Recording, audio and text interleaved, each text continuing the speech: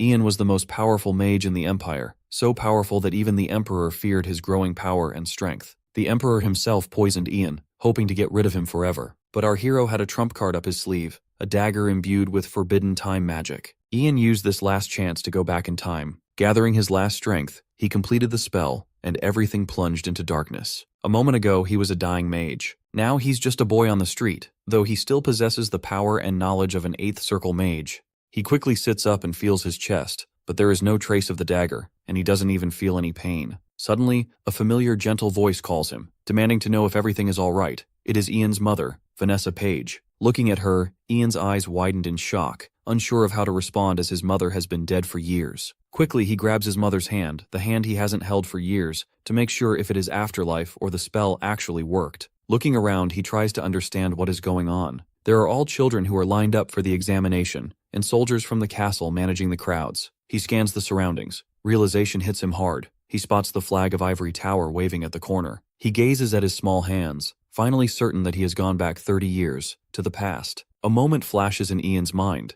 Himself, standing with a man holding his staff during the mana reactions examination. It's a test all children of the Green River Empire undergo when they turn 12. A mandatory procedure designed to identify and nurture exceptional mages. First, they are assessed for mana brain, the factor responsible for manifesting magic. Then they are tested for a mana heart, which governs the production, circulation, and storage of mana. Any child found to possess both traits is immediately accepted into the Academy of Magic and granted noble-level authority upon graduation. Ian never expected to find himself time-traveling 30 years back. He thinks of his dagger, engraved with the language of dragons. He'd spent his life researching it, along with time magic, and had activated the spell just before his death. Ragnar was Ian's closest friend. Ian had done much to help Ragnar over the years, but in his loyalty, Ian had also killed thousands for Ragnar, and in the end, Ragnar repaid him by taking his life. Ian can't let that happen again. To prevent it, he needs to regain all the power and authority he once held as an 8th-class mage. With that in mind, Ian promises his mother that he'll return soon. Ian approaches a knight, introduces himself,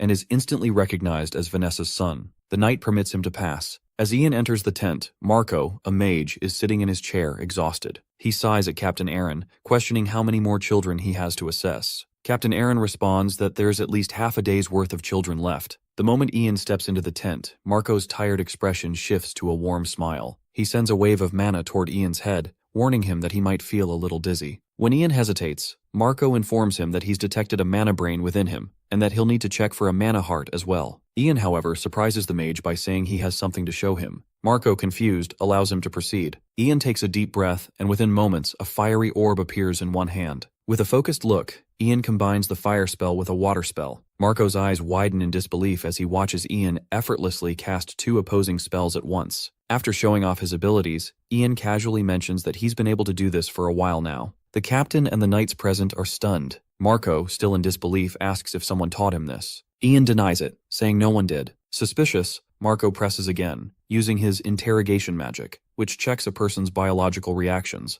like their heartbeat, to determine if they're lying. Marco warns that if Ian's lying, he could be charged with treason. Despite the threat, Ian remains calm and assures Marco that he would never lie to a noble mage like him. Marco chuckles and uses his magic, which reveals Ian is telling the truth. This only increases Marco's curiosity, leaving him wondering just what kind of child Ian really is. Suddenly, a woman's scream cuts through the air. Ian's heart races as he looks outside the tent, only to be stunned by the scene before him. His mother is being roughly dragged by the same knight who had let Ian in. Vanessa pleads, clearly terrified, while the knight, in a cruel attempt to justify his actions, claims she was loitering where she shouldn't be, calling her a lowly peasant woman. The knights, including Captain Aaron and Marco, rush outside to investigate. The knight continues to lie, but Ian's fury ignites as he hears the words. Just as he's about to act, Marco gently taps his shoulder, calming him down. Marco steps forward, addressing the group. He elaborates that this child has just demonstrated that he possesses both the mana brain and mana heart, meaning he and his parents are of the same standing as nobles in their empire. Insulting a noble or mage is tantamount to challenging the authority of the imperial family and the Ivory Tower. The knight's actions, therefore, amount to treason, punishable by execution. The knight immediately drops to his knees, begging for mercy. Ian, however, turns to his mother and says the apology is for her, not him. He kneels before the knight, warning him that he will always keep a close eye on him. Later, Ian expresses his gratitude to Marco for intervening.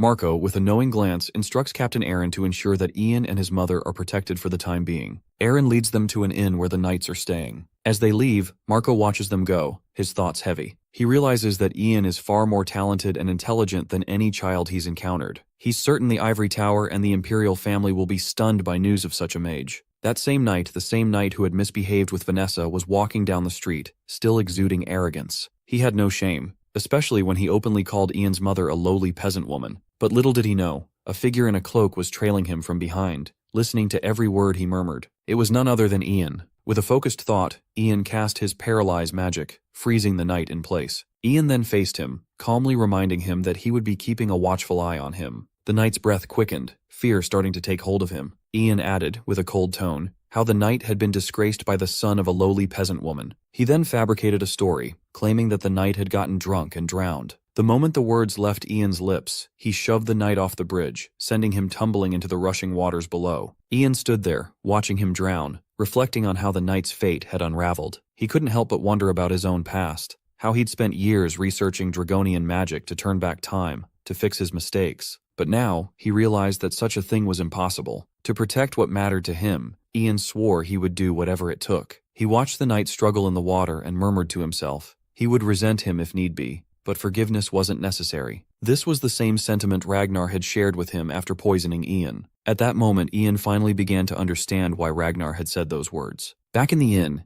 Ian sat with his hand against his aching head. He hadn't realized that using so much mana would drain him. His focus then shifted to his mother, who was peacefully sleeping beside him. He knew what the future held. In his past life, when he had become a first-class mage, his mother had passed away from a disease that very same year. All Ian wanted now was a long and healthy life with her. In his previous life, he had lost everything, but this time, he vowed not to let that happen again. The next morning, inside the royal palace, Emperor Terry sought the advice of Master Herbert Leon. Herbert explained that mana was a natural energy, and once someone learned to control it, they were considered a mage. The methods to stimulate the mana brain and the techniques to manifest magic were usually taught by academy teachers. That's how most mages learned their craft. However, news had reached him that a boy named Ian had learned to control mana on his own, without a teacher. Herbert elaborated further, stating that Ian had even cast first-class magic, just like the primal mage, an ancient mage who had mastered magic in a time when no other mage existed. Terry listened intently, curious but skeptical, thinking Ian might be bluffing. But Herbert reassured him, stating that the tales of the primal mage were not just myths. If this boy truly had such abilities, he could be dangerously talented. Herbert felt he needed to see Ian for himself to confirm whether the rumors were true. As their conversation came to a close, Terry summoned Hayden Greenriver, the Crown Prince. Hayden approached and politely asked the reason for being called. Terry reminded him that it had been 5 years since Hayden had last left the Imperial Palace. Back then, he had gone out to inspect the famine's severity, but now it was time for him to go on another journey. Terry explained that he was granting Hayden command of the Knights of the Second Imperial Order, 300 soldiers, and 3 third-class mages. His mission was to travel to Mogrian and bring back the boy named Ian Page. Hayden hesitated, but after Terry suggested he assist someone else, Hayden nervously agreed to the task. Later, Herbert, eager to begin, asked for permission to leave as well. He needed to start venturing out now, for if he didn't persuade the right people soon, he feared he wouldn't even be able to select 3 mages to accompany the Crown Prince. Terry chuckled and gave him permission to go. The moment Herbert stepped out of the hall, a young slave approached him and asked if he was returning to the tower. Herbert's expression darkened, and he revealed that he had someplace else to go first. The next day, Ian waited, fully aware that both the Imperial family and the Ivory Tower must be on the move by now. A flashback of Marco crossed his mind. Considering that Marco had declared Ian a mage right after the examination, it seemed highly likely that he had immediately reported Ian's abilities to his superiors. But no matter who was involved, whether it was the Emperor, the Tower Master, or even some third party, he knew one thing for certain. This time, he would not be a disposable pawn. A few moments later, an announcement echoed outside Ian's house, calling for Ian Page to come forward and receive an order directly from His Majesty, the Emperor. Ian flinched at the sudden proclamation. When he looked out the window, he saw Marco standing there with his subordinates. Marco, noticing Ian, smiled and wasted no time getting to the point. He explained that His Majesty had sent an imperial decree for Ian. With that, Marco instructed Ian to kneel on his right knee and place his left hand over his chest. Ian followed the instructions without hesitation, though he couldn't help but feel something familiar about the gesture. Marco, ignoring his own odd sense of recognition, extended his hand, holding a crystal sphere. A command appeared within it, sent directly from the Emperor himself. The Emperor approved of Ian's talent and nominated him as a Mage of the Empire. The decree went on to grant Ian permission to have his name carved into the Ivory Tower's Hall of Mages. Terry, the Emperor, also informed Ian that his firstborn son would accompany him to the palace. The Emperor wished for Ian to have a safe and enjoyable journey with his son's company. As the decree concluded, Ian slowly stood, understanding that the Emperor's intentions were crystal clear. One of the knights, Arnold, approached Marco with a request to escort Ian to Lord Mogrian's castle. Marco granted permission with politeness, and soon after, Arnold stepped forward. He knelt slightly, announcing that he had been granted the honor of serving Ian while he was at Mogrian. The journey continued, and they eventually arrived at the Mogrian Empire, finally reaching Marcus Mogrian, the Lord of Mogrian's castle. As the carriage pulled up, Marcus immediately warned Lavi and Margaret to treat the noble mage with the utmost respect. The castle's inhabitants gathered outside, eagerly watching Ian dismount from the carriage, helping his mother as she stepped down beside him. As they approached, Marcus greeted them warmly. 15 days passed, and rumors began to spread among the servants. They claimed to have seen the young boy at the training hall, where he was reportedly casting fire from his hands. He hadn't left the hall for 15 straight days. Inside the training hall, Ian was still focused on his training. He cast another spell, watching as the ground froze beneath him, but it still wasn't enough. He was acutely aware that his body was still too young, and he needed to make up for his limited mana. Just as his mind began to wander, the butler hurried in, breathless and panicked. With urgency, he begged for Ian's help, revealing that Lord Mogrian had gone out to hunt goblins the previous day and hadn't returned since. They had searched for hours, but still, there was no sign of him. Ian found the situation strange. It wasn't time for Marcus to die yet. In his past life, Lord Mogrian had been assassinated by one of Green River's enemies just before the First Unification War, a war that wouldn't occur for several more years. His son, Lavi Mogrian, had fled when the war broke out and was later executed after its conclusion. Given the current circumstances, Ian reminded the butler of Marco, who was far more experienced than he was. However, the butler informed Ian that Marco had other duties to attend to and wasn't currently in Mogrian. Ian was now uncertain. Maybe his return had actually changed something, for mages assigned to specific domains rarely left their posts. Ian knew the advantage he held. He knew what would happen in the future. But if Lord Mogrian's untimely death changed the course of events, he could lose that advantage. These thoughts swirled in his mind as he considered the situation. But the butler's desperate plea for help pulled him back to reality. He knew he couldn't let such an event happen. He agreed to help, determined not to let this change the future he was striving to protect. Vanessa is filled with worry after hearing that Ian is heading into the mountains with the search party. Ian reassures her, though, promising that he'll be back soon. Meanwhile, Margaret rushes toward him, her eyes brimming with tears. She begs Ian to find her brother and father, offering him anything in return. As Ian listens, his gaze lands on the ring she's wearing, and he can sense mana emanating from it. Curious, Ian asks Margaret if she would lend him the ring, explaining that it will be crucial to his search. Without hesitation, she hands it over, and Ian quickly slips it onto his finger. The moment he does, it feels familiar, just like it did in his past life. The ring is the Mogrian ring, a low-ranking artifact known for boosting the wearer's mana. It seems that Lord Mogrian gave it to his daughter instead of his chosen successor. With the ring now in his possession, the group continues their search. They venture deeper into the forest, and one of the knights points out where they lost track of the missing people. Blood is splattered across the ground, and Ian asks if they've already disposed of the bodies. The knights tell him there were no bodies, and they fear that the monsters might have taken them. Ian takes a careful look at the scene. Dozens of goblins have been slain, indicating that there were likely hundreds more who attacked the group. It dawns on him that there's no time to waste. Without hesitation, Ian raises his hand and summons a wolf spirit. A magical array forms in the air, and a stream of energy radiates from it. The knights stare in awe as a loud howl echoes in the distance. Suddenly, a baby wolf materializes in front of them. Ian hadn't expected the wolf to be so small, but given his current mana, that was the best he could do. He commands the wolf to track the scent of the blood, instructing the knights to follow it. Despite their reluctance, they comply. As they journey further into the deepening forest, Marcus continues to fend off the goblins with his staff. His head is injured, and blood is trickling down his face. Surrounded by goblins, he knows they're all on the verge of being overwhelmed. With little choice, Marcus orders Lavi to go back to the castle and warn everyone. He tells Lavi to inform them that the goblin hordes have taken Mount Mogrian, and they're all in grave danger. Just as Lavi is about to leave, his body trembles with fear. His eyes widen when he spots a goblin leaping through the air, preparing to attack Marcus from behind. In a panicked voice, Lavi tries to warn his father, but before he can react, a loud thud echoes in the air. Ian and his subordinates have arrived just in time. With a swift motion, Ian casts his Frost Nova spell, freezing the goblin in place and preventing the attack. Footsteps draw closer to Marcus, and the last thing he sees is Ian's face before everything goes black. 2 days later, Marcus slowly opened his eyes, still in a daze, lying in bed. The haze in his mind made it hard to focus, but he could hear the faint sound of his daughter crying nearby. As his senses started to return, he sat up, still trying to process what had happened. His memories were foggy, and he couldn't quite recall everything from before. Margaret, seeing him awake, quickly rushed to his side, tears streaming down her face as she explained that Ian had rescued both him and Levi. She sobbed, relieved yet worried, sharing that both Marcus's father and brother had been bedridden for 2 days. Just then, Hogar burst into the room, his face filled with relief as he thanked God that Lord Mogrian had finally woken. Marcus, still weak, asked about the other knights and his sons, his voice tinged with concern. Hogar, his expression turning somber, explained that they had lost 12 men, including Sir Rothan. Hearing this, Marcus's heart sank, and he immediately asked to speak with Ian in person. Later, in the training hall,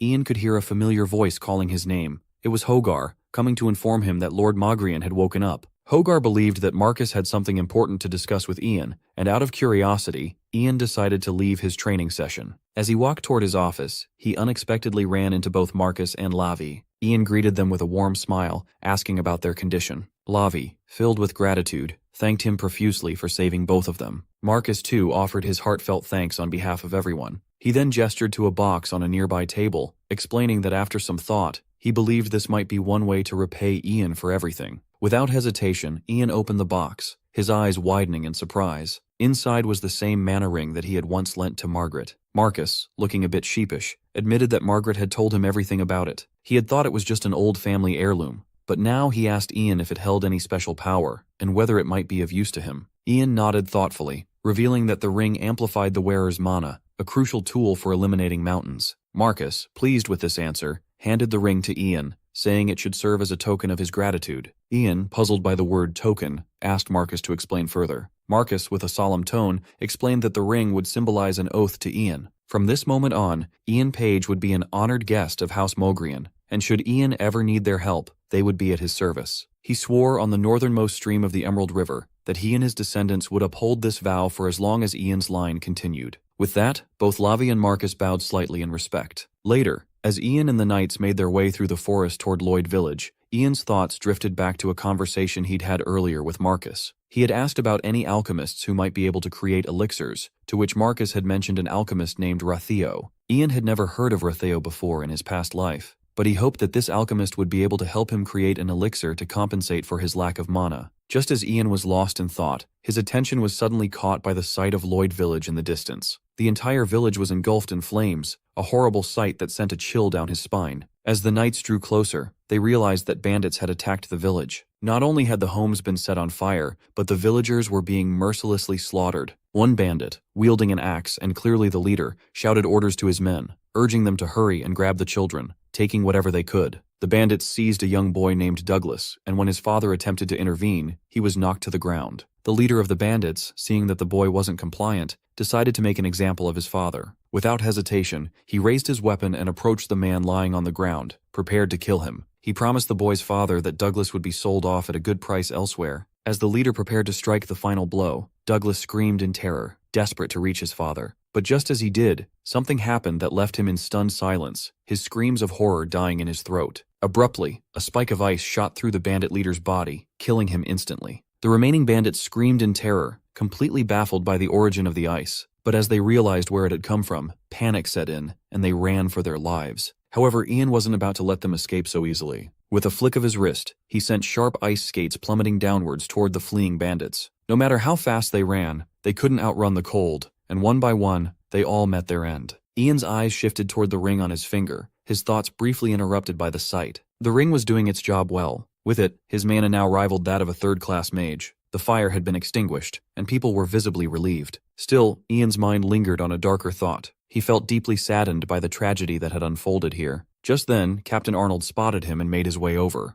Ian asked if any soldiers had been hurt, to which Arnold let out a relieved sigh. All of them were unscathed. Ian allowed himself a small sense of satisfaction at this, but his relief was fleeting. His thoughts returned to the man he had come here for, wondering if he had survived. Before he could dwell on it further, a voice rang out, calling, "Ratheo!" It was the name of the man Ian had been searching for, the father of Douglas. Ratheo had been knocked out by the bandits and was now in critical condition. Douglas stood at his side, crying and calling out for his father's name. Ian hurried over, gently reassuring Douglas that he would take a look at Ratheo. As Ian examined him, he could immediately tell something was off. Ratheo's skin had turned unnaturally pale, his hair stark white. The signs pointed to one thing: mana poisoning. It was clear that Rathio couldn't have injected mana into his body on his own, meaning a mage with ill intentions had done this to him. His condition was dire, and Ian knew that time was running out. Without wasting another moment, Ian placed 2 fingers on Rathio's forehead, focusing his mana into him. The process was delicate, but it worked instantly. The man's breathing steadied, and color returned to his skin.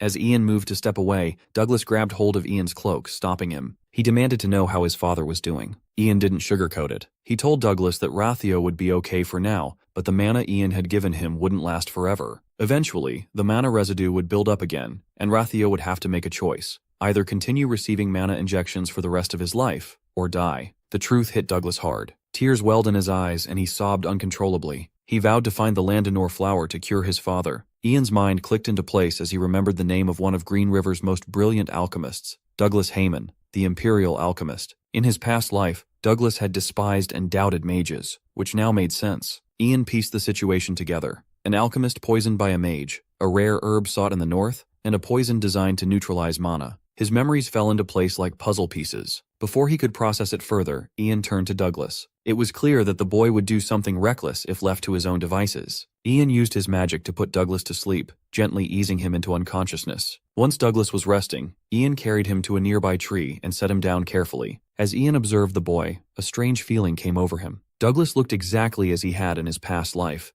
though this time, without the hostile aura. Despite knowing that Douglas was the one responsible for the poison Ian had drunk, Ian couldn't bring himself to simply end his life now. This boy would become the greatest alchemist in history. Perhaps making him an ally was the right choice, but there was no guarantee that he wouldn't betray Ian at some point. Before Ian could fully consider his next move, Arnold appeared, catching up to him. He had seen Ian run off and wanted to make sure he was okay. Arnold's gaze shifted to the unconscious boy lying against the tree. Ian sighed and explained that the boy was from the village, and he had put him to sleep for his own safety. Ian then suggested Arnold take Douglas back while he took care of some business elsewhere. Arnold gave a reluctant nod, clearly wanting to ask more but trusting Ian's judgment. He moved to lift Douglas, preparing to carry him back. Meanwhile, Ian turned away, his mind racing with the events that had just unfolded and the uncertain future ahead. The night has fallen, and Rathio, upon waking up, immediately comes to sit beside Douglas's bed, asking him if he is asleep. Not even moving a bit, Douglas lets him know not yet. When Rathio notices Douglas's cold behavior, he tries talking to him, informing him that Barton told him that some mage came to their village to save them. In addition to that, he also said that Douglas almost got himself in trouble. Not able to face his father, he tiredly explains, he was just trying to find the flower. Upon hearing this, his father scolds him, demanding to know what he was thinking, as he could have gotten himself kidnapped by bandits.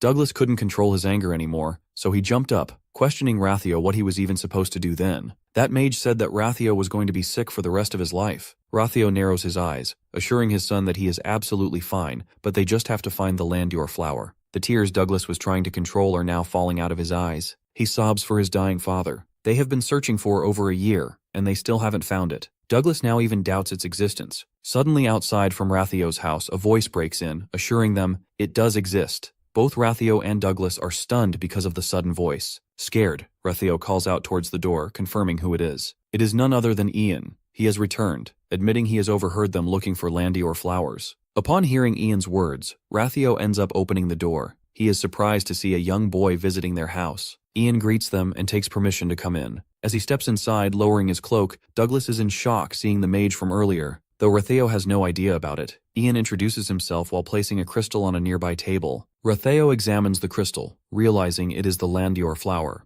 Ian promises to give him this flower only if he answers Ian's question. Without hesitating, he begins to question him without waiting for Rathio's response. How does Rathio know what this herb can do? There are only a few people who know about this flower's medicinal uses. Rathio hesitates a bit, but reveals he read about it in a guidebook. Rathio shows Ian that guidebook, elaborating that his father handed this medicinal herb guidebook down to him. Flipping through a few pages, Rathio points to Ian on a page. The book contained notes about the Landior flower, describing that it restores mana equilibrium and is only found in the northern part of the continent. 12 petals, all a dark violet color, and the blue leaves and stem are poisonous. The plant withers the moment it leaves the place it's rooted. Out of curiosity, after reading it, Ian questions Rathio if his father studied alchemy too, so he gets to know it was a family business, meaning this guidebook is a family heirloom. Ian reminds him that if he knows that this flower can neutralize mana, then he must also be aware of what this does to mages who possess a mana heart and a mana brain. It can be used as a deadly poison. Rathio flinches. Hearing this, he understands where Ian is getting at, but he assures Ian that alchemists from his family would never make an elixir to harm a person. He can swear that on the name of Haman. As those words settle in his mind, Ian glances at Douglas and thanks Rathio for answering and apologizes at the same time while picking up the crystalline flower. He begins to remove the ice magic, allowing the flower to return to its original form, but he couldn't save it either. The best he could do was keep it from wilting by freezing it. Seeing this, Rathio suspects him of tricking them, but Ian simply clarifies that he is trying to show that he can help him find the Landior flower at any time. In that case, he needs to make a deal. Ian will regularly inject mana into his body so that he won't lose his life from mana poisoning. He also offers to help him with his research on Landior so that Rathio can use it for medicine. In return, he would like Rathio to come to the capital with Ian. Ian is clever enough to offer him this, as he will be able to find the records of the poison Ragnar and Douglas used in his past life. Hearing the favor, Rathio doesn't understand his purpose of going back to the capital, so to elaborate further, he explains he would like Rathio to manufacture mana elixirs that can replenish a mage's mana and create medicine for his frail mother. Before interrupting, Rathio apologizes but suggests Ian assist with a more well-known alchemist. After all, he is the mage of the Empire. However, Ian confesses what he is looking for is someone to stay with him and manufacture custom-made elixirs. He reminds Rathio that his son ran into the dangerous forest without a moment's hesitation to find the herb to heal his disease, so for the sake of his safety and well-being, Ian hopes that Rathio will make the right choice. Rathio is now aware that this child is no ordinary mage and asks for some time. Ian gives him some time and looks at Rathio talking to his son, promising to himself, in this life, Douglas will not lose his father. He also won't have to become a slave, and most importantly, Ian will never let him fall into Ragnar's hands. Waiting outside Rathio's house, Captain Arnold approaches Ian, informing him about finishing the preparations for their journey back to the castle. Upon receiving this information, Ian glances at Rathio's house, sighing sadly, assuming Rathio hasn't made up his mind still, and decides to head on back. Unexpectedly, the door of Rathio's house creaks open. Rathio and his son step out of the house carrying their luggage. Meanwhile, Douglas is startled to see a mage waiting for them outside their house. Immediately, Ian approaches them to confirm if he has come to a decision. Rathio scratches his head, admitting it is not like he has a choice in the first place, as he has a disease to beat, so he hopes Ian will keep his end of the bargain. Ian assures him, but they both are interrupted when Douglas confirms from Ian if he can really make his dad's disease go away. Ian's promise fills Douglas with excitement, and he eagerly seeks permission to address him as captain. It confuses Ian, but he allows it, though a picture of older Douglas comes in his mind, which makes him a little uneasy, wondering if this is what Douglas was like as a child. Suddenly, a horse galloped towards where they were standing. A knight quickly informed Ian about the need for his immediate presence at Lord Mogrian's castle. Not being aware of the problem, Ian demands to know the reason. The knight explains with urgency, the Crown Prince has crossed the Gamus River. This is confusing. They received the message just this morning, so why didn't they inform them earlier? Ian then requests the knight to lend the horse to him. Using his taming skill, he instructs the horse to go to Mogrian Castle with him. The horse immediately obeys and kneels down. Sitting on the horse, Ian guides Arnold to escort Rathio to the castle, though both Rathio and Arnold look at the horse's behavior in astonishment.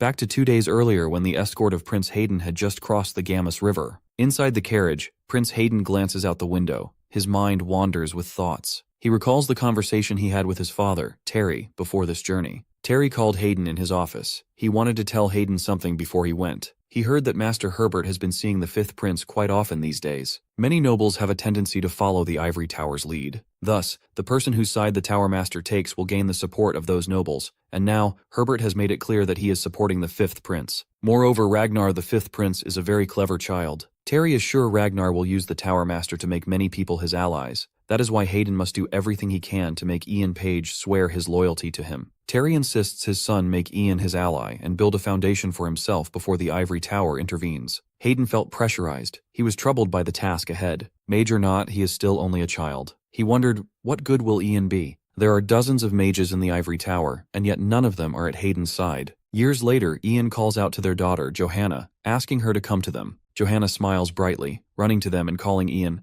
Papa. Rage fills his eyes, thinking, how dare they support the Fifth Prince instead of him? He is the Crown Prince. He vowed to himself silently, on the day he becomes emperor, he will get rid of all those treacherous fools. As Hayden was lost in his thoughts, captain of the Second Imperial Order of Knights, Oliver Raywood called out to him from outside, acknowledging it was a bit late, but suggesting they let Lord Mogrian know where they were. Hayden seems uninterested, reminding him that they have already discussed this. Oliver politely advises that they will need time to prepare for Hayden's arrival, and begs him to be more understanding. Out of curiosity, he questions Oliver if his family is one of Mogrian's vassals, and how much time remains until they reach Mogrian. Oliver confirms that his family serves as a vassal and informs him that they have 2 days left. That being said, Hayden thinks and is sure that 2 days will suffice and allows him to let them know he is coming. He smirks, looking down on them, and wants to see how those who call themselves the Guardians of the North and the Empire's Shield prepare themselves to greet a member of the Imperial family in that short period of time. Although Oliver doesn't really like this attitude of Hayden,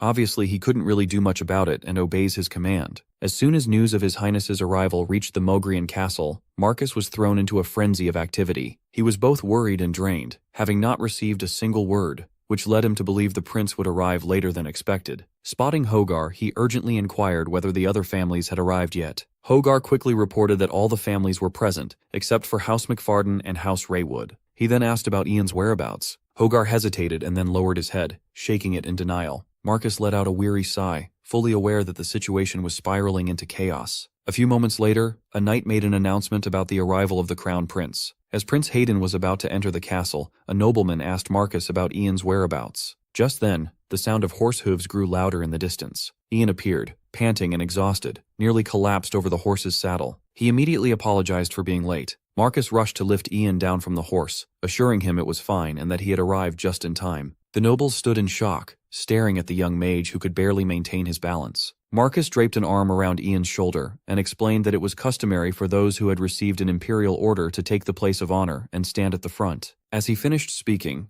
Ian and Marcus faced Hayden. It had been a long time since Ian had seen Prince Hayden, and the 3 magesses who accompanied him stood close. One of them, Cecilia, smiled at Ian, and he smiled back, though he knew well enough she was a spy from the Coldwood Empire. Later that evening, a grand banquet was held at the castle in honor of Prince Hayden's arrival. Oliver advised Hayden to avoid drinking too much, but Hayden coldly retorted that the wine was the only thing that actually tasted good here. He hated the banquet just as much as he disliked Ian. He urged Marcus to return soon and get some rest. Meanwhile, Cecilia, holding a glass of wine, wasn't focused on drinking. She couldn't understand why the Coldwood Empire would be interested in someone like Ian. Recently, she had received 2 orders from the Empire. First, to determine whether the rumors about Ian Page were true, and second, if they were, she was to take both Ian and his mother alive and return to Coldwood immediately. So, Cecilia set off in search of Ian and eventually found him alone outside the training ground at Marcus's castle. To test his abilities, she silently approached him and cast countless sharp magic missiles at him. The spells struck the ground,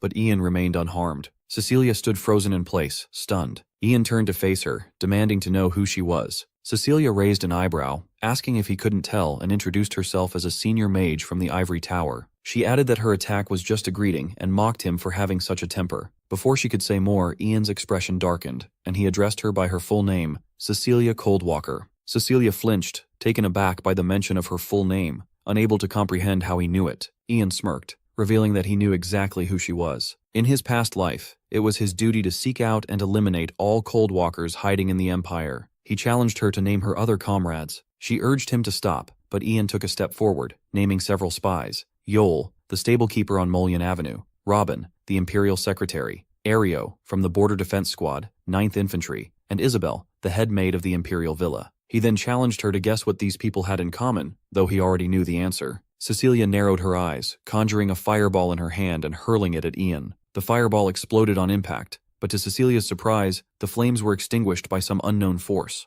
Ian's suspicions were confirmed. Cecilia was indeed a Coldwalker. Before she could react, Ian calmly explained that he had come here because he had predicted she would seek him out. No sooner had the words left his mouth than dozens of ice shards shot towards Cecilia. Her eyes widened in horror as they came closer. Ian Page moved his hand, casting an ice spear spell, causing Cecilia to tense up. Quickly, she summoned a mana barrier in front of her for protection. She could feel the pressure building, sweat starting to form on her brow as she gritted her teeth. Ian curled his fingers, conjuring a pyroblast ball, then hurled it directly at her. Cecilia realized she couldn't move with her mana barrier up, and the overwhelming force of the blast meant she was likely going to die. The barrier began to crack under the intensity of the pyroblast, icy fragments from the attack slicing across her skin. Panic set in as she tried to run, only to be knocked off balance by the massive explosion. As she lay on the ground, she reassured herself that she was still alive. She thought to herself that since Ian had used up his mana with the pyroblast, he must be exhausted. She also realized that help would be coming soon, but there was no concrete evidence linking her to being a spy. The others wouldn't suspect her, especially not because of a child like Ian. As long as she healed herself first, she could deal with him later, and the magicians of the tower would trust her too.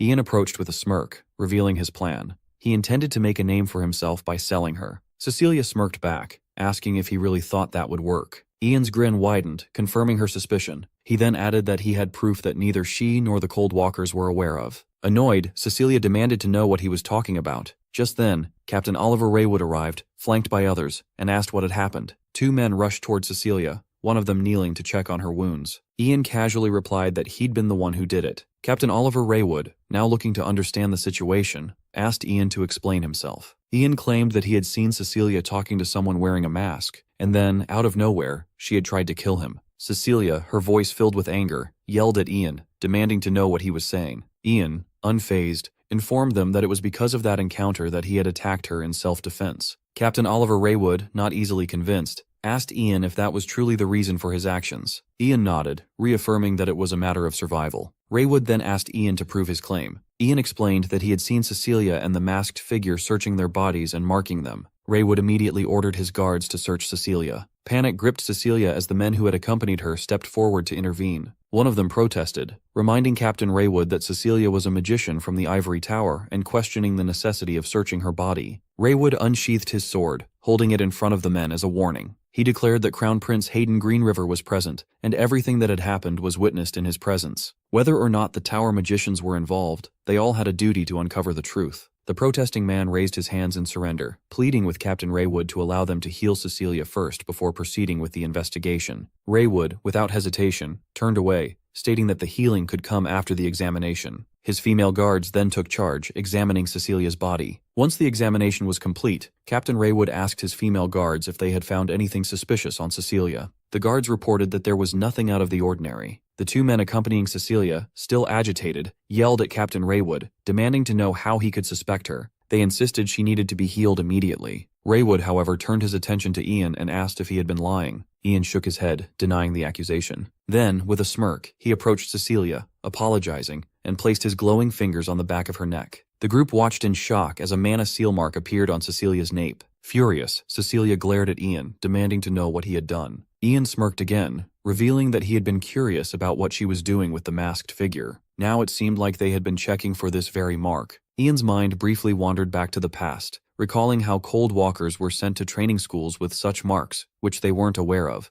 Only their managers knew about them. Ian himself had only learned the truth after a year of interrogating a manager. Back in the present, Captain Raywood, turning to the group, asked if anyone knew what the mark meant. One man replied that it was his first time seeing it. Captain Raywood asked Ian the same question, and Ian answered, admitting it was the first time he had seen such a mark as well. Captain Raywood, though, didn't let the uncertainty of its meaning deter him. He recognized that the mark itself was still a form of evidence. He ordered Cecilia to be healed first and promised that they would interrogate her afterward. He instructed his men to prepare a mana prison, and they acknowledged his order. Turning to Ian, Captain Raywood added that if everything turned out to be true, the Emperor would reward him. Sitting on the sofa, Crown Prince Hayden Greenriver asked Captain Oliver Raywood to confirm whether a child like Ian had really defeated a third-class magician from the Ivory Tower. Oliver Raywood confirmed the question. Hayden laughed, surprised by the news, saying that he never expected a child to possess such skill. He then asked Oliver what he thought about Ian. Captain Oliver Raywood replied that according to the magicians who had been dispatched, it seemed true. Ian's behavior and speech were far beyond that of a typical child. Hayden Greenriver, intrigued, told Oliver that he believed he should meet Ian and speak with him personally before forming any conclusions. He then ordered Oliver to bring Ian to him. After some time, Ian stood before Crown Prince Hayden Greenriver. He bowed his head respectfully and asked why he had been called. Hayden rose from the sofa, looking down at Ian. He explained that, from what he had heard, one of the magicians sent by the Ivory Tower was actually a spy from Coldwood,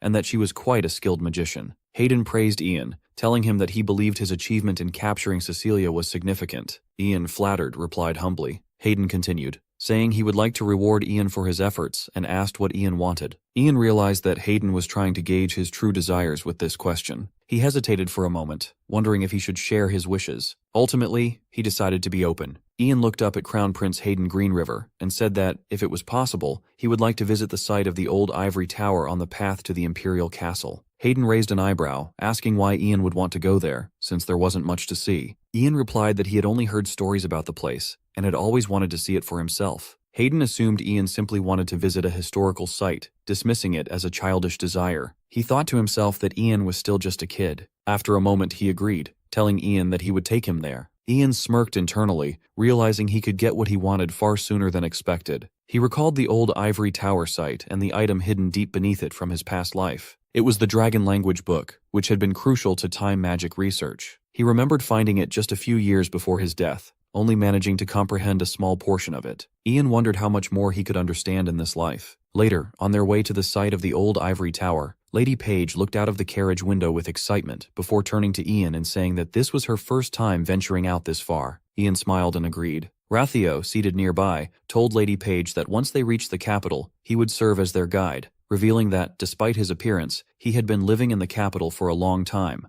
making a living through alchemy. Lady Page smiled and thanked him. Ian looked at Rathio with confusion, not quite understanding his intentions. Just then, Vice Captain Paul, the second Imperial Knight, knocked on the carriage window to inform Ian that they had arrived. He told them that they would be staying for 2 days, per Crown Prince Hayden Greenriver's orders, and that they were free to explore the area during that time. Paul then invited everyone to follow him as he would guide them to their lodging. As they walked through the village, the locals greeted Crown Prince Hayden Greenriver warmly. One man stepped forward, saying it was an honor to have Hayden visit such a humble village, and that it would be remembered for tens of thousands of generations. Hayden chuckled lightly, downplaying the honor, saying it wasn't a big deal. Ian observed Hayden carefully and realized that the prince treated the common citizens with genuine kindness. He remembered that, in his past life, Hayden always wore a dark and hostile expression, especially when Ragnar was by his side. Now Ian saw Hayden smiling, and he understood that Hayden made those cold expressions only toward those outside the nobility. He began to understand why the Emperor favored the first prince. As they walked, Douglas called out to Ian, asking when they would be going to the old ivory tower. Ian asked him why he was so curious. Douglas explained that he wanted to visit as well. Ian, after a brief pause, decided that he would visit the underground areas at dawn. He told Douglas that they would go together tomorrow, when they had the time. Douglas, visibly excited, thanked Ian profusely. Seeing the two of them talking, Rathio noticed how much Douglas seemed to have taken a liking to Ian. He turned to Lady Page and asked if Ian had always been this mature, as he found it hard to believe that Ian was only 12. Lady Page responded that Ian had matured far earlier than most children, because he was naturally caring and kind, much like his father. She added that although Ian never said it, she knew he was trying to fill the void left by his father's absence, and she felt sorry for him. Rathio nodded, understanding that Ian was a lot like his father. He then asked Lady Page if her husband had been a magician as well. She shook her head and explained that Fran, her husband, was not a magician, but an ordinary man. She continued, telling Rathio that Fran had gone missing before Ian was born after leaving for work one day. His belongings were returned home 5 years later, but Fran himself never returned. Lady Page began to say something about Ian, but then stopped abruptly, brushing it off as nothing. Ian walked across the yellow grass, his mind drifting back to his past life, a journey carried by the wind and the road of stars. It had felt like an endless path after the Unification War, far removed from the Ivory Tower and the Emperor. At first, he had wondered if his entry into the Ivory Tower back then had been nothing more than a coincidence. But soon he realized it was not mere chance. Something had guided him toward that fate. As he glanced at the familiar castle before him, the same one he had seen in his past life, he noticed that it still looked the same, unchanged by the years. He recalled the great war that had occurred 300 years ago between the magicians of the Ivory Tower and the Dragonians, descendants of dragons. The Gargoyle army, along with the dark magic of the Dragonians, had been powerful enough to obliterate the empire. Yet it was the Imperial Prince, Mitchell Greenriver, a high-class magician, who had led the other magicians to victory, defeating the Dragonians and wiping out the Gargoyles, thereby preserving the Empire's peace. After the war, Mitchell Greenriver, who had guided them to victory, refused the position of Emperor and instead became the tower owner, building a new tower in the capital, Green River Diem.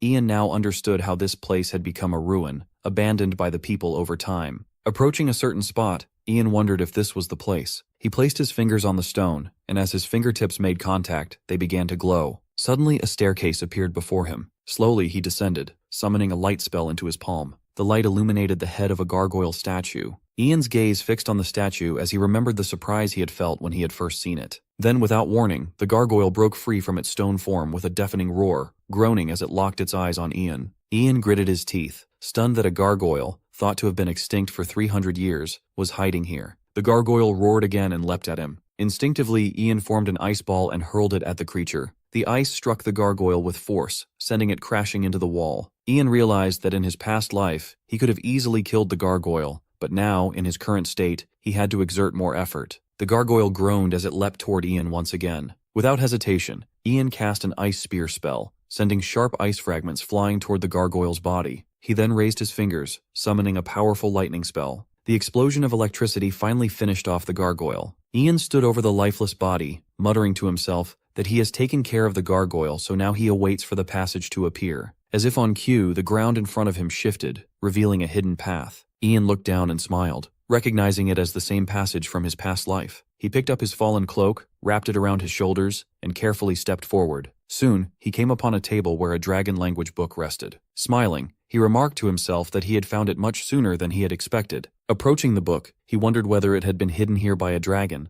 or if it was the work of the first magician. He reached for it, remembering how mysterious the dragon language had been. Even in his past life, he had been unable to fully comprehend it. If only he could understand it now, he thought. But when he opened the book, he was shocked to find it empty. Confused, he wondered what had happened. But then it dawned on him. It might be because he had already used the book in his past life. Ian closed the book, feeling a pang of disappointment. He longed to reread the dragon's language, to decipher the secrets it held. He tried to speak, but no sound escaped his lips. Realizing this, Ian stared at the book and understood. The dragon's language wasn't merely spoken with the voice. It was a magical language that drew its power from mana. In that moment, Ian realized that without the dragon's language, which had now disappeared, he could no longer use time magic. Without it, he couldn't return to the past. A heavy sigh escaped him as he closed his eyes in disappointment. He had been hoping to have the ability to endlessly turn back time, but now, he understood how dangerous it could have been if he hadn't discovered this limitation. His second life had just become a lot more difficult to navigate. The carriage rolls through the bustling streets of the city, drawing closer to the horizon. Ian is informed that they will soon reach the capital of Green River Diam. He glances out the window, realizing that they are finally entering the capital and that he needs to stay alert. He can't shake the thought that if Cecilia were to flee and meet up with another Coldwalker, the Coldwood Empire would start keeping a closer eye on him. He knows Cecilia will undoubtedly speak about him, causing complications in numerous ways. His thoughts shift when a group of magicians blocks their path. Captain Oliver Raywood dismounts from his horse and demands to know by whose authority they stop Crown Prince Hayden Greenriver. The leading magician responds that it's by the order of Emperor Terry Greenriver. He explains that a command paper has been issued, transferring all authority over Cecilia and related matters to the Ivory Tower. Oliver retorts that the magician must have been in a rush to receive the command even before the spy had arrived. The magician smiles, closes his eyes, and says that urgent matters should be addressed quickly. He then informs Oliver that the Ivory Tower will take full responsibility from here on out. Oliver clenches his jaw and insists the magician hand over the sinner to the tower leader. The magician glares back, saying that Cecilia isn't a sinner yet, as the truth is still unknown. He reminds Oliver that Cecilia is still a magician of the Ivory Tower and warns him to choose his words carefully. Oliver grits his teeth and turns away. Meanwhile, the other guards mutter angrily, complaining about how the magicians are swooping in to take Cecilia, even though it was they who risked everything to capture her. One guard grumbles that it's unfair, and he won't accept it, even if it's an order from the Emperor.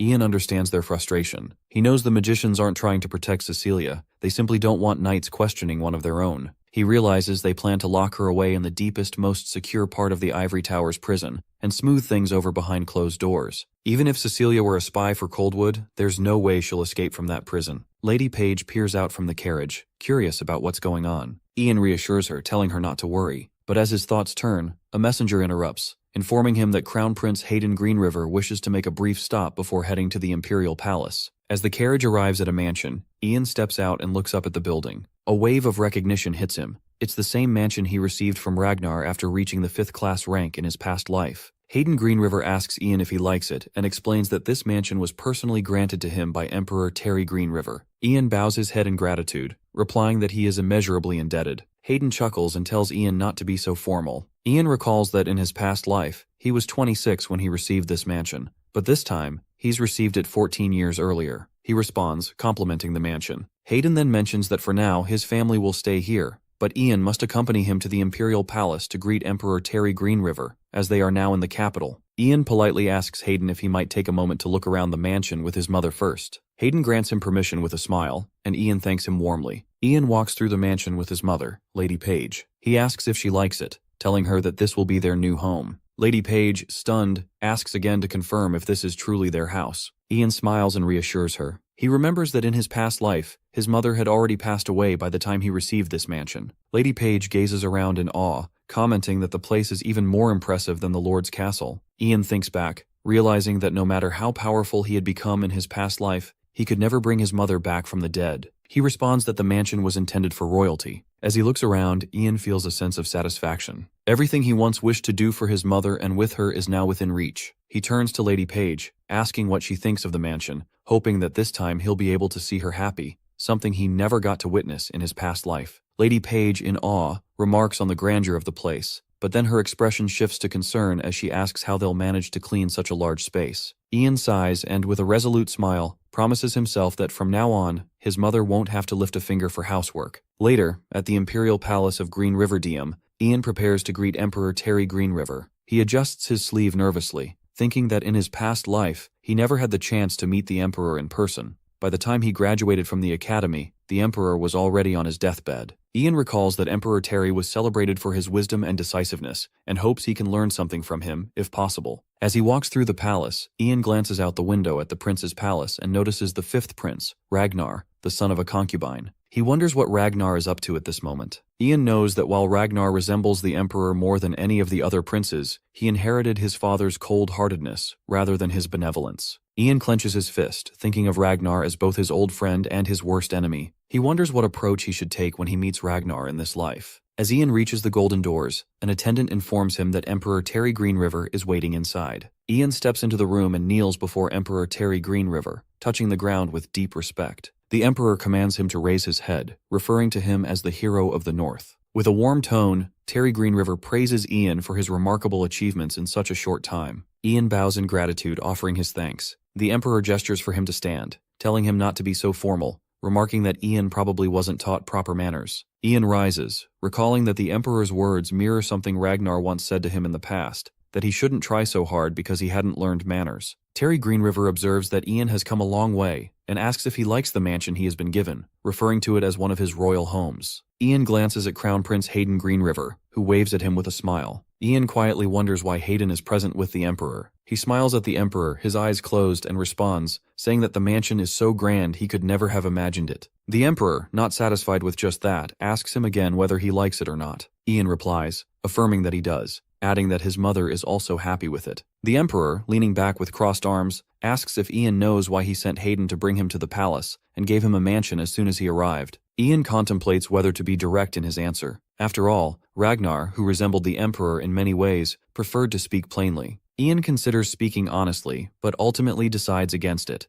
reminding himself that he is still just 12 years old and should act like a child. Ian responds politely, telling the Emperor that it's because he is a bit more talented than others, and that, according to rumors, his magic is superior to most. The Emperor raises an eyebrow, asking if Ian truly believes he's the only one who thinks he's more talented. Hearing this, Hayden Greenriver looks at the Emperor and refrains from questioning a child like that. Terry Greenriver turns his gaze to Hayden, noting that this is the first time he's seen his son protect someone. Understanding that supporting Hayden is wise, the Emperor shifts his focus back to Ian and confirms that he did indeed summon him here because of his talent. The Emperor goes on to mention that even knights and magicians have been praising Ian's abilities. He also acknowledges Ian's role in uncovering the spy and states that since a citizen of the Empire has made such an accomplishment, it is only right they are rewarded. He then asks Ian if there's anything he wants. Ian realizes this is a prime opportunity to secure the Emperor's support, something he's been contemplating for some time. However, he reminds himself to ask for something suitable for a child, not an adult. He looks up at the Emperor and shyly says that he would like to explore the palace. The Emperor, intrigued, asks him what he means by explore.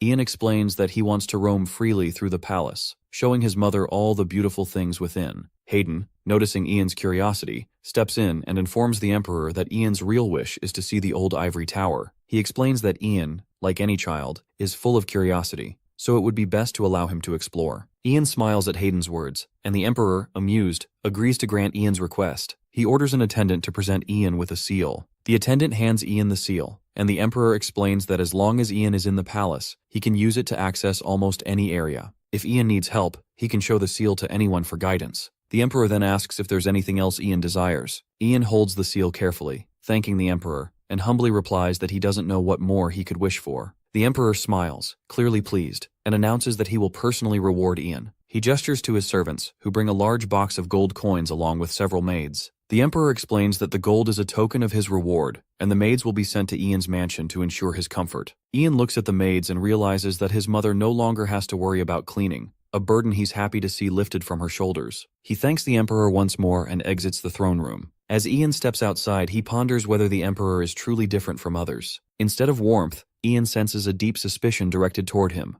a feeling that reminds him of Ragnar. Looking down at the seal in his hand, Ian understands that the Emperor likely acts this way with everyone, much like Ragnar. He recalls Ragnar's favorite saying, that suspicion is fundamental for ruling and governing. Determined to focus on what truly matters, Ian decides not to dwell on this feeling. There isn't much time after all. He approaches a nearby guard and asks where the garden is located. The guard eyes him suspiciously, but Ian presents the seal, explaining that the Emperor had told him to show it to anyone. Upon seeing the seal, the guard nods and tells him to follow, offering to guide him. Ian decides that he will pretend to explore the famous locations of the palace before heading to his true destination. After a while, he reaches the Empire's sanctuary. As he looks around, Ian recalls moments from his past life with Ragnar. Ragnar had once confessed that he loved this place, but was never allowed to enter because it was reserved for the Emperor and Empress. Ragnar, only a prince at the time, had been forbidden from entering, but he vowed that one day he would. Shaking off the memories, Ian enters the sanctuary carefully. There, he finds a guard dozing off in a chair. Taking a moment to ensure he isn't disturbed,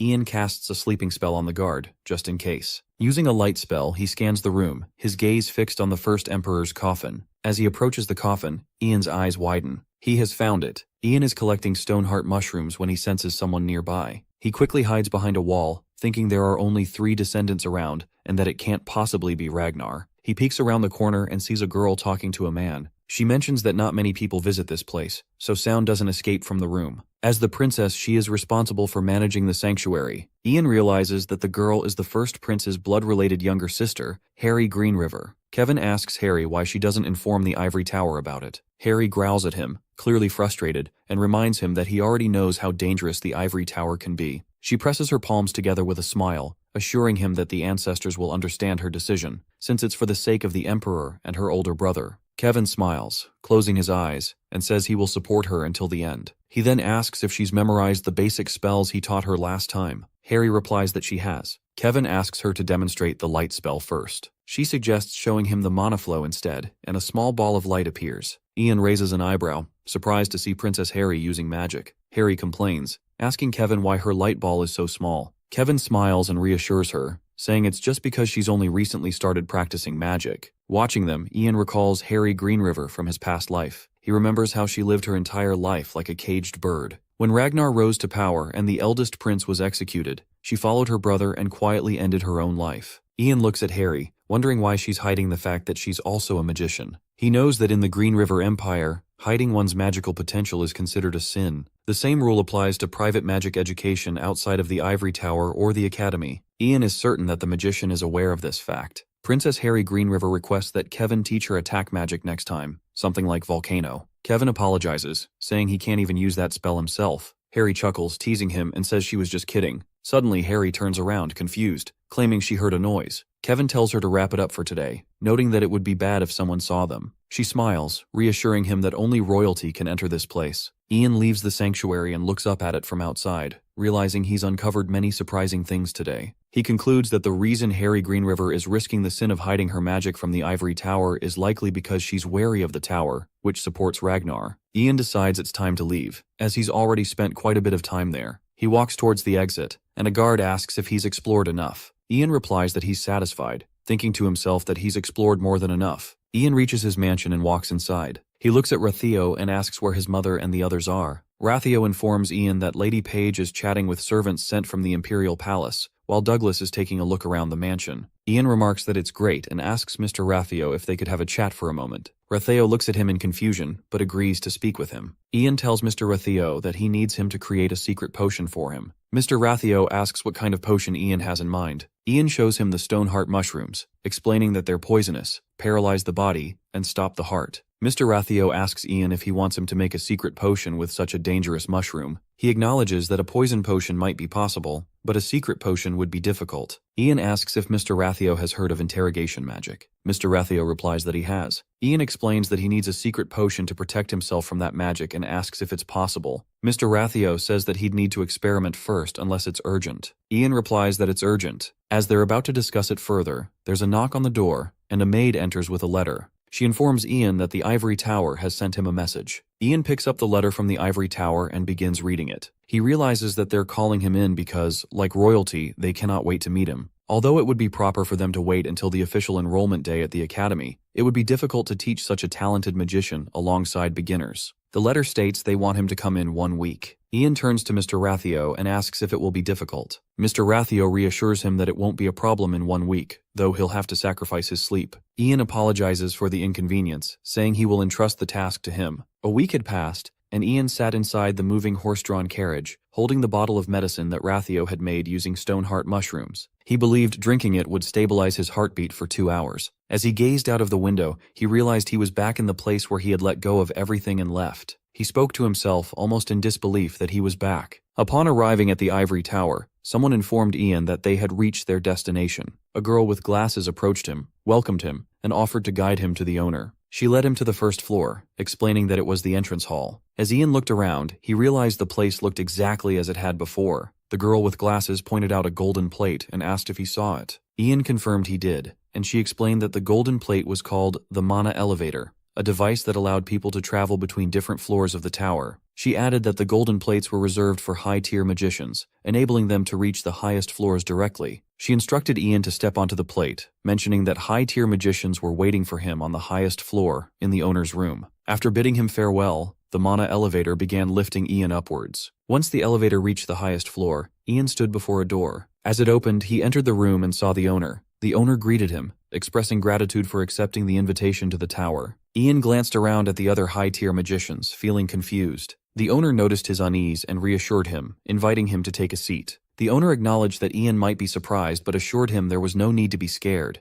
This was a standard requirement for all magicians joining the tower. Ian took a seat, sensing an underlying tension in the room, as though they were waiting to see how he would respond. Luminous text appeared above the owner's hand. The owner began explaining that while they knew much about Ian's talents, he was impressive even without considering them. He mentioned that they had some suspicions about Ian and needed to clear them up. Ian listened attentively, asking if they were planning to torture him. The owner laughed and clarified that barbaric methods were not used in the tower. They only wanted to ask him a few questions, and he was expected to answer them. The owner started reading from the glowing text, detailing Ian's background, his birth year, zodiac sign, his father, Fran Page, a wandering explorer, and his mother, Vanessa Page, who had once been a servant in the castle. He then asked Ian if any of this information was incorrect. Ian confirmed that it was all true. A bald man then inquired about Ian's relationship with the alchemist Ratheo. Ian explained that his mother had been very weak, and he had sought an alchemist to provide medicine. The Lord had recommended Ratheo to him. A woman with short hair then asked why Ian had truly come to the ivory tower. Ian explained that he had read about it in books and always wanted to see it for himself. Another man asked if Ian remembered Cecilia.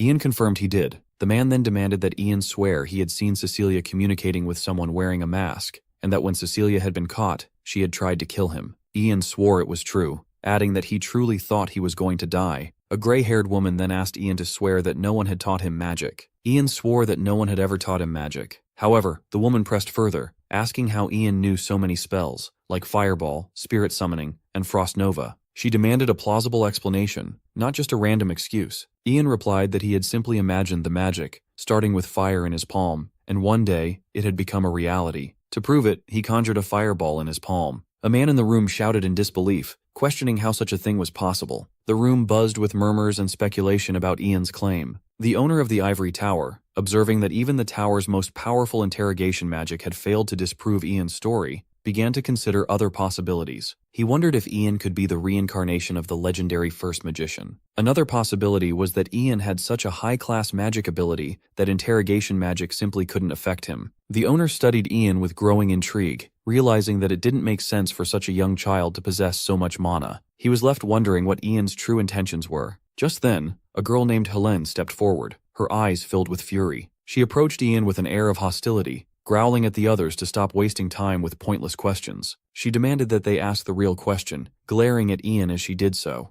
The others tried to intervene, urging Helene to calm down. They reminded her that the owner and the others were here to ask Ian questions, but Helene ignored them all. Her attention was solely focused on Ian, and with an intense glare, she demanded to know what he truly was. Helene demanded that Ian tell them what he truly was, questioning why he was spouting nothing but nonsense. Ian, silently staring at her, recalled that before arriving, she had been the youngest fourth-class magician, known for her aggressive nature, earning the nickname Lady of Fire. He asked her if she didn't already know. Helene, now even more furious, demanded to know what he was talking about. Ian pointed at the luminous text and calmly explained that it clearly stated he was born in 488 and his zodiac sign was a red goat. He asked if she hadn't read it. Helene, her fists clenched in rage, yelled at Ian, furious that he dared to speak to her in such a way. The owner, observing the escalating tension, ordered them to stop. He declared it was enough and turned his attention to Ian, stating that he had one last question to ask. The owner mentioned hearing about an accident when Ian underwent his mana reaction test. He referred to the soldier Jonathan, who had disrespected Ian and his mother, and was found dead the next day, with small traces of mana found on him. The owner asked if Ian had any connection to Jonathan's death. Ian immediately realized that the tower owner was not in his position without reason. The owner's approach was methodical, always considering a third possibility instead of relying solely on magic. Ian understood that a normal person would have panicked and become frightened when faced with such an accusation,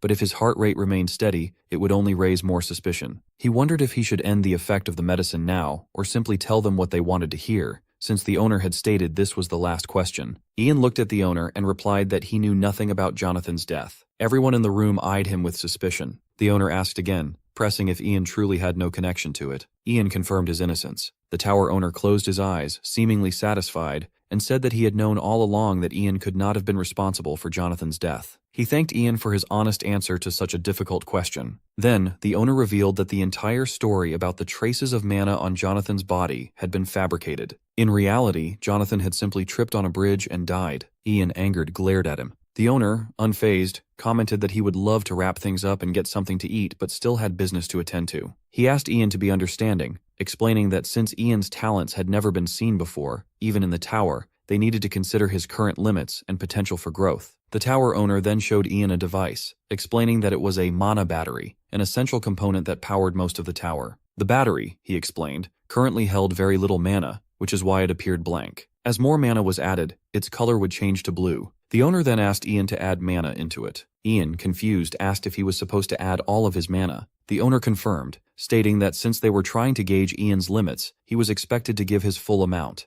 Ian stood up from his seat and walked toward the mana battery, contemplating its capacity. He considered that it could hold mana equivalent to that of a third-class master, but he decided that adding an amount similar to that of a second-class master would be the best approach. As Ian placed his head against the mana battery, he reminded himself that if he showed the expected amount of mana, he could avoid suspicion and be placed in a decent class. But then, a thought crossed his mind. He questioned why he was doing this at all. He reminded himself that he was just an 8th-class magician, not a philosopher or someone who would go down in history. Yet he knew that magic was the only thing he understood, the only thing he could rely on. Ian continued adding mana into the battery, more forcefully than before, reminding himself that he had always lived strategically, calculating every move. He could give up power, authority, and glory, but magic was all that mattered. He poured everything he had into the mana battery, pushing his power beyond anything expected. Suddenly, the mana battery shattered, unable to contain the overwhelming mana Ian had channeled. Everyone, including the tower owner, stared in shock at the broken device. Ian, panting heavily, stood there, his energy having far exceeded that of a third-class master. Helene, in disbelief, picked up a broken piece of the mana battery, knowing it was only designed to hold up to a third-class master's mana. She looked at Ian, her mind racing, unable to comprehend how a child like him could surpass even a third-class master. As the realization settled in, Ian, still breathing heavily, walked away slowly from the scene.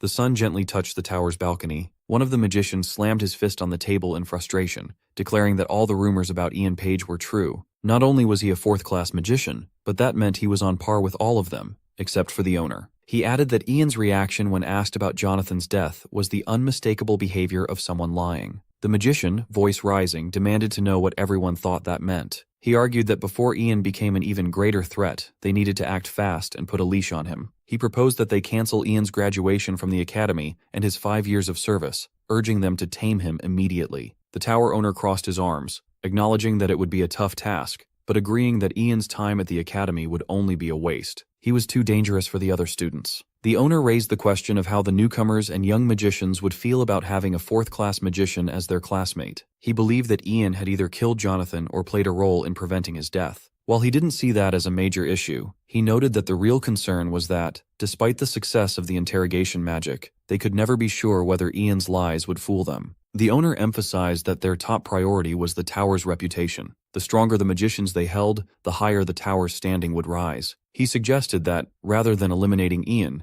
they should accept him as the 12th high-class magician and officially announce the arrival of a 4th-class magician. However, given Ian's talent and age, it would be best for him to receive specialized education from a high-class magician. Everyone nodded in agreement with the tower owner. Smiling, feeling satisfied with their consensus, he asked who would take charge of Ian Page's education. One of the magicians raised their hand, offering to take on the responsibility. Outside the ivory tower, Ian looked up at it, surprised that he had been recognized as a high-class magician so quickly. A girl with glasses caught his attention. Ian looked up at her and remarked that they had met again. She informed him that she had heard the news about Ian being a 4th-class magician. Ian smiled and confirmed, stating that it was true. The girl praised him, impressed that a high-class magician of his caliber was only 12 years old, and mentioned that all the rumors she had heard about him seemed to be true. Ian gave an awkward smile and asked what kind of rumors were circulating about him. She replied that he had probably heard them, and then informed him that she had been appointed as his supporting magician for the year. Ian smiled and said that he was in her care, then added that she should feel free to speak more casually with him, since she was his senior. The girl, maintaining a formal demeanor, agreed that as his senior, she would take responsibility and guide him through the ivory tower. Ian thanked her, and she began to lead him inside. The girl showed Ian the ivory tower's magic academy and explained that he was supposed to be enrolled today, but instead, he would be receiving special training from the high-class magicians. Ian quickly realized that they were just trying to turn him into a loyal dog under the guise of special training. He sighed, already having expected this from Herbert. As they walked, Ian glanced at his old academy friends. He remembered standing there with them, but they had all been assassinated by a Coldwood spy during the First Unification War. He never thought he would see them again. Ian smiled softly at the memory, thinking that while it might be hard to become best friends with them again, he should go and say hello to them soon. The girl led Ian to a door and explained that it was his personal laboratory. She mentioned that she had heard he would be using it, so she had cleaned it with magic. As Ian stepped inside, he realized that it was the same room from his past life. The girl looked at him with a smile and explained that when the tower was first built 300 years ago, there were 24 high-class magicians, but now there were less than half of that. So many rooms were left unused. She told him that the tower owner wanted him to use this room for his personal needs. She then asked him to wait, as she would go and fetch the magician in charge of him. As she left and closed the door, Ian touched the furniture and reflected that it had been a long time since he had entered this room. He realized that he had obtained this room 7 years earlier than in his past life. With his new status as a high-class magician, Ian understood that he needed to build a new force within the ivory tower. He had 6 years before Ragnar would begin moving under the tower owner's protection. Ian knew that he would need a powerful force to counter Ragnar, who would be protected by Herbert. Ian understood that power in the tower was based on loyalty to the owner, so if he rose above the owner in rank, there would come a time when he could seize control of the tower entirely. For now, Ian decided it was best to act like a well-behaved child. He knew he couldn't even surpass 5th class in his current form. Suddenly, Ian sensed someone's presence in the room. He turned to see Helene entering and smirked, realizing they had sent her. She entered with an air of arrogance, greeting him and calling him an arrogant brat. Helene places her hand on her waist and again calls Ian an arrogant brat, reflecting that it's been a while since they met each other. Ian looks up at her and wonders if she is the one who took care of the broken battery. Helene smirks and informs that she can see that arrogance is just an understatement for him. She approaches Ian and states that he has probably heard about the standard manners, the tower's history, magic theory, and all the stuff he should learn from the academy.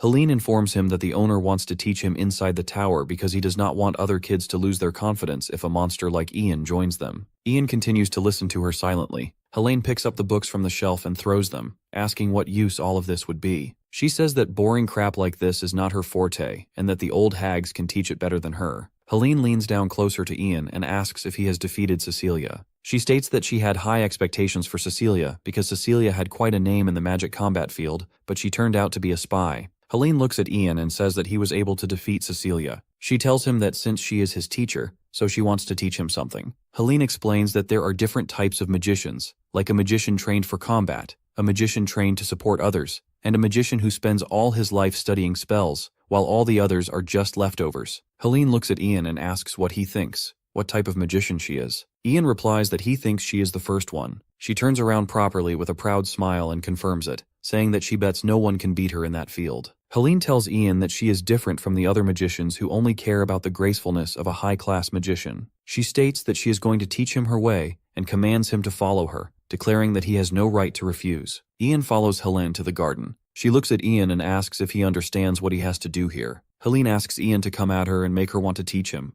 Ian realizes that she is no different from his past life. Ian recalls that even back then, she annoyed him by challenging him. He decides that this time, he will not let Helene start and cuts her off. The kids watch them and murmurs that it is a bit dangerous challenge for Ian to fight Helene. Helene glances at the kids with a smirk and says there seem to be enough spectators. She places her hand on her waist and asks Ian to go first, stating that she will wait for him since she is his teacher. Ian removes his fall cloak and asks Helene if she is sure about it. She smirks at him, asking who is worried for who. Ian smiles and closes his eyes, saying he will not refuse then. Looking at the blue smoke behind Ian, Helene asks if he is planning to set a barrier first, because it looks like he has seen stuff. As Helene's side also begins to fill with red smoke, she grins and claims that whatever barrier it is, she will break it in an instant. Squirt. Ian sees the huge fireballs behind Helene and immediately uses his ice block spell, completely shielding himself inside the ice block. Shocked, Helene yells at Ian, asking if he is joking with her. She touches the ice block and says the most he could think of is an ice block. Helene asks him if he is planning to sleep there until he is out of mana. Ian does not move inside the ice block because the ice block is the strongest defensive magic that protects the user, but while it is active, the user falls asleep, so they cannot use other magic. Helene sighs in annoyance, saying that she does not know what Ian is thinking, and that she is the dumb one for having hopes in that. Suddenly everyone hears a shattering sound. The kids wonder what kind of sound it is. Helene looks at the ice block in disbelief when she witnesses Ian staring at her from inside. She wonders how Ian can still move inside the ice block. Helene begins to approach him but suddenly freezes and looks up at the growing stems in front of her. She curses the situation. As Helene tries to run and dodge the attacks, she quickly realizes her efforts are futile. Her strikes aren't landing, and if she doesn't think of something fast, Ian will reach her. Panic sets in as she wonders how to get him out of the ice block. It's nearly impossible to fight him while he's casting spells from within and moving at the same time. Unbeknownst to her, Ian quietly sneaks up behind and catches her off guard. Helene's struggles prove useless as he quickly ties her down, and she can't deny it any longer. He's every bit as skilled as the primal mage they'd warned about. Desperate, she demands to be released, but Ian shows no interest in granting her request. Helene pales as Ian raises his hand, and with a flick of his fingers, the sky above begins to rumble ominously. Fear overtakes her as she realizes what's about to happen, and she begs him to stop. The sky flashes, and a bolt of lightning cracks down at Ian's command, leaving everyone around them speechless. Helene, somehow still alive, lets out a breath she didn't realize she'd been holding. Trembling, she watches as Ian turns away, walking past the crowd without acknowledging their hushed whispers. Days later, the Tower Master learns that Helene hasn't eaten in days. He's appalled, finding it shameful that she'd picked a fight with a 12-year-old and lost. Instead of teaching him a lesson, it was Helene who learned one.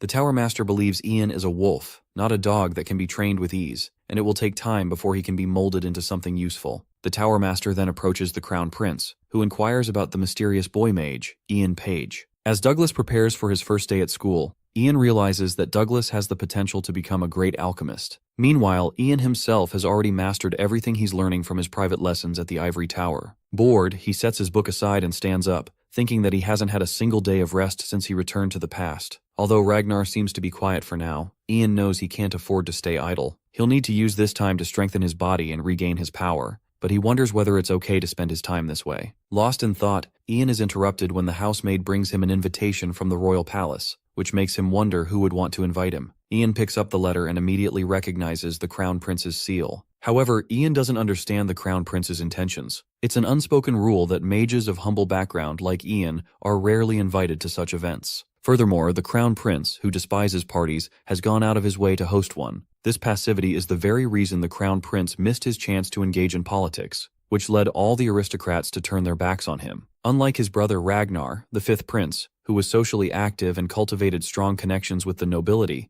the Crown Prince had little interest in such matters, making it easier for Ragnar to take the throne instead of him. Beyond politics, the Crown Prince was also known for his laziness and tendency to ignore his father's advice, even though the Emperor was the only person on his side. Ian can't quite make sense of the Crown Prince's actions, but hopes it's for the best. However, since he's never attended such events, even in his past life, Ian decides it's best to stay quiet and head out as soon as possible. Upon entering the palace, Ian is taken aback by the grandeur of the decorations and the aristocrats mingling with each other. As expected, he feels incredibly uncomfortable in such a setting. The royal servant announces the crown prince's arrival, prompting everyone to bow in respect. But instead of delivering the usual speech, the crown prince decides to introduce someone first. He looks toward Ian, and Ian immediately thinks it must be him. But the crown prince surprises everyone by welcoming Ian Page as the special guest, the youngest 4th-class high mage the tower has ever seen. The crown prince explains that the party was organized to introduce Ian to the nobles. Ian wonders if this is just a way for the crown prince to show the aristocrats which side he's on. However, this doesn't seem like something the crown prince would do, especially not after all his previous passive behavior. The crown prince continues by praising Ian's debut at the Ivory Tower, highlighting how Ian became a high mage on his very first day. He admits that when he first saw Ian in Mogrian, he couldn't understand why he had to go through so much trouble for a country boy, but now he's proud of how incredible Ian turned out to be. Even though it was his father who ordered him to bring Ian to the capital, the crown prince now feels a sense of pride in having done so. He then gestures to Ian, leading him to introduce him to someone else. What Ian sees next leaves him utterly speechless. The crown prince introduces his younger sister, Haley, to Ian. She mentions that she has heard a lot about him, but since they don't have much time to chat, she invites him to join her for the next luncheon to hear more of his stories. Ian politely thanks her for the invitation, but humbly suggests that his tales of magic and monsters might be boring. However, Haley expresses great interest in both magic and monsters, assuring Ian that she'll send him a letter so they can talk more. After bidding him farewell, she leaves, and Ian can't help but notice how different she seems from the last time he saw her at the Memorial Hall. While watching her leave, Ian notices the crown prince, who is fulfilling his duties as a host despite his evident nervousness. Ian decides it's better to leave now before he draws any more attention to himself. Stepping out onto the balcony, he spots Sir Oliver and compliments him on his uniform. The brief moment of awkward silence makes Ian realize the balcony might not have been the best place to retreat to. Sir Oliver then strikes up a conversation, mentioning he heard about Ian's duel with Helene. Ian realizes that the crown prince had also mentioned the same thing about his fight with Helene, and comments on how strange it is that such rumors spread so quickly, especially considering most of what happens in the Ivory Tower is supposed to be classified. Oliver responds that a knight wouldn't survive if he didn't know how to gather information, especially in times like these. Ian agrees, understanding the weight of the situation. Times like these, he mutters, referring to the way a handful of mages have dominated the Empire's military power, leaving knights to become mere ornaments with little real influence. Oliver continues, saying he's impressed by Ian, not just for becoming the youngest 4th-class high mage, but also for defeating Helene, the Lady of Fire. He adds that it's obvious the crown prince is backing Ian, as everyone knows how much the prince dislikes these social events, yet he went to the trouble of hosting one for Ian. Concerned, Oliver then asks where Ian's allegiance lies. It's widely known that the mages of the Ivory Tower support the 5th prince, so Oliver wonders if Ian might be aligned with him. Ian dismisses the question, saying it's impossible to give a clear answer in these circumstances. However, Oliver, as the crown prince's knight, insists on knowing if Ian is an ally or an enemy. Oliver Raywood is a loyal knight who stood by the crown prince until his last breath, and trusting in that loyalty, Ian decides to be honest with him. He admits that he's not sure yet where he stands, but he's certain of one thing: he'll never be in favor of the 5th prince. Oliver looks around, checking if anyone overheard their conversation, but Ian reassures him by casting a spell to make sure no one else can hear them. Oliver then asks if Ian would be willing to be his training partner until he makes up his mind. Ian declines, pointing out 2 reasons. First, he worries that Oliver might come after him once he learns how to fight a mage. Second, there's nothing in it for him. Although Oliver can't promise he won't come after Ian later, he offers him a necklace. He explains that the queen gave it to him on the day he was appointed as the crown prince's knight. The queen had told him that it was enchanted with a spell that could clear his mind. Ian recognizes the necklace as one of the treasures that was never found in his past life, with its last known owner being the queen. Oliver offers the necklace to Ian, telling him that it would be of much more use to Ian than to a knight like himself. He explains that the queen gave it to him as a token of his duty to protect the crown prince at all costs, and by giving it to Ian, he feels it would be the best way to honor her, certain that she would understand his decision. Ian accepts the necklace, but just as he does, a sudden blast diverts their attention. Upon hearing the explosions erupting around the royal palace, Ian and Oliver rush inside. Concerned for the safety of the crown prince, Oliver begins searching for him. He approaches the crown prince and his sister Haley and checks if they are unharmed. After confirming the crown prince is fine, Oliver turns to the royal guards to inquire about the situation outside. The guards inform him that the explosions are originating from inside the palace, and the emergency communications network has been activated. All forces are currently investigating the cause. The mention of the emergency communications network catches Ian's attention. The royal palace's emergency network connects all the orders of knights, the Imperial Army's headquarters, and the Ivory Tower. It's the only system capable of gathering all forces when the palace is in danger. If the emergency network has been activated, that means every Imperial soldier and mage will soon converge on the royal palace. Ian wonders if that's what the explosions were meant to accomplish. Struck by a sudden realization, he casts a mana barrier around Haley and the Crown Prince. He then asks Haley if she knows how to inject mana into the barrier, explaining that her help would be useful. Ian moves on to the maids, asking if anyone by the name of Isabel is around. One maid confirms Isabel was assigned to the Queen's castle but wanted to see the party, which confirms Ian's suspicion. It's not Isabel they're after, it's Cecilia. The explosions were just a distraction, meant to divert attention while they move in on her, especially now that the Ivory Tower's guard is down. Ian couldn't care less about what happens to Cecilia, but he knows he must prevent anyone from learning what she knows about him. Meanwhile, a hooded man approaches the cell where Cecilia is being held. He's surprised to find her still alive. Cecilia doesn't recognize him, but the man reveals his identity and expresses disappointment in her, saying he thought she'd be better than this. As he removes his hood, Cecilia recognizes him immediately and desperately rushes towards him, begging him to get her out. But Daniel, for that's who it is, has other plans. Cecilia tells him she didn't say anything. It was Ian Page who knew everything about the Cold Walkers, and even the mana engraving she herself didn't know existed. She adds that Ian also knew about the mana engraving, which was a secret even she wasn't aware of. Daniel responds that this is information most Cold Walkers didn't know, and it wasn't until things spiraled out of control that the higher-ups revealed it. He asks if she has anything else to say. Cecilia pleads for her life and insists on her innocence, begging him to let her go. Daniel opens the cell, and as Cecilia steps out, her eyes widen in shock when he suddenly stabs her. She collapses to her knees, blood pouring from her wound. He tells her she was locked up because she didn't know what she was doing, and that it caused quite a disturbance. He adds that a third-class mage like her is rare, and there were talks of rescuing her. As Cecilia lies on the floor, coughing and bleeding out, he bids her farewell. But then, another voice from behind interrupts him. Surprised, Daniel quickly turns and throws a dagger at Ian, but Ian easily dodges it with a slight tilt of his head. Daniel doesn't recognize Ian at all. As Ian glances at Cecilia's lifeless body on the floor, he feels no remorse. In his mind, it's one less problem to worry about. Before Daniel can make a move or respond, Ian freezes his leg with ice, rendering him immobile. Ian steps closer and declares that he'd wanted to kill Daniel with his own hands. Daniel tries to negotiate for his life, but Ian interrupts him, saying he's finally able to avenge his friends. Daniel hadn't killed any of Ian's friends, at least not yet, and maybe not even 10 years from now. The ice continues to creep over Daniel's body, encasing him completely. Ian calmly announces that he's already made up his mind to set things right. With a tap of his finger, the ice shatters, and Daniel's cold, lifeless body collapses to the ground. Ian steps up to the dead body and examines the mana engravings on the back of Daniel's neck. They should be enough to get the answers he needs. While Ian stands over Daniel's body, he hears footsteps approaching. The Tower Master finds Ian standing over the bodies, but he has no idea what transpired. As Ian and the Tower Master face each other, the mana engraving on the back of Daniel's neck begins to glow. Meanwhile, His Majesty, the Emperor, is furious with the Tower Master for his ignorance of the threats lurking inside the palace. First, a maid, and now the secretary of the family. The Emperor had granted the Tower Master full investigative rights to get to the heart of the problem, but seeing the Tower Master's incompetence, the Emperor loses faith in the Ivory Tower. He announces that he is revoking all investigative rights granted to the organization. The Emperor demands the Tower Master disclose any findings he has gathered to the royal family, the Order of the Knights, and the Imperial Army, before dismissing him with little more than a curt command to leave. After the Tower Master bows respectfully and exits,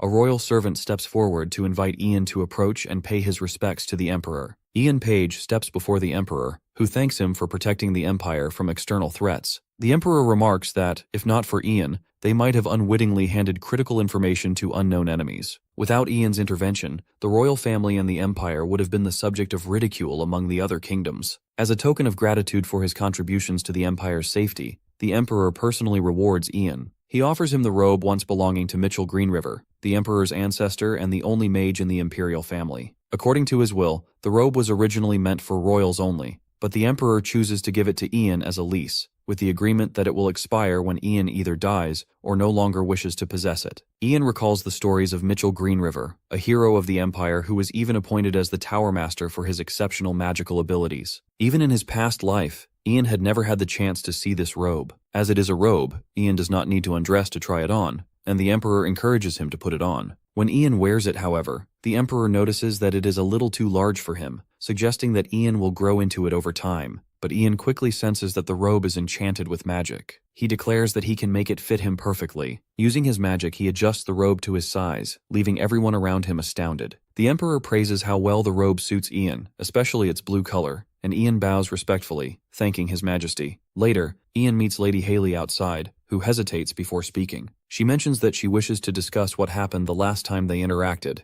Ian apologizes, admitting that his actions were out of line due to the extreme circumstances at the time. He reassures her that what she fears will not happen again. As they converse, someone approaches from behind Ian and comments that what Ian did was incredibly honorable and brought peace to the Empire. Ian turns around to see a boy dressed like a prince. Like the Emperor, the boy praises Ian's role in the royal palace. Ian's eyes widen in shock as he recognizes the boy. This is the prince walking toward him. The prince introduces himself as Ragnar Greenriver, the fifth heir to the Emperor. A sudden flashback grips Ian's attention, showing a glass of wine spilled on the floor beside a much older Ian. Ragnar stands above him, telling Ian that he should never forgive him. As Ragnar congratulates Ian on his appointment to the High Mage of the Ivory Tower, one thought runs through Ian's mind. This is too early. Now is not the time to meet him yet. Ragnar invites Ian to the day's luncheon, but Ian's fist clenches in anger. Before he can respond, Haley interrupts, informing Ragnar that Ian has already promised to join her. Ragnar suggests meeting the next day, but Ian refuses again, prompting Ragnar to suggest rescheduling for another time before walking away. This encounter is happening 2 years earlier than when Ian originally met Ragnar. Ragnar is still a young prince, hiding his ambitions beneath a facade.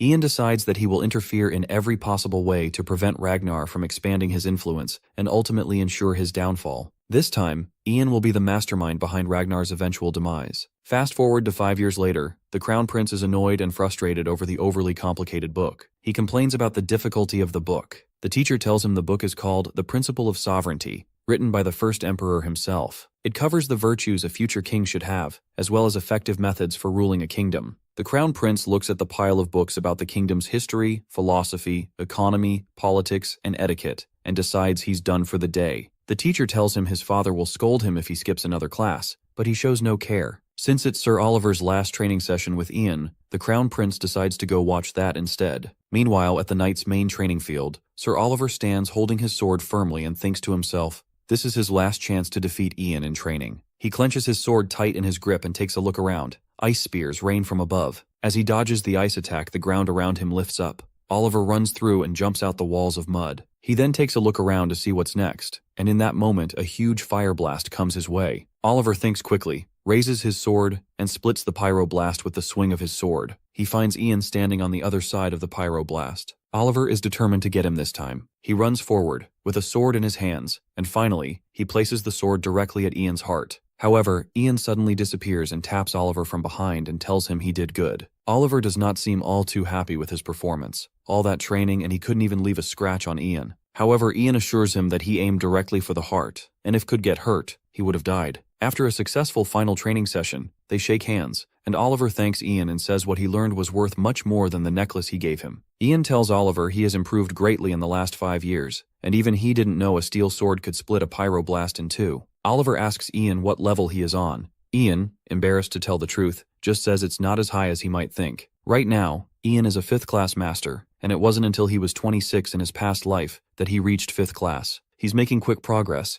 but his goal is to become a 6th class master at least. Unfortunately, Ian couldn't speed up the growth of his body or mana heart, so 5th class master was the best he could do. Now he's just waiting for his body to be fully grown. Meanwhile, the Crown Prince claps for Ian and Oliver's fabulous performance and says they both are the best knight and mage in the kingdom. Because it is the last day of training, the Crown Prince suggests the three of them have breakfast together, and he will have the best meal prepared to celebrate the strength of his left and right-hand men. However, Ian declines because today is also the day he finishes Ivory Tower's curriculum and receives his first duty as High Mage, so he needs to go meet the Tower Master right away. This disappoints the prince at first, but he tells Ian to leave now. They'll have time to dine together soon. Ian says he'll save some time for him and lifts up in the sky. As he says his goodbye and flies away, the prince looks up and says the fact that the robe his father gave Ian was enchanted with a flying spell makes him a little jealous. The Crown Prince asks Oliver if he's ready to take on a mage now because he saw him neck and neck with Ian just now. But Oliver says that he can't even leave a scratch on Ian and that gap is only going to grow with time. However, if he were to go against other mages, he's quite sure he could take them. Back at the Ivory Tower, seeing Ian grow from a boy to a man made the Tower Master feel old.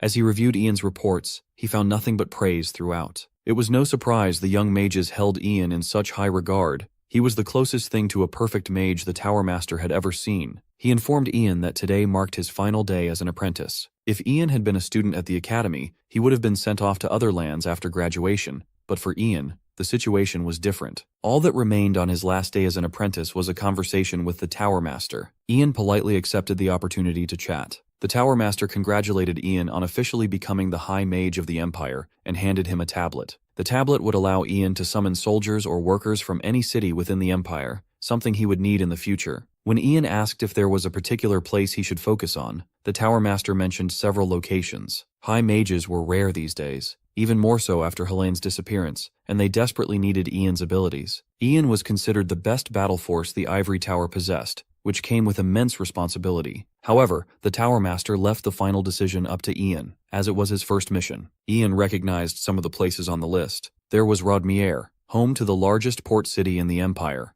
Benson, known for producing the most steel on the continent; and Fierig, to the east of the capital, where Ian had been sent in his past life after the previous mage there had died in an accident. Ian found Fierig particularly intriguing. The Tower Master explained that Fierig had the most urgent request. Despite sending 2 third-class mages and even the Imperial Army, the monster herd from the grasslands had still caused widespread destruction. Ian was given a page detailing the situation and asked to provide his answer by the end of the day. If he declined, the Tower Master would simply find another candidate, but Ian agreed to go. At home, Douglas was surprised to hear Ian was heading to Fierig, given its reputation for dangerous monsters. Ian glared at Douglas, and his mother, concerned, asked if it was truly as perilous as they said. Ian reassured her that it wasn't dangerous, and that his position was temporary. He'd be back in a few months if all went well. His mother mentioned the mansion would feel lonesome without him, but Ian promised he'd return soon. Douglas, eager to help, asked Ian to take a look at his elixir, thinking it might be useful in Fierig. Meanwhile, Douglas's father suggested that he change the way he addressed Ian. In confusion, Douglas proposed calling Ian brother, which left everyone in the room stunned. Ian's mother, delighted by the suggestion, seemed pleased to have a new son. She even imagined that Ian must be happy as well. As Douglas and his father continued to bicker about how to address Ian, he took a moment to observe his family. Their little quarrels, his mother's giggling, and the warmth of the moment made him realize that maybe this wasn't so bad after all. However, he firmly insisted that Douglas refrain from calling him brother. Ian stands outside, preparing to say his goodbyes,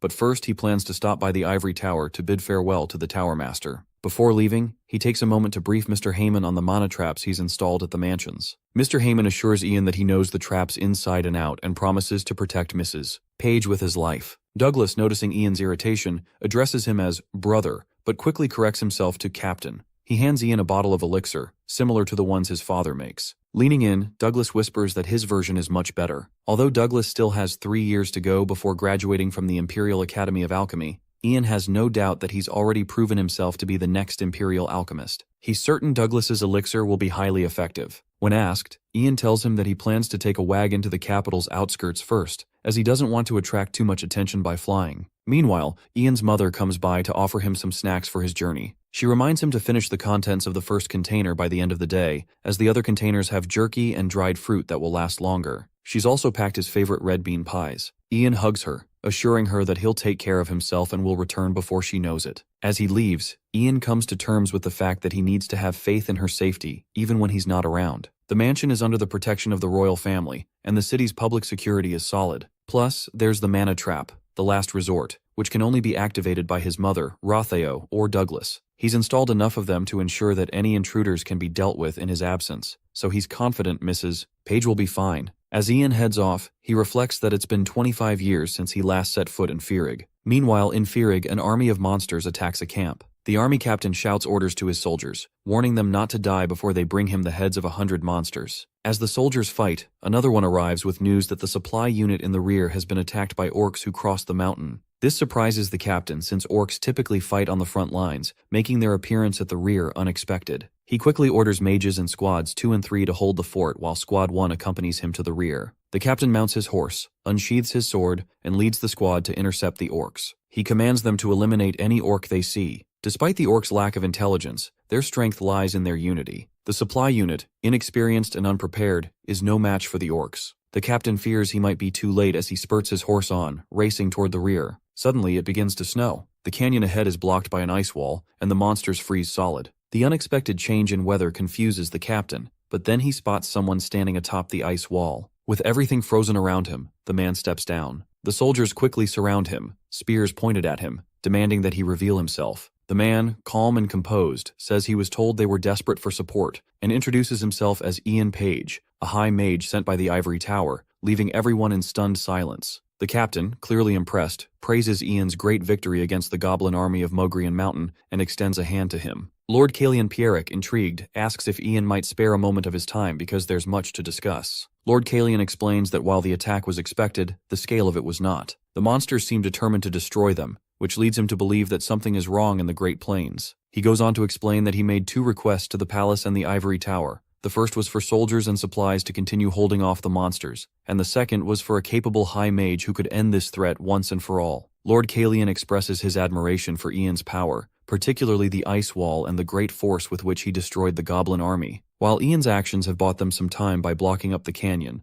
Lord Kalian points out that this is only a temporary solution. The Empire is at war with monsters from across the Great Plains. After years of continuous fighting, the soldiers are weary, and supplies are running low. Had the soldiers and supplies Lord Kalian requested arrived, they could have kept up the fight, but it seems the Empire has turned down his plea. Now that Ian has come instead of a full army, Lord Kalian suggests finding a more sustainable solution. Ian reassures him that the ice wall will last for about 10 days, during which time they can monitor the mountains for any monsters that may attempt to cross. In those 10 days, Ian plans to investigate the Great Plains to uncover the cause of the problem and, if possible, find a solution. Lord Kalian is impressed by Ian's confidence, but points out that even the numerous soldiers he sent over the past few months have returned with no results. All they've discovered is that the monsters, once divided, have now joined forces and are only attacking humans, rather than each other. He gestures to the map and explains that the monsters are not just attacking the Green River Empire, but also the Coldwood Empire to the north and the Principality of Ro to the west. While some nations are less affected due to fewer access points, the majority of the attacks are concentrated on the Pierrick estate, thanks to the Great Serpent's Gorge, which allows the monsters to attack in larger numbers. What confounds Lord Kalian, however, is that the Aboriginal clan on the southern border has not been attacked by the monsters. It's as though something is keeping the monsters at bay there. While they suspect the cause of the recent turmoil lies in the south, the waves of monsters have been too overwhelming to allow them to break through and reach the lands of the native tribes. Ian realizes that the situation in the Great Plains is unlike anything he's witnessed in his past life. While there were small waves of monsters invading the Empire before,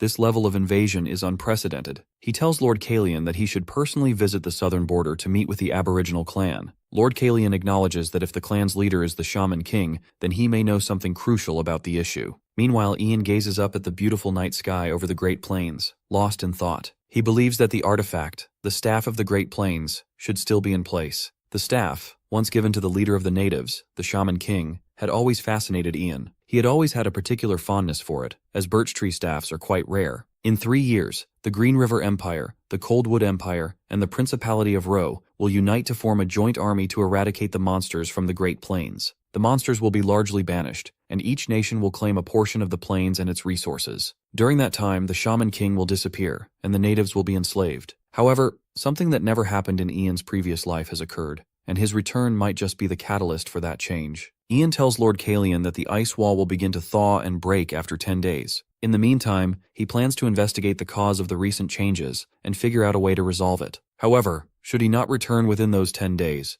Ian expresses his confidence in Lord Kalian to manage the situation. Ian flies through the Great Plains and lands at a mountain marking the start of the Aboriginals' territory. To his surprise, the area is eerily quiet. While the north is overrun by thousands of monsters, Ian hasn't encountered a single one on his journey south, which leads him to think that perhaps Lord Kalian was right. The cause of the change must lie somewhere within these lands. As Ian walks deeper into the area, the natives immediately take notice of his presence, standing alert. Ian calmly introduces himself, explaining that he is a mage from the Green River Empire and that he comes in peace. The natives, intrigued, ask him where he learned their language. Ian dismisses their question, saying it's not important, and demands to meet the Shaman King, leaving the natives in shock. To the natives, the Shaman King is the equivalent of a tower master, but instead of being trained as a magician, the Shaman King is born with both a mana heart and a mana brain, and is raised as a shaman. The King of Shamans, therefore, is the rightful ruler of the tribe, Ian presses further, stating that he wishes to discuss the monster invasions in the north and that the Shaman King should be aware of the strange occurrences. The natives are offended by Ian's bold request to see their king and raise their spears against him. They warn him to leave or face being sacrificed to the spirits of the Great Plains. Frustrated with the lack of civility, Ian refuses to back down. He calmly tells them he won't leave just because they tell him to. One of the natives attacks him with a spear, but Ian swiftly blocks it with his own ice spear, slicing the weapon in half. He threatens the natives, telling them that if they don't bring the Shaman King, the next thing to fly off will be their leader's head. At that moment, the Shaman King appears and asks why someone from the Empire would seek him out. Ian turns to face him, and at a glance his eyes fall on the staff the Shaman King holds. He immediately recognizes the leader and begins explaining the situation.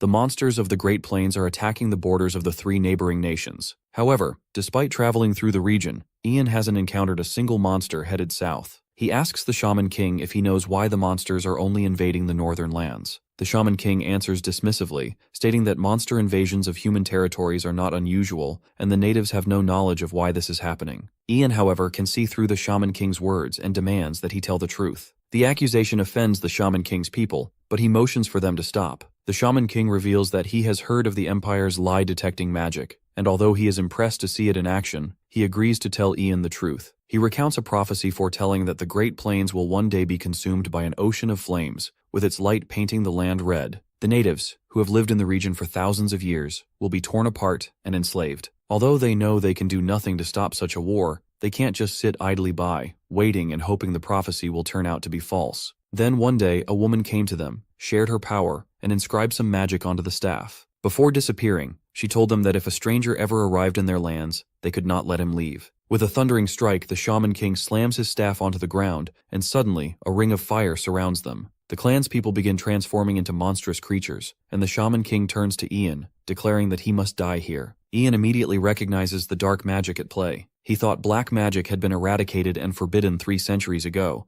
but now it seems that history has taken a turn for the worse. The natives, underestimating Ian, believe they have the upper hand. But Ian is no ordinary mage. He isn't about to die without a fight. With steely determination, he resolves to take the staff, now tainted with black magic, from the Shaman King, even if he must use force to do so. The Shaman King, unflinching, dares him to try, confident that Ian will not succeed. Lord Pierrick stood anxiously, his mind swirling with worry as he thought about Ian. It had been 10 long days since the magician had ventured into the Great Plains, and the ice wall blocking the canyon entrance was about to melt any moment now. Pierrick couldn't shake the uneasy feeling gnawing at him, wondering what could have happened to Ian and what would unfold if this situation continued. But forcing himself to refocus, Lord Pierrick called for Ardal. When Ardal responded, Lord Pierrick instructed him to follow the plan, setting up an outpost at the canyon. He told Ardal to gather all available troops from their territory, station them in the canyon, and even bring the catapult, along with the subjugation squad guarding the mountain paths. Ardal bowed deeply, placing his hand over his heart, and promised to return to his squad. Once Ardal left, Lord Pierrick closed his eyes, concentrating hard, willing himself to draw on his inner strength. He reminded himself that he and his men only needed to defend their land. Vowing to protect his territory and people, he resolved to become the Empire's strongest, most steadfast shield. With that determination in his heart, he opened his eyes, now filled with a sense of immense responsibility. When all his men and the catapult had been stationed, Lord Pierrick stood at the front, sword in hand, instructing his troops to prepare the catapult. Just as he shouted for them to be ready, a figure emerged from the fog.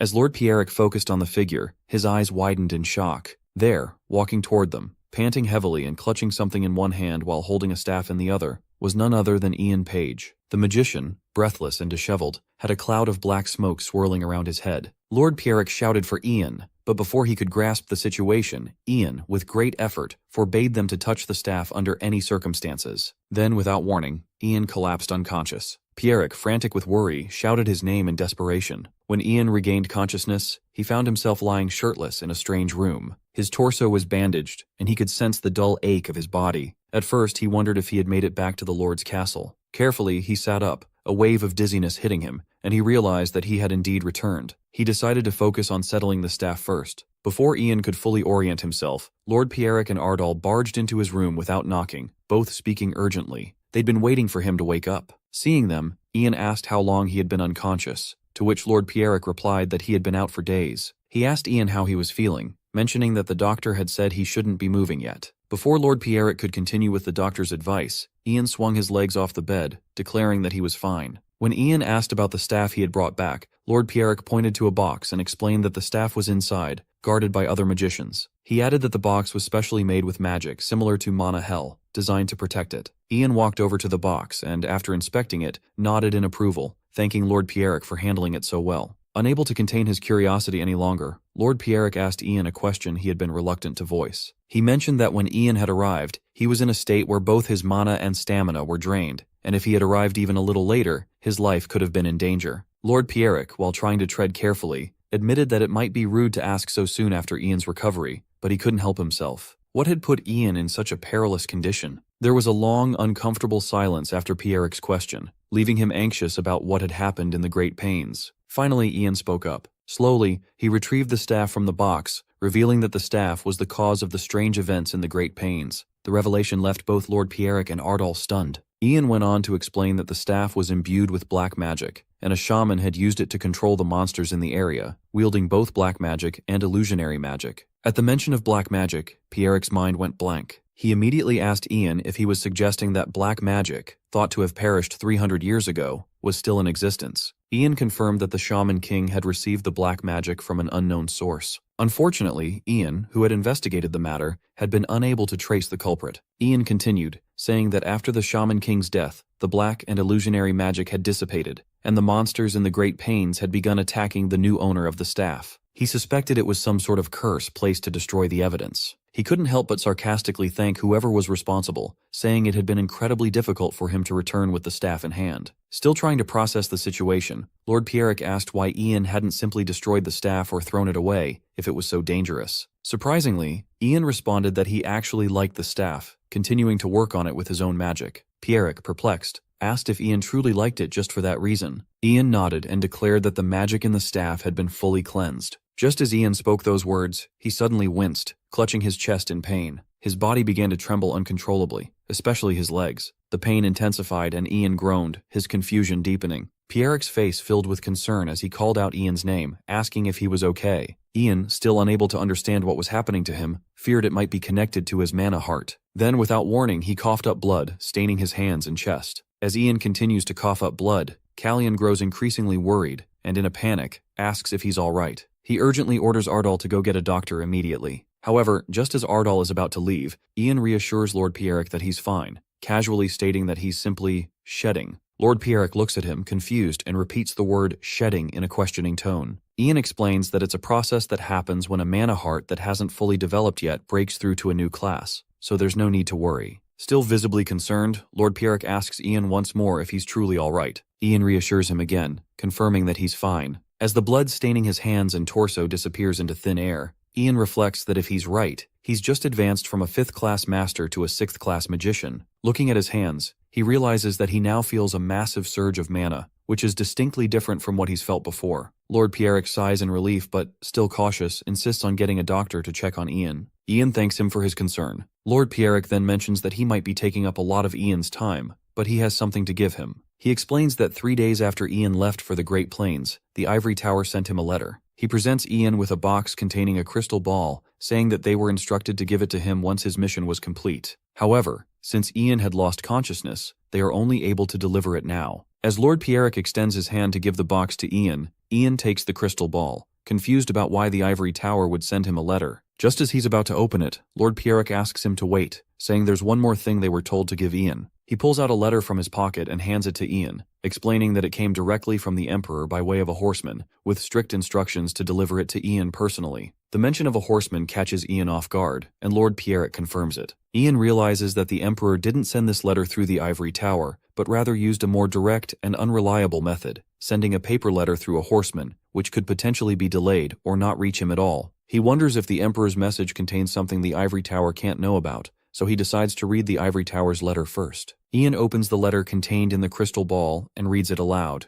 As the contents of this letter might affect your current mission, we have asked for it to be given to you only after it has ended. It was an inevitable decision, and we hope you understand our situation. There has been a slight commotion within our household. An unknown suspicious person invaded your mansion, but we were able to protect your family and assets by mobilizing the Imperial troops. The mention of a suspicious person shocks Ian, and his growing panic is visible to Lord Pierrick. The letter continues, Currently, the Imperial family and the Ivory Tower are providing the best protection possible for your family. We would like to assure you that there is no need for concern. After finishing the letter, Ian clenches his fist in anger, his thoughts racing. He wonders what Tower Master Herbert is up to, calling it a worrying letter. He then resolves to read the Emperor's letter. The letter from the Emperor reads, "If this letter reaches you safely, then it means that both my son and I are not out of luck yet. We thank the goddess of luck. I have a request. You, being a high-rank magician currently on a mission, may not have heard the news yet, but the treaty regarding the subjugation of monsters in the eastern part of the Great Plains will take place in the free city of Demadera." Ian's eyes widen in shock.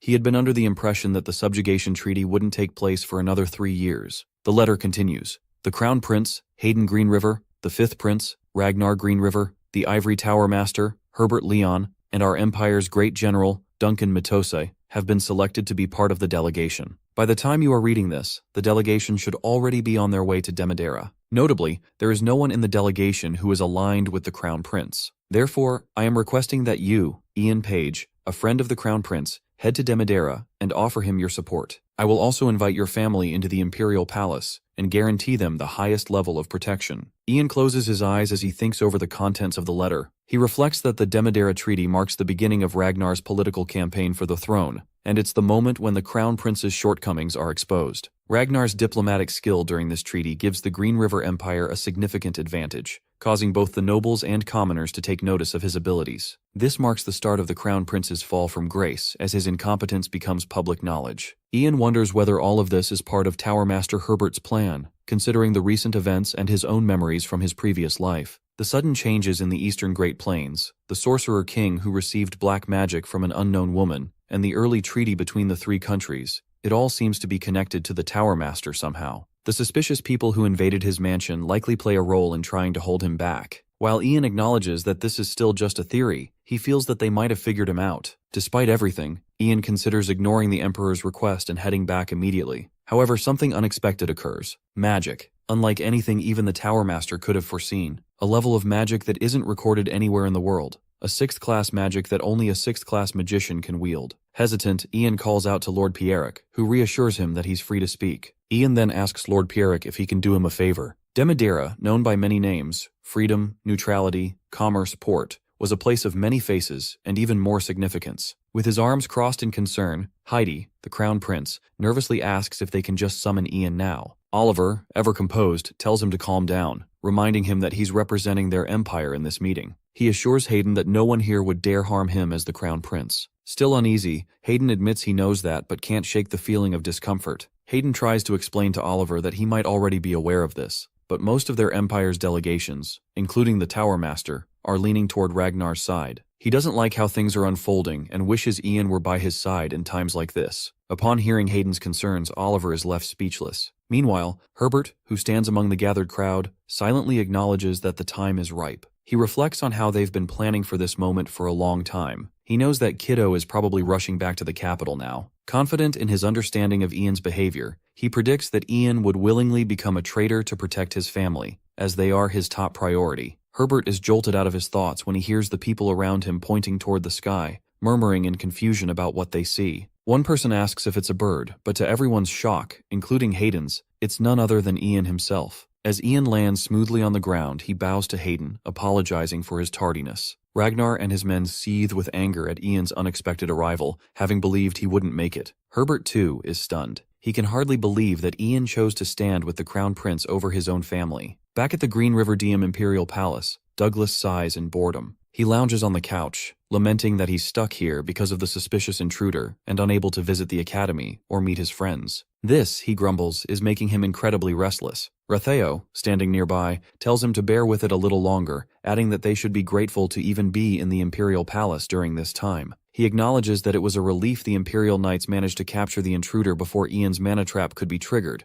noting that if the trap had gone off, the intruder would have been reduced to dust. Noticing Vanessa's silence, Ratheo reassures her not to worry too much, pointing out that they are in the Emperor's residence, the safest place on Earth. However, Vanessa remains lost in thought, clearly anxious for her son's safety. Ratheo begins to wonder if the Ivory Tower sent a letter to Ian. As he tries to comfort everyone, saying Ian would surely arrive soon, the door suddenly opens. Ian steps in, his calm demeanor confirming his arrival. He casually asks if he's late, leaving everyone in awe. They quickly rise to meet him, and Ian takes Vanessa's hand, acknowledging their worry. He assures them that they can rest easy now, as he will protect them all. The night before, at Lord Pierric's castle, Ian speaks to Lord Pierric, making a request. Lord Pierric, eager to repay Ian for his previous help, reminds Ian of how he saved him and his territory. He promises to grant Ian any request, no matter the nature. When Ian finally shares his request, it surprises Lord Pierric. He asks for protection. Lord Pierric, puzzled, asks what kind of protection Ian means. Ian explains that the magic he plans to use will put him in a trance-like state. If something were to go wrong,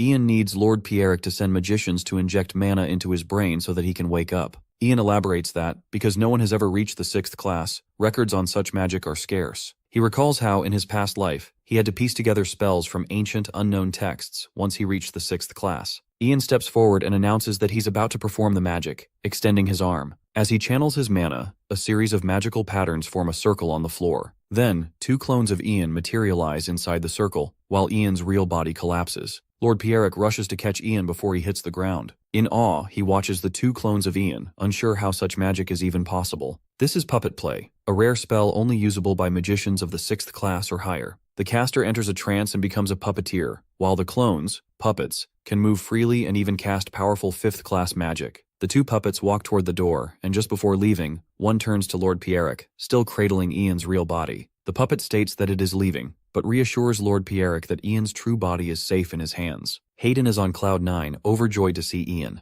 He happily sings about how Ian came for him and rushes over to him, grabbing his hands with emotion, telling him that their hearts must be aligned because he truly missed him. Herbert, holding his staff, steps closer to them, curious about who arrived. Spotting Ian, he addresses him directly, commenting that it's Ian. He then mentions he heard from Lord Pierric that Ian had succeeded in his mission, though it was so tough that Ian even fainted. He praises Ian for achieving such a great accomplishment for the Empire. Ian bows his head slightly and humbly responds that he is merely doing his duty as a high-ranking magician. Herbert, clearly wanting to know more, asks Ian what has been on his mind since he first saw him. He inquires why Ian is here, since Herbert was certain he told him to go to the Ivory Tower and rest. As Herbert starts to ask if Ian hasn't heard what's been happening with his family, Ian calmly explains that he did receive a letter from the Ivory Tower. However, after completing his mission, he was given an imperial order to join the delegation and assist the Crown Prince immediately. Ian pulls out a rolled-up letter to show Herbert, asking if he can read it for a moment. Ian agrees, handing the letter over. After reading it, Herbert, deep in thought, reflects on how he assumed they'd try everything to keep Ian out, but never expected him to give up his family and rush here. Herbert rolls the letter back up and comments that he recognizes the Emperor's imperial order, but asserts that it would be impossible for Ian to join the delegation. Hayden, taken aback and furious, yells at Herbert, asking if he's ridiculing the Emperor's direct order. Calmly, Herbert responds that this is a matter of trust between the 3 countries involved. The number of people and bodyguards in the delegation has already been set, and changing that number isn't an option. This was agreed upon in the negotiations, he explains, and mutual trust between the diplomats is essential. How then can they just add someone, especially a high-ranking magician, into the delegation at this stage? Herbert states that he believes the Emperor would understand why he can't allow Ian in. Ian, though, realizes that Herbert's argument is sound. While the countries may not be at war, their shared history of conflict means that safety and careful planning are paramount. The treaty in place has been built on these principles. He further analyzes that there are already 3 high-ranking magicians in the delegation, including Herbert himself. Adding another, especially one as powerful as Ian, could throw the entire treaty into disarray. Ian remarks that diplomacy is based on trust and reasonable explanations, and thus he understands the Tower Master's concerns. Herbert turns to leave, telling Ian that if he understands the situation, he should return. He adds that Ian being here in the city could cause problems for their diplomatic efforts. While he sympathizes with Ian for coming all this way after completing his mission, he insists that there's nothing more he can do. He'll explain things to the Emperor separately. Before Herbert can finish, Ian speaks up, proposing a possibility. He asks that if one of the high-ranking magicians gives up their spot in the delegation,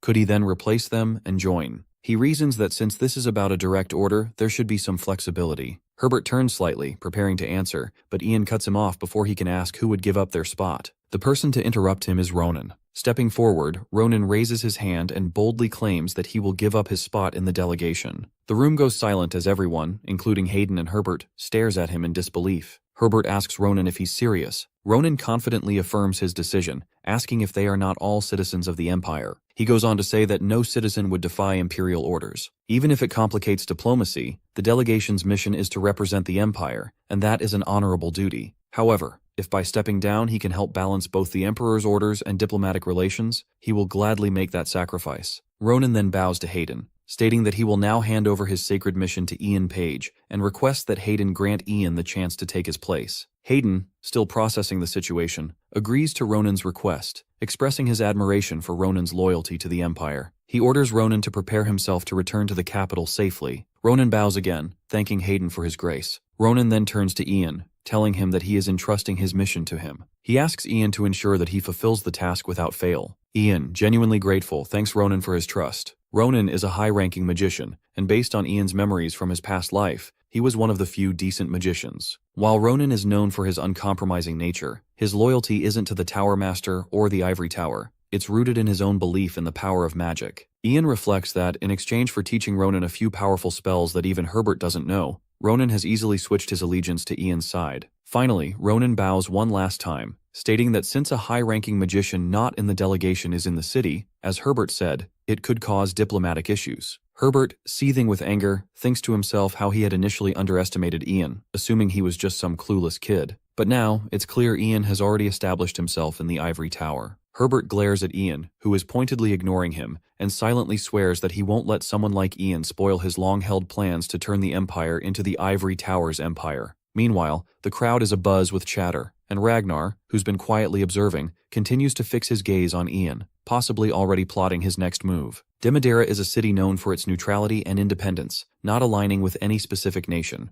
Recognized as the diplomatic bridge between three powerful countries, it has stood as a symbol of freedom and neutrality for over a century. As the delegations begin arriving for the three-country treaty discussions, the 19th mayor, N'Golo Neville, warmly greets them. Hayden, curious about the arrangements, asks where the other delegates are staying. N'Golo informs him that each delegation has its own designated VIP mansion, pointing to a lavish building where the Green River delegates will be housed. He also gestures to another impressive mansion, explaining that it has been set aside for the Crown Prince, a private space for the most important guests. Hayden, surveying the grand mansions, remarks on their magnificence. Turning to the Tower Master, he inquires if there are any other events scheduled for the day. The Tower Master responds that there is nothing planned until the treaty discussion itself. Hayden, pleased with the situation, orders everyone to go rest and then directs Ian to follow him, as he plans to go out. Ragnar, watching the interaction, calls the Tower Master aside once Hayden moves to his mansion. Ragnar leads the Tower Master to his room and begins speaking. He assures the Tower Master that he won't hold him accountable for the events that transpired recently, but expresses concern about the magician, Ian, who has been sticking close to his brother. He admits feeling uneasy about this. The Tower Master listens intently before replying, saying that while Ian Page is indeed powerful in magic, the upcoming treaty discussions require diplomacy, not magic. He reassures Ragnar that Ian will not be able to contribute much to the meeting, as he would not even have the chance to speak, even if he had something important to say. The high-ranking magicians, he states, are nothing more than accessories in such a diplomatic event. The Tower Master goes on to assure Ragnar that, as planned, he will be the one leading the treaty discussions. This calms Ragnar slightly, and he sighs,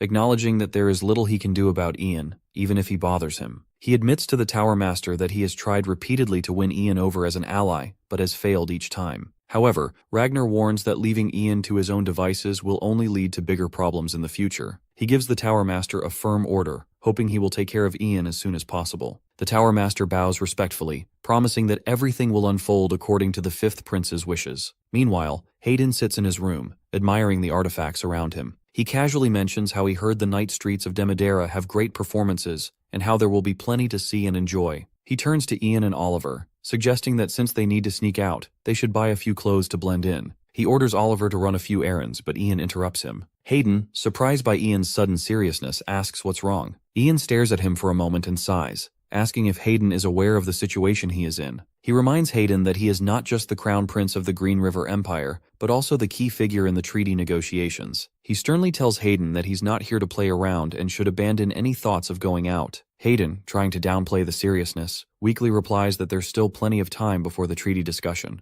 Ian, frustrated, counters that preparation should begin now. Hayden looks to Oliver, who nervously averts his gaze. Ian continues, explaining that the first speaker from their delegation will be Hayden, and if he is unable to speak, the Fifth Prince will take his place. Hayden mutters that his father had mentioned this, and Ian reassures him that if that happens, the Fifth Prince will take control of the discussions. Hayden, shaking his head, insists he doesn't want that to happen, but admits he feels unprepared. He confesses that the topics, military strength, commodities, land, and slave distribution, are far outside his realm of expertise. He feels he has no one to support him, and no one would want to help him either. Looking up at Ian, Hayden asks if it would not be better to remain silent than risk humiliating himself. Ian, seeing that Hayden is giving up, reminds him that this is exactly the attitude that will allow Ragnar to win. He emphasizes that Hayden is the only piece on the board capable of delivering the greatest blow to Ragnar's plans. Ian assures him that it is vital that Hayden takes the lead in the discussions, as it's his chance to prove himself. With a snap of his fingers, hundreds of papers filled with crucial notes begin to swirl around the room. Ian walks toward Hayden, stating that the Emperor has specifically instructed him to help and support the Crown Prince. This is Hayden's opportunity to achieve something on his own.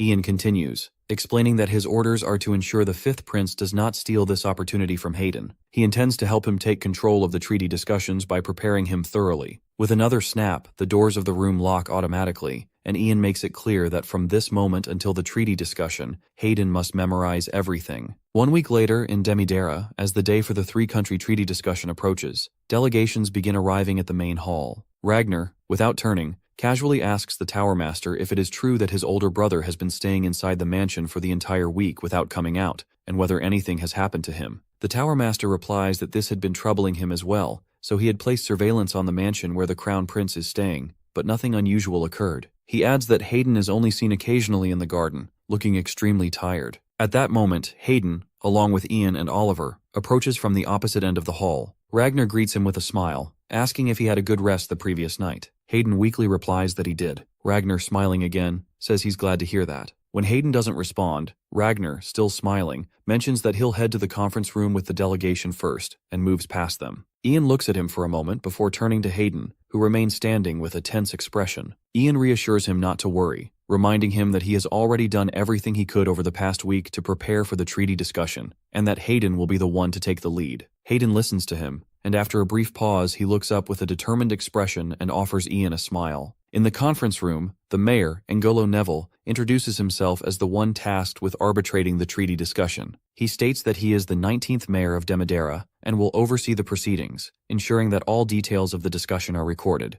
The delegations take their seats around a round table, and N'Golo continues, urging them to keep his words in mind as the meeting begins. The first to speak is Maxwell Benet, the successor of the Duke Benet family and the authority figure representing the Principality of Ro. He mentions the difficulty in procuring troops and supplies due to the narrow and dangerous roads leading to their principality. He continues, stating that they are requesting magicians and elite knights instead of foot soldiers, and money in place of commodities, an arrangement they have already agreed upon with the Coldwood Empire. He quickly clarifies that if the Green River Empire has any objections, they are prepared to restart the discussion. Ian reflects on the fact that the first topic being addressed is the subjugation force. He glances at Hayden and encourages him to speak as they practiced. Just as the Fifth Prince is about to begin his speech, Hayden interrupts, announcing that the person in charge of military matters will be their empire's general and undefeated commander, Sir Duncan Miltos. He entrusts the matter to Sir Duncan. Maxwell wonders if the Fifth Prince is the one in charge, but Hayden reassures everyone that with an expert like Sir Duncan present, there is no need for further discussion on the matter. He turns towards Sir Duncan and directly asks for his opinion. Sir Duncan meekly agrees to take on the responsibility and shares his thoughts on the Principality of Ro's request.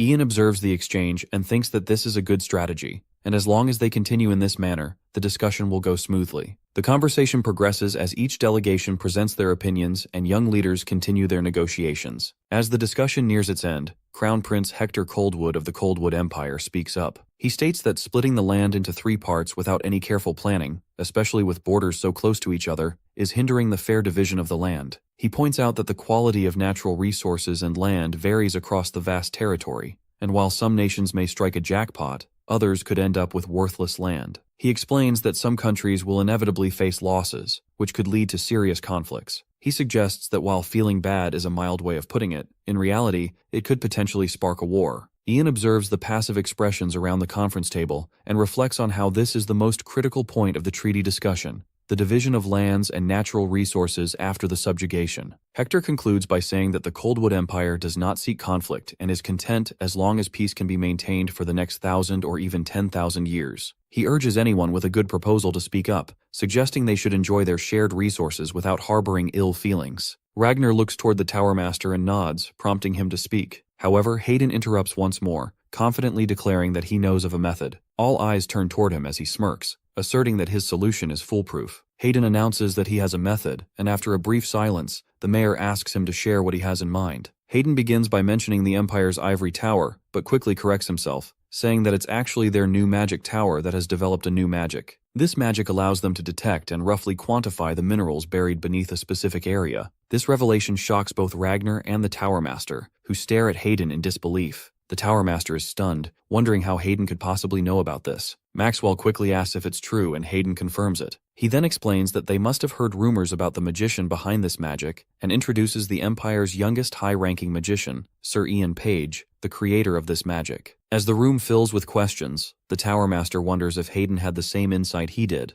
that the magic for detecting minerals would be crucial to the treaty discussion. He looks at Ian, trying to understand how he could have seen through the core of the discussion. Hayden continues by explaining that they plan to use this magic to create a resource map. Since they need to determine the value of the land, the completed map will allow them to divide the Great Plains into plots for the countries, based on specific requirements. While the boundaries may not be perfect, this land is intended to be cultivated and mined for generations. Ragnar glares at the Crown Prince, but the mayor asserts that there is no better solution than this. Hayden concludes his explanation, stating that this is all he has to offer and then sits back down. Outside, Oliver waits as Hayden calls him over, with Ian following behind. Hayden excitedly tells Oliver that he should have seen how he completely turned the meeting upside down. He laughs about how Ragnar and the Tower Master's faces were priceless, expressing regret that Oliver wasn't there to witness it. Hayden sighs and says he'll fill Oliver in on the details later, but for now, they should grab a drink and tour the city. He turns to Ian, asking if he will join them, noting that he won't get many chances like this again. Ian weakly nods, causing Hayden to smile brightly, as he had likely expected Ian to decline. He pats Ian's shoulder, encouraging him to accept the drinks Hayden is offering now that he's almost an adult. Hayden assures Ian that he will personally teach him how to drink. At that moment, Ragnar approaches and calls out to the Crown Prince. He bows slightly, complimenting Hayden for his impressive performance and saying that he learned a lot from him. Hayden hesitates, then smiles weakly, expressing his gladness at hearing that. He adds that he too had hoped to learn much from the treaty discussion and encourages Ragnar to keep improving. He even offers to give him advice whenever needed.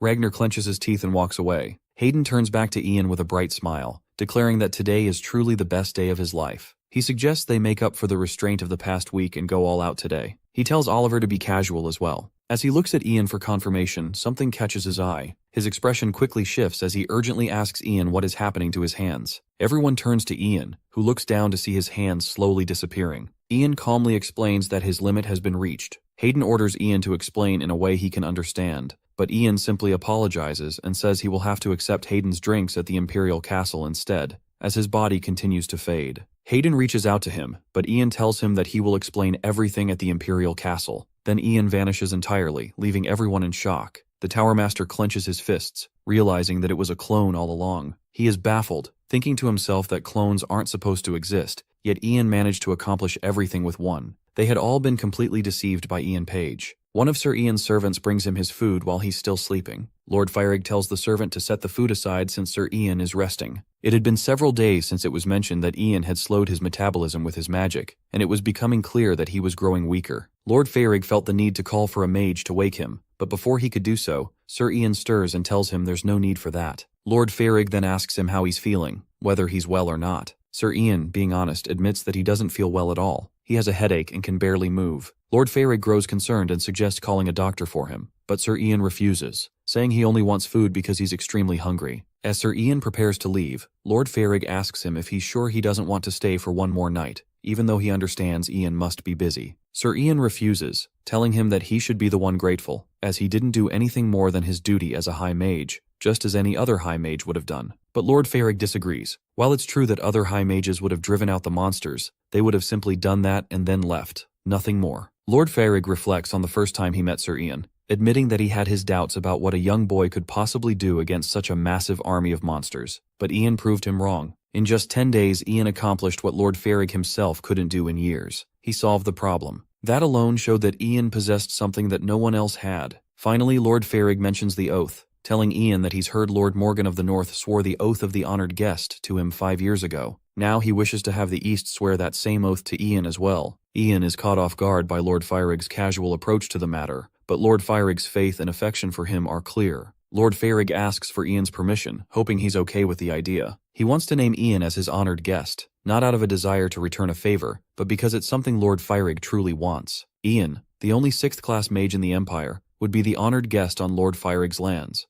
a gesture born out of Lord Feyrig's own will, not because he expects anything in return. He's confident that neither he nor Ian will regret it. Ian, however, isn't sure if swearing an oath meant to last 1,000 years should be something done so spontaneously. Still, he has no intention of turning it down. Lord Feyrig moves forward with the formalities for the oath of 1,000 years, reassuring Ian that it won't take long. His family will always welcome Ian, no matter when he visits, and they swear to always be at his service if he ever needs help from the East. He wishes that the oath will last for generations on both sides, and with a little embarrassment, he swears it by the easternmost stream of the Emerald River. Ian can't help but think how simple and nice it would be if they could just say, "Their oath is sworn," and be done with it. But as it stands, he looks forward to a brighter future alongside Lord Feyrig. Lord Feyrig asks Ian to let him know whenever he plans to visit, as he wants to show him what a proper feast from the East looks like. Ian agrees, feeling the weight of how much has happened in such a short time. Afterwards, Ian reflects on the unexpected gift he's received and the next steps ahead. He needs to track down the person who enchanted the staff and figure out how they managed to bring back black magic after 300 years,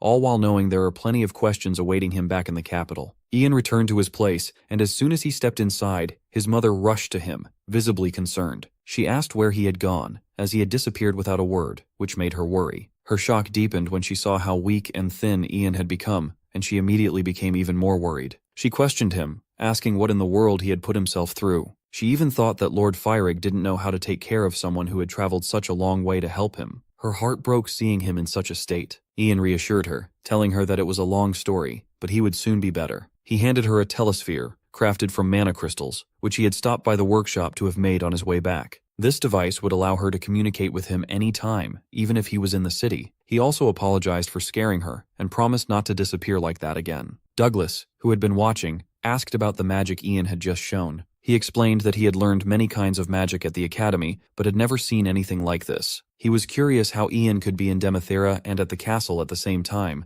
wondering if it was some kind of mirror trick or a life-size doll. Ian, smiling, asked Douglas to take things one question at a time. He explained that it was one of the perks of being a 6th-class mage, which left Douglas confused. If Ian was a 6th-class mage, did that mean his class was higher than any other mage in the Empire? Ian reassured him to relax, saying he was still the same Ian Page they all knew. Douglas, undeterred, told Ian that he was going to try a potion he had made earlier that morning and invited Ian to join him. Ian declined, explaining that while he would have loved to, he had another invitation. He made his way to the location, feeling a bit unsure as he took in the unfamiliar environment. However, as soon as he arrived, people began welcoming him warmly, telling him that the celebration had been prepared just for him. They asked him to take a seat and handed him a drink, congratulating him on becoming a 6th-class mage. They proudly mentioned that they had the finest wine in the royal castle just for this occasion. Ian, who rarely drank wine in the past, decided to give it a try. He took a glass, drank it all in one go, and surprisingly, he liked it. The group, noticing, mentioned that His Highness should hear about what had happened in Demethera. Sir Oliver poured him another glass and advised him to slow down,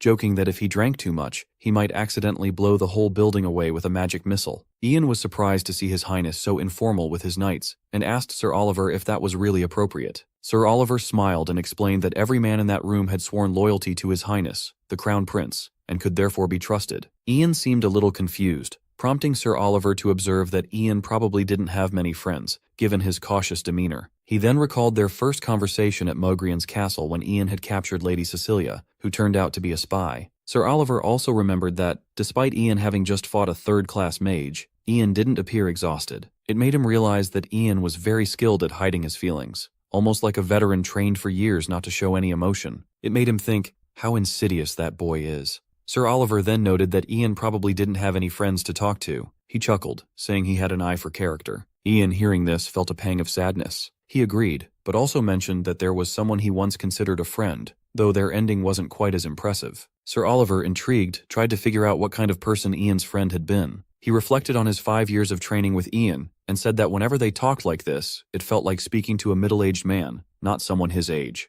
Ian smiled and acknowledged Sir Oliver's sharp eye for character. He then joked that he was actually turning 48 that year and had been using magic to maintain his youthful appearance, laughing at the absurdity of it. He reminded Sir Oliver of his earlier remark about him being an insidious little boy who sometimes got too serious with his jokes. Ian asked for forgiveness, and Sir Oliver, with a grin, forgave him as the bigger man. They both laughed, and Ian found it very kind of Sir Oliver. Ian stepped outside to get some fresh air, his head feeling heavy from the alcohol, He wasn't used to drinking so much. It was then that the vice captain appeared. Ian, a little surprised, asked what he was doing out there. The vice captain explained that he was hiding to get some air, as he wasn't a great drinker. In fact, his face turned red even from a single glass of wine. Ian nodded, mentioning that he was out there for the same reason. He admitted that feasts like those weren't really his thing. The vice captain then shared a story about Paul Lance, the vice captain of the Second Imperial Order of Knights. In his past life, Paul had been the second best swordsman in the Empire. He came from humble beginnings, but his swordsmanship and loyalty had earned him his current position, gaining the trust of the Crown Prince and the captain. The vice captain shifted the conversation and asked Ian about his first time drinking. Ian shrugged, noting that it wasn't too bad and that he'd actually enjoyed it for the first time in a while. The vice captain smiled and thanked Ian, saying his presence had managed to turn the stern old captain into a bit of a chatterbox. He also mentioned that he hadn't seen His Highness that happy in years. Ian appreciated the compliment but replied modestly, saying he was destined to become a great leader. All he was doing for the vice captain was offering a little nudge in the right direction. Seeing the captain happy made Ian feel a little closer to him. Just then, the vice captain received a call from inside. It was His Highness, complaining that if the vice captain didn't let him pour a drink, he'd be getting rid of him. The vice captain excused himself, saying he had to go back inside. Left alone, Ian stood there thinking about how the memories of his past life would no longer be of any help. The choices he had made had brought about significant changes, and those changes would eventually lead to a new ending for his story. At that moment, he realized that there was no way to predict how things would turn out, and all he could do was protect the ones he loved. Inside, the Highness questioned the Tower Master about the plan. The Tower Master reminded him that their goal was to eliminate Ian, and the usual answer was, "Please wait until I turn him into a useful weapon for us."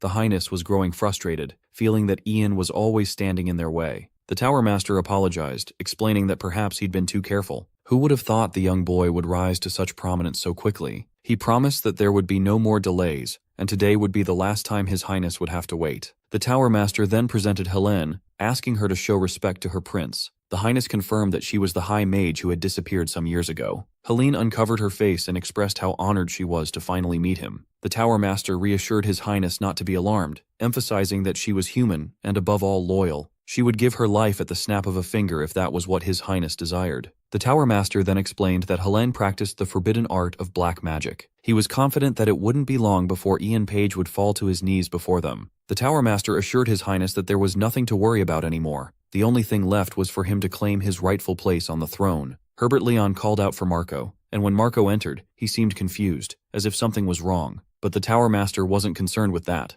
Instead, he was remembering the first time he saw Marco more than 20 years ago. Back then, Marco had been nothing more than a tiny baby, so it's likely that he wouldn't even remember the moment. However, Herbert remembered it clearly, an abandoned baby, wrapped in rags, smiling up at him. He watched Marco turn over and get up on his own 2 feet for the first time, and seeing him grow over the years filled him with joy. Herbert even admitted that watching Marco grow had been so fulfilling that sometimes he forgot his own duties. He marveled at the fact that the baby, not only possessing innate talent, had the determination to become a successful wizard. It amazed him. The Tower Master wanted Marco to know just how proud he was of him. Marco, humbled, thanked him, attributing all his success to Herbert's generous support. Herbert, wanting to repay Marco in some way, was prepared to do anything Marco asked. However, he had called him there that day for a favor. If Marco had no plans that night, Herbert asked if he would visit him at his manor. Marco agreed. Ardal welcomed Ian Page, the youngest High Mage of the Ivory Tower, with a certain warmth. Ian, however, was confused about how Ardal knew who he was. In their line of work, there wasn't a soul who didn't know Ian's name.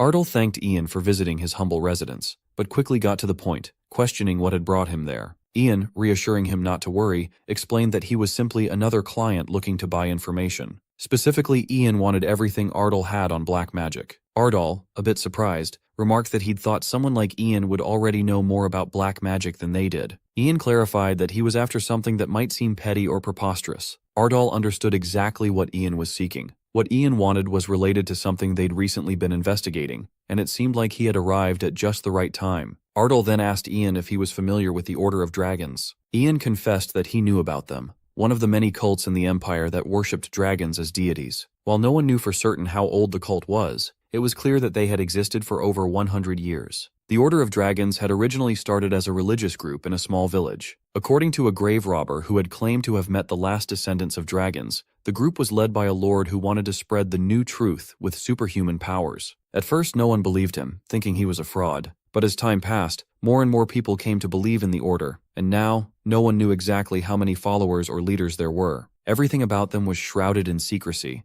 and while rumors had circulated, including claims of bringing the dead back to life or brainwashing people, nothing concrete had ever been revealed. Ardal wasn't sure if the descendants of dragons actually existed, but considering the rumors and the bits of information they had gathered, one possibility seemed most likely. He was quite certain that the Order of Dragons was affiliated with black magic. Recently, some of the Empire's most renowned families had been found to have connections with the Order. This suggested that their black magic needed resources beyond mana or non-human entities, and the Order had the connections to procure those resources. The Order was highly exclusive, with only a select few chosen to join, which made identifying all of its members difficult. But who would be more interested in controlling people through brainwashing than those in power? This was all the information Ardal could give Ian for now, as their investigation was still ongoing. However, he promised to send Ian a letter if they discovered anything useful. Ian thanked him and urged him to continue the investigation. Later, Ian reflected on what he had learned. He'd never heard of the Order of Dragons in his past life, and if they had been around for over 100 years, surely he should have known their name. His thoughts wandered to the shaman king he had met on the Great Plains, who had used a staff imbued with black magic. Ian didn't have any physical evidence to support his hunch, but he felt that Tower Master Herbert must know that the changes on the Great Plains were connected to black magic, or perhaps even that Herbert was directly involved with the Order of Dragons.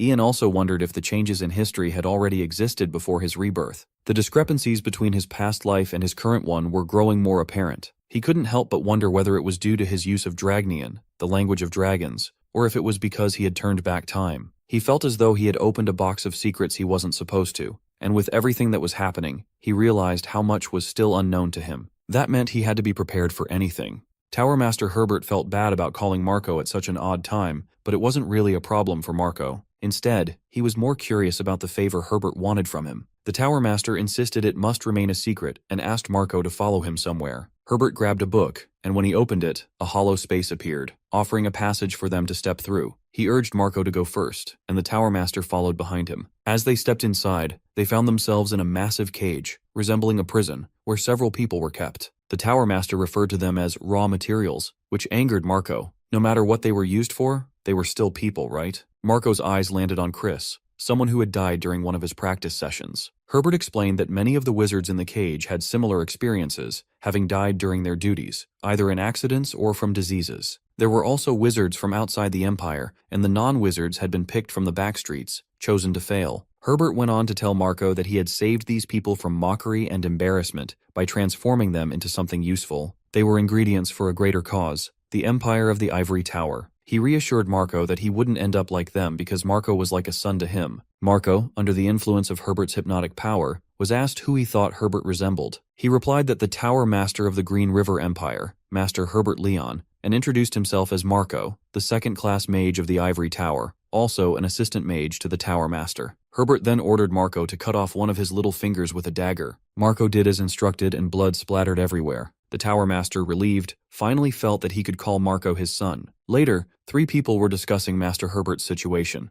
They noted that he was becoming increasingly busy and dealing with Ian, the youngest 6th-class mage, which must have put a lot of pressure on him. The blue-dressed girl told the others that, moving forward, the Tower Master would serve the 5th Prince, while Sir Ian would serve the Crown Prince. The 2 of them would become the 2 pillars holding up the tower, each serving different royals. The 3 continued to discuss which of them they should serve, understanding that it was all about receiving orders and following them. Marco knocked on the door and entered Ian's room, bringing him what he needed. Marco handed the books to Ian. Ian glanced at him, then asked about Tower Master's health. Marco replied casually, saying that he was just feeling under the weather. But as Ian's eyes drifted to Marco's hand, he couldn't help but notice something odd. When he asked about it, Marco lied, claiming he had a small accident during his practice sessions, and insisted it was a minor injury, so Ian shouldn't worry. But something felt off. Marco, who had always been frank and open when they were alone, was now acting distant. Ian couldn't shake the feeling that Marco was behaving like a completely different person. Perhaps Marco was trying to keep a distance because of how he now resembled his old self and was speaking with his voice. It was all happening since the Tower Master went on vacation. Trying to piece things together,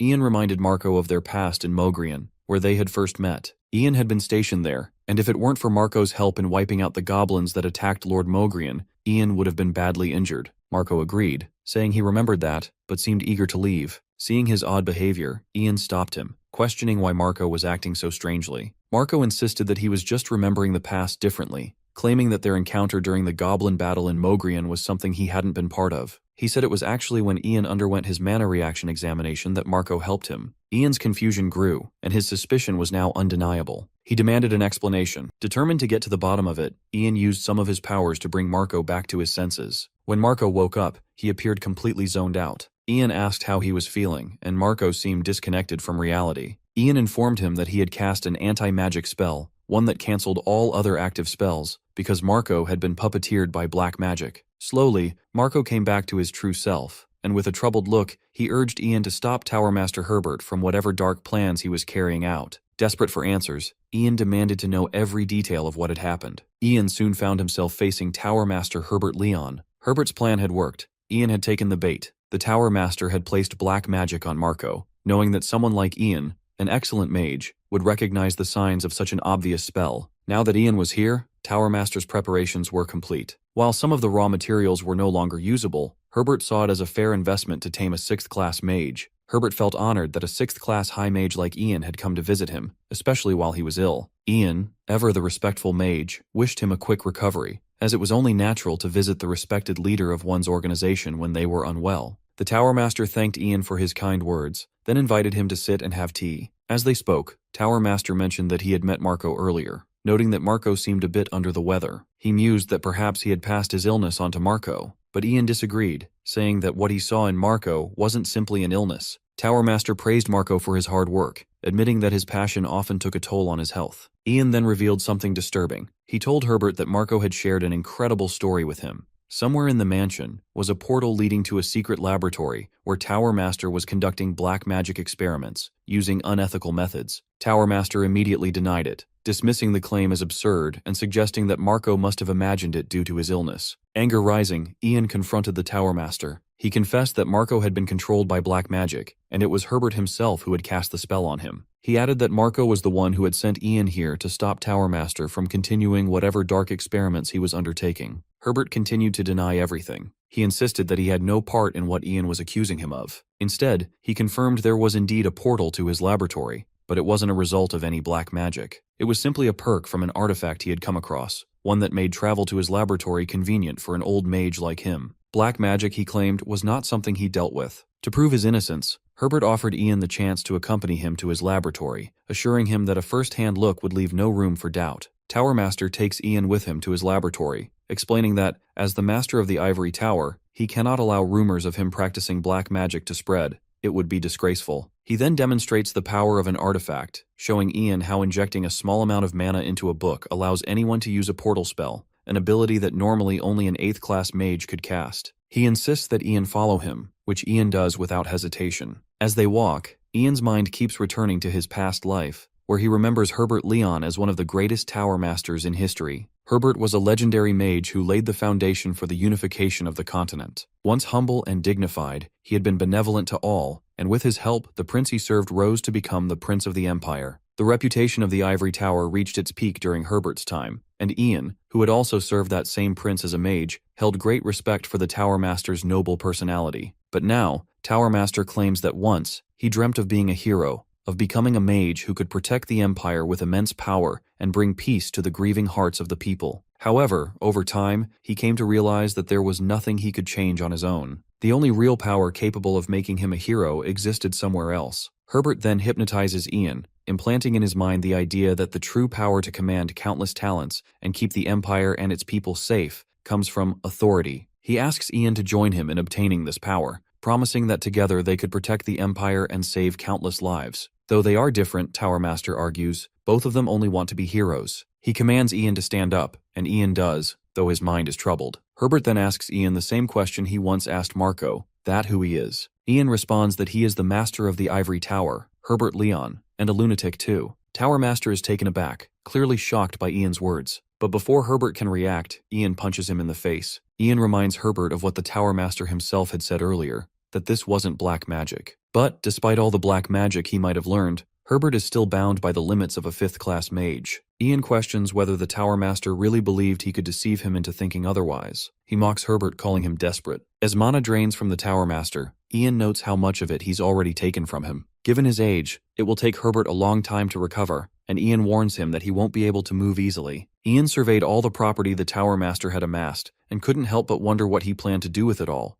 especially since he didn't even have a family. Taunting the Tower Master, Ian remarked that it seemed like all his wealth was hidden away in a cave, never once contributing a single coin to the empire. He also questioned how far the Tower Master intended to take it all, asking if he planned to take it all the way to the river Styx. As Ian looked around at the people in the cave, he noticed they didn't look in great shape, but some of them appeared to still be alive. He told them to hang on just a little longer, assuring them that he was going to get them out of there so they could receive proper care. The Tower Master, laughing darkly, asked Ian if he really believed that Marco was the only one he could tame. There were many others, each one more useful than Marco, ready to serve him. Then, with a menacing tone, the Tower Master threatened that his people would be arriving soon, and they wouldn't stop until they received the signal. This was how the spell had been initiated in the first place, ensuring those two things above all else were carried out. Ian felt the weight of the situation and became visibly stressed. Still, the Tower Master offered him a deal. If Ian forgot everything that had happened and didn't expose the portal, he'd have no evidence against him. He claimed he had no idea what Ian's true motives were, but warned that crossing his path would be a mistake Ian would regret. Despite the offer, Ian refused. The Tower Master's expression darkened. He threatened Ian, saying that he would slaughter his mother and the Crown Prince. Ian, however, wanted to see what the Tower Master was truly capable of. Meanwhile, Mrs. Page anxiously waited for Ian's return. Rathio Hemon suggested she go inside as the wind was getting colder, but she was tense. Something felt wrong. She couldn't reach Ian through his orb, and he always made sure to inform her if he would be late. Ratheo tried to reassure her, reminding her that Ian was a 6th-class mage in the Empire. Not even a soldier or platoon would dare cross him, so there was nothing to worry about. Still, Mrs. Page was worried. To her, Ian was still a boy. Rathio, sensing her distress, excused himself and apologized for his earlier comments. He admitted that he had a young son himself and understood her concern. He then assured her that Ian likely felt the weight of his responsibilities and carried burdens alone, but being a family, they were meant to share those burdens. Mrs. Page, however, felt helpless, knowing that Ian never asked for help from anyone. It hurt her to see him take everything on his own shoulders, especially when she wanted to be the one he could rely on. Yet, all she could do was wait for him to return. Ratheo, sensing her frustration, urged her not to be so hard on herself. He was certain that Ian drew strength from knowing that he had a family waiting for his return. He reflected on a time when he himself had been suffering from mana poisoning, and having his son by his side was the greatest comfort he could have asked for. That was the power of family, he explained. Even when we think we aren't helping, just being there for each other provides a sense of security. He then asked if he could stay with her until Ian returned. As they sat in silence, the atmosphere was calm, but something felt off to Ratheo. Suddenly, he urged Mrs. Page to go inside, sensing something was wrong. Two people approached, their heads covered. Ratheo called for them to stop, but when he saw the weapons in their hands, he immediately moved to protect Mrs. Page, holding her close as he prepared for whatever danger they might bring. Arnold and His Majesty were both startled by the thunder and lightning. Arnold urged His Majesty to leave immediately, suggesting they head back to their place since the weather seemed unstable. However, His Majesty, determined to learn more about the people's lives, insisted on staying, having worked hard to convince Father to let him venture out in disguise. He was not about to turn back so soon. Arnold, concerned but intrigued, questioned His Majesty if he could teach him swordsmanship. He clarified that he wasn't trying to become a warrior, but simply wanted to learn some self-defense techniques or perhaps some posture training. His Majesty, raising an eyebrow, asked if Arnold knew how to draw his sword with style, but Arnold wasn't interested in doing that right now. Instead, he asked His Majesty to step behind him, intending to protect him. Just then, Helene, the High Mage of the Ivory Tower, appeared. Arnold, surprised, noted that he had heard Helene had been missing for years. What was she doing there? Helene took steps toward Arnold, and he immediately ordered her to stop and state her intentions for approaching His Majesty. Helene muttered something about Hayden Green River destroying everything in his path. A confrontation broke out between the two, with Helene activating her mana barrier. Arnold, seeing this, felt a rush of excitement. It was finally his chance to test his abilities. He knew Sir Ian had been the first person Ragnar wanted to demonstrate it to, but now Arnold saw an opportunity for some practice of his own. As the battle intensified, Arnold struggled to control the mana flowing out of his body. He realized that it was becoming difficult, much like when casting a spell. For a moment, he thought of himself as a halfling, a term he had heard used before. But despite the difficulty, he felt that with enough practice, he could manage the flow of mana for a certain period once he released it. With a surge of confidence, Arnold threatened Helene, warning her to prepare herself to witness what a halfling could do. He stepped forward, raising his weapon and aiming for her chest. But just as he was about to strike, he suddenly stopped. He wouldn't kill her, not yet. not until he figured out who was behind the plot to assassinate His Majesty. Ian wants the Tower Master to do what he can, provided he has the will to do so, as Ian is not afraid of his tricks. He has faith in the people he's worked with and met over the past 5 years. Herbert, on the other hand, still believes they stand no chance against a mage. Ian questions Herbert, asking if he truly thinks he's foolish enough to be unprepared for such a situation. Ian recalls when he saw Herbert sending people to his mansion at Demethera when the treaty was signed. That same trick won't work on him again. By then, one of the many mana traps Ian has set would have easily caught any intruders, and it's highly likely they would already be dead. Because of this, Ian refuses to negotiate with the Tower Master, as there's nothing for him to gain from that. Instead, the one who's going to be put on trial is Herbert himself. With crimes as serious as his, Ian is certain that an execution is in the cards, and he's going to be there to ensure it happens. Ian thanks Herbert for looking after the Ivory Tower for decades, promising to take good care of it from here on out. He understands that maintaining the Ivory Tower's great reputation is an important duty for the Tower Master, which is why he understands why Herbert would support the 5th prince instead of the Crown Prince. Ian once thought Rangar would make a good king, as accumulating people's wealth behind their backs is something a greedy person could do. But the thing that truly infuriated Ian was that Herbert had dragged his family into this, something he should never have done, as everyone has a sensitive spot, and that's one thing you don't mess with. Terry Greenriver then makes an announcement. The sinister crimes of Tower Master Herbert have finally come to light. Herbert abused his position by indulging in black magic, using human lives and souls as ingredients to exploit innocent people and follow mages of his empire. This is a grave sin, one so severe that even death cannot atone for it. Terry, sickened by the nature of Herbert's crimes, declares that Herbert Leon will be stripped of all his authority and titles and immediately sentenced to death by public execution. He is going to go down as the worst sinner in the history of his empire. Terry also announces that he will personally lead the investigations and perform all related duties to uncover any other sinister accomplices involved. He commands everyone present to understand that no mage practicing black magic will be immune from investigation, regardless of their position or status. He orders all aristocrats to cooperate, promising that those who were unwilling participants in the Tower Master's evil plot will be cleansed of black magic and restored to their original positions. However, Terry makes one exception,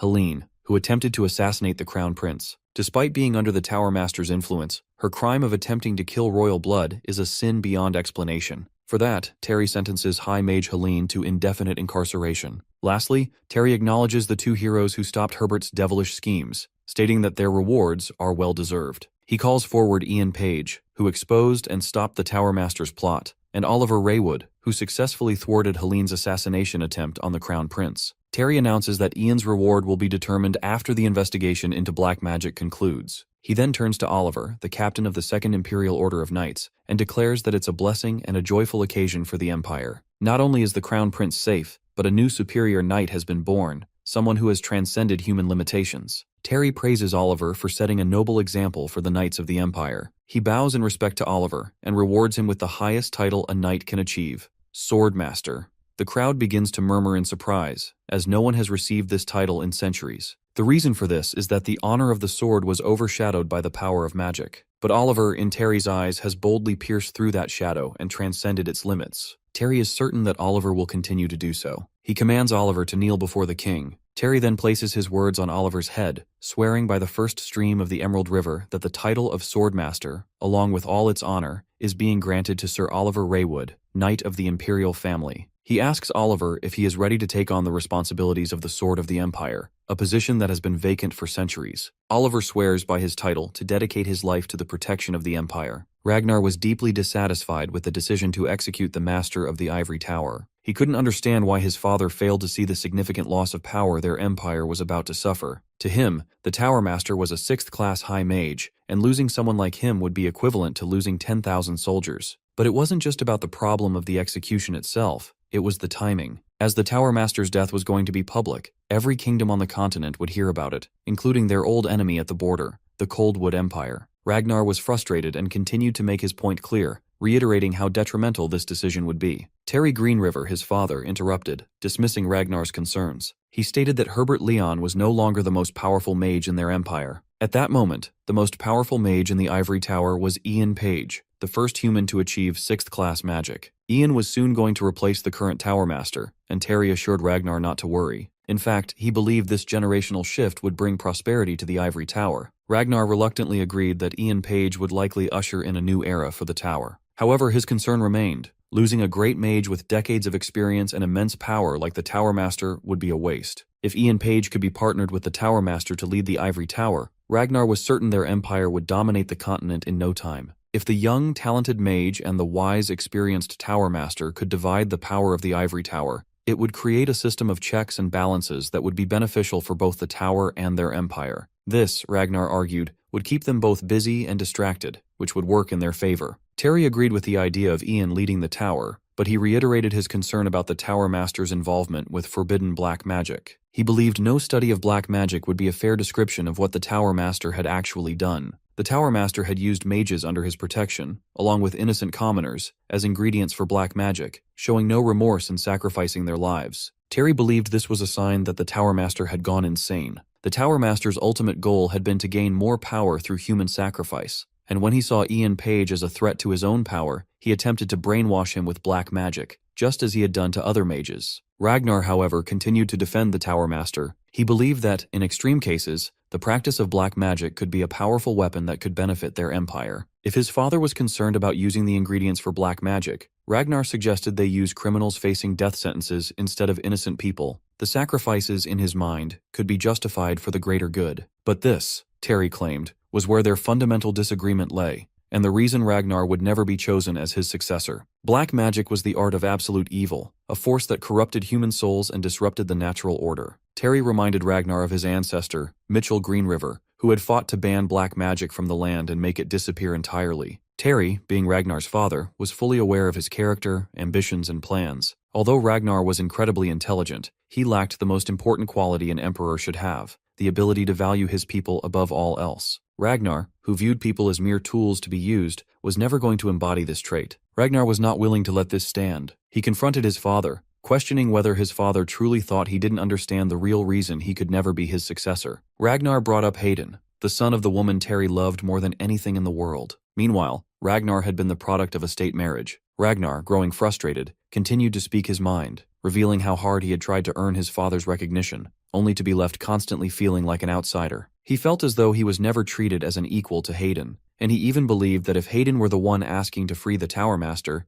Terry would have done so without hesitation. Terry, enraged, was about to slap Ragnar but stopped himself just in time. He stormed out of the room, his anger simmering beneath the surface. Outside, he ordered Sir Dunfil to ensure that Ragnar's mansion was guarded, and that Ragnar wasn't allowed to leave. Even if it meant preventing Ragnar from contacting anyone, Sir Dunfil agreed to follow the orders without question. There was a knock on the door, coming to see Ragnar. However, Ragnar refused to meet him, not wanting to engage in conversation. Despite this, the door opened, and Ian walked inside, stating it was an order from the Emperor. Ragnar asked if it was a direct order from the Emperor himself. Ian admitted that His Majesty wanted those close to the criminal Herbert Leon to be tested to determine if they had been under the influence of black magic. Ragnar was taken aback when he realized that today was the Tower Master's execution day. He sharply questioned Ian, asking how he dared to suggest that he, Ragnar, had been the Tower Master's puppet, a mere slave to his black magic. He could not tolerate such an insult. Ian, however, explained that all the members of the royal family and those who served them were being tested in the same way, urging Ragnar not to be upset about it. Ragnar finally took a seat and told Ian to do whatever he had to do, though he warned it wouldn't take long. Ian reassured him that Ragnar might feel dizzy afterward,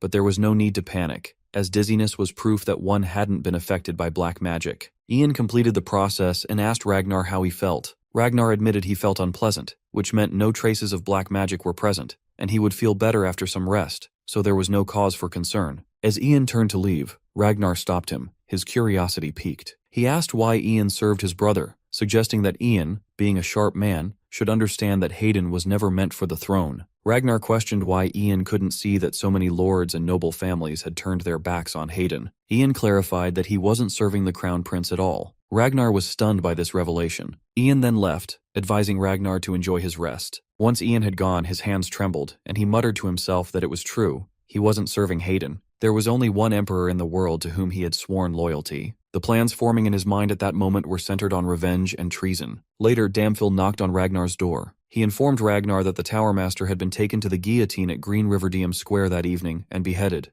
That was all, and Damphil asked if he could leave. Ragnar, not saying a word, gestured for him to do so. Damphil placed a letter on the table, seeking permission to depart. Ragnar opened the letter and noticed a silver lining adorning its edges. The next scene takes us to the royal palace, where Ian is updating the king on current developments. As far as Ian has gathered, the survivors who were found inside Herbert Leon's portal are all being treated in a secure area. The Ivory Tower is also interrogating those who have regained consciousness in hopes of making further progress in this case. As for the treasures Herbert hid away, Ian assures the king that he will make every effort to recover what rightfully belongs to the Empire. Herbert's associates have also been tested for traces of dark magic, but none of them show any signs of corruption. The king is thoroughly pleased with the report, and verbally applauds Ian for his excellent work. It breaks the king's heart to learn about Herbert's dark deeds, so much so that he can't even stop trembling at the thought of the kind of vile things Herbert had been up to. He feels accountable for not realizing it sooner, but Ian also takes the blame for his own negligence. He feels pathetic for not seeing through the fake modesty and upright persona Herbert displayed in public. Never in his wildest dreams did Ian imagine Herbert had an entirely different side, one he masked under that good guy act. From this point forward, Ian promises to submit even the tiniest reports regularly, including updates on the Ivory Tower's internal investigations and the results of dark magic screenings. Speaking of which, the king suddenly remembers something he has wanted to bring up for a long time. Ian, of course, is more than willing to hear out his esteemed king. The king doesn't hesitate to ask how Ian intends to deal with the crown prince. This unexpected question definitely catches the magician off guard. He wasn't anticipating this at all. He even tries to dodge the subject, but the king won't let him off the hook without a proper answer. Silence follows as Ian thinks it through before finally answering this daunting question. If he's being honest, Ian admits he could never truly be loyal to the crown prince, much to the king's shock. Still, Ian is willing to cooperate with whoever he must to ensure the prince ascends the throne. He makes an oath to stand by the new king's side, so that his name may go down in history as a wise ruler. The king is puzzled and isn't sure what to make of it. Ian is willing to support the crown prince, even though he doesn't acknowledge him. Well, after thinking it through, the king has no objections. He gestures for his butler to bring out the gift he's prepared for the magician. A plus-sized box is brought forward, containing a staff the king managed to recover from Herbert's lair after his arrest. King assumes that Ian already knows that electing a new tower master isn't a simple process. Even when a rightful successor is in place, a number of regulatory procedures must be followed. The standard practice is to receive proper instruction from the former tower master and await both their approval and that of the imperial family. But given the current circumstances, the king fears the position will remain vacant for far too long if they follow all the formalities. So he believes it is wise to minimize the red tape. With that said, the king would like Ian to have this staff now, well in advance. Furthermore, the king swallows his pride before asking the magician for one more favor. Ian is more than willing to carry out whatever his king has in mind. Turns out it's about Ragnar. Even though his strongest supporters have fallen, the king fears Ragnar may rise again. The king knows better than anyone how ambitious and ruthless Ragnar is. He'll do absolutely anything to achieve his goals. If Ragnar ever manages to turn those goals into reality and ascends the throne, a great deal of bloodshed and carnage will be inevitable. The king doesn't shy away from acknowledging the mistakes he made, mistreating his son and inflicting incurable emotional wounds. He admits that's not something a father should have done. And for that, Ragnar has every right to resent him until the day he dies. So the king pleads with the mage to keep Ragnar in check once he's gone from this world. Ian accepts the staff he's been given and bows respectfully before his king, ready to shoulder whatever responsibility lies within his power. For the sincerity Ian shows, the king too places absolute faith in him. The scene transitions to the tower, where Ian hears a distant voice greeting him the moment he enters. It triggers a flashback. He remembers how he once dreamed of becoming a hero. He wanted to be a mage strong enough to protect the empire on his own, a symbol of hope for the people in desperate times. He dreamed of having the power to lead an army of young talents, the power to maintain peace and fend off any threats, the power to control everything, the power to protect, and it's often called absolute authority. It's something people would kill other people cold-bloodedly, just to keep it all to themselves. But now, becoming a hero doesn't really interest Ian that much anymore. There's only one thing that holds his absolute interest. He wants to erase the existence and wipe the name of one man from the face of the world. And that man is Ragnar Greenriver. Rather than simply killing him and turning his body into dead meat, Ian plans to inflict something far worse than death. The scene promptly cuts to the man in question, whose days have already been numbered, and we all know why. The next morning, Hayden comes to congratulate Ian on his new responsibility as the master of the tower, though Ian frowns with reluctance, looking at the prince who always seems so unserious in front of him. To keep it confidential for now, he immediately informs him, this hasn't been announced yet. This refrains Hayden from calling him that, but Hayden just laughs carelessly since he is too excited to see Ian grow. He is the child who literally begged to go to the site of the old ivory tower, but now he is the master of the same ivory tower. Ian wondered when he had ever begged the prince, but he then told Hayden to leave because he was busy with the black magic test. With a subdued expression, Hayden lets him know he only came there to see Ian personally, as he has been so busy. Worriedly, Hayden makes sure if he is himself alright. He has been feeling very nauseous lately. Not revealing anything, Ian assures Hayden that he is very healthy. Although he has noticed certain suspicions, he considered the possibility that he might be under the influence of black magic given his foolishness displayed until now. For Herbert, who wants to elevate Ragnar to the throne, the prince is obviously standing in his way. In that case, it is relatively easy to eliminate by exploiting his own foolishness, but Ian immediately halts his thoughts when he sees Hayden's innocent smile and realizes Hayden is just born foolish. In an instant, Hayden casually brings up his sister Haley, a smirk playing on his lips. Just before he departs, he adds that Haley has been asking about him frequently, her curiosity about Ian seeming more than just casual interest, like how he spends his time, what food he likes, etc. As he is leaving, he suggests to Ian to inform Haley personally if he sees her the next time, because even though Hayden is close to Ian, he wasn't able to answer these questions. As the door closes behind him, Ian watches the Crown Prince leave, noticing Hayden's growth improving slowly but steadily. Having proper guidance will help him be a wise emperor. Suddenly there is a knock on the door. It is Haley. Both of them greet each other warmly. As they ask about each other's well-being, both reassure the other that they are doing fine. Ian then gestures for her to sit, inviting her to take a seat. Haley sits down, waiting for the examination of dark magic, but there is definitely tension in the air between them. Abruptly, she falls silent. A veil of mana envelops the room. Ian is somewhat surprised. This is a second-level incantation that soundproofs the surroundings. Ian congratulates her for reaching such a level, but, out of curiosity, demands to know what she wants to say to him after casting the silence spell. Haley hesitates for a moment before finally asking what she should do next. She doesn't know where to start. Seeing her this nervous, Ian takes the initiative to lighten up the conversation,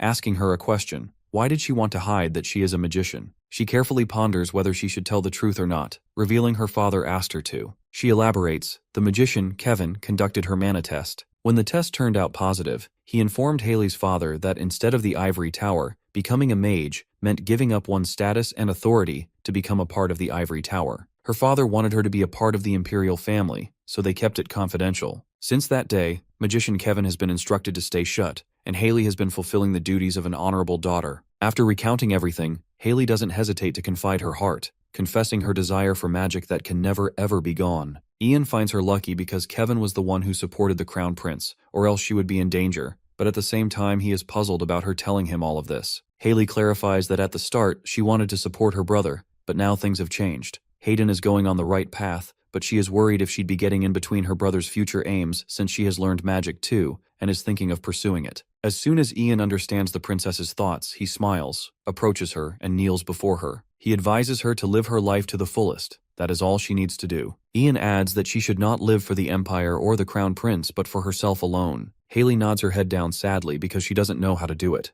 Ian promptly assures her that no one is born with all the answers to life. He advised her that if she kept chasing the values others imposed on her, her life wouldn't be hers anymore, but someone else's. If she continues to adhere to that conventional way of living, she will lose herself, and she will wander in an indefinite void only filled with regrets. While advising her, Ian himself remembers the regrets of his past life. Therefore, he hopes she will be making the right decision, and will be able to find that she wants to lead. Haley listens attentively to Ian's advice, and then hesitantly asks him if he has found the life he desires. This unexpected question leaves Ian perplexed. It is the first time someone has questioned such a question, and it is also the first time he has questioned himself about the purpose of his life. Unsure of his own feelings, he responds that he does not know, assuming he made a presumptuous remark, but Haley is really grateful for Ian giving her the courage to think about a life other than that of a duty-bound princess. Ian is glad because learning magic would be beneficial for her no matter what path she chooses. The way her growth is improving so fast, she will be growing into a much better magician in the future. Being fully motivated, she requests a favor, asking him to teach her magic. Ian's eyes widen in shock as he thought Kevin was already teaching her, but Kevin has nothing to teach her anything new anymore, according to Haley. She clasps her hand, genuinely pleading with him to be her mentor. Sweat coats Ian's head. He couldn't help but feel flustered by the unexpected request. Ian ponders, wondering what he should do, although he is aware that Haley has a thing for magic. Learning third-class magic without anyone's help is not easy, and if she grows up to be a high-rank magician, she will be a great help, so he agrees, clarifying to her that she owes it to help him if he needs it in the future. Seeing her agree instantly, Ian finds it funny, but Haley reveals that she trusts him. In that moment, Ian feels his heart racing, suddenly blushing slightly, but to ignore these strange feelings, he decides to inspect for now, informing about discussing magic lessons later. Soon she is under the influence of dark magic. Thus, she feels dizzy and almost falls, but Ian catches her in time, and Haley immediately clings to his arm. A while later, embarrassed, she is unable to look directly at Ian. Thus, as soon as she is about to leave, Ian begins to pour out information about himself out of nowhere, which really confuses Haley. He continues telling her about his choices of food and about the recent books he is interested in, while Haley looks bewildered, not understanding what is happening. Noticing her confusion, Ian innocently tells her that he heard she asked those questions to Hayden. Haley turns crimson red with embarrassment. Tears fill her eyes. Feeling embarrassed and overwhelmed, Haley quickly leaves the room, slamming the door shut. Ian stands there, his expression filled with confusion. He couldn't help but wonder whether he had done something wrong to upset the princess. In a short period of time, there have been many events that have had serious implications for the future of the Green River Empire. News of Herbert Leon, the Ivory Tower Master and a fifth-class magician, spread rapidly throughout the city, causing great uproar among the public. In response to this, Emperor Terry Greenriver personally ordered an investigation into dark magic and strengthened security throughout the empire. Ian Page, now the newly appointed young high-level mage and owner of Ivory Tower, left no stone unturned when it came to anything potentially connected to black magic, thereby soothing the unrest among the people. As for Herbert Leon, he was later beheaded and forever recorded as the worst criminal the Empire had ever seen. As a result, a group of nobles who earlier supported Herbert now turned their backs on Crown Prince Ragnar and became much more interested in what the new Tower Master, Ian Page, had to offer. On a new day, Ian is having a cup of tea when he is interrupted by a ton of invitations. Surprised, he questions Rathio about the purpose of these invitations. So Rathio promptly explains that these are invitations to various meals and parties sent to Ian. Ian finds these people pretty carefree because the black magic incidents haven't even settled down yet, though he isn't interested in reading them and won't be going there either. Rathio smirks, suggesting he should read them out because there is a marriage proposal letter addressed to Ian. Being shocked, Ian sprays his tea everywhere. However, Rathio briefly summarizes the content of the letter. A man known as Count Girare wants Ian to get engaged to his oldest daughter, who just turned 12, and proceed with the marriage when she is an adult in 5 years' time. Seeing Ian's surprised reaction, Rathio makes him understand that it is not strange since Ian is an elder now. People would obviously talk about marriage matters, but Ian assumes that these nobles would be using him for fighting political power, and finds it insane that a father is using his 12-year-old daughter for political marriage. Anyway, Rathio helps him with rejecting all the invitations, but before he starts doing it, Ian expresses his gratitude toward Rathio for protecting his mother. Despite that, it is not a big deal for Rathio because he promised to protect Vanessa no matter what, and the mana trap Ian set up in the new mansion dealt with those suspicious folks. That being said, Ian demands to know which mage infused mana into Rathio's body, causing him to suffer from mana poisoning.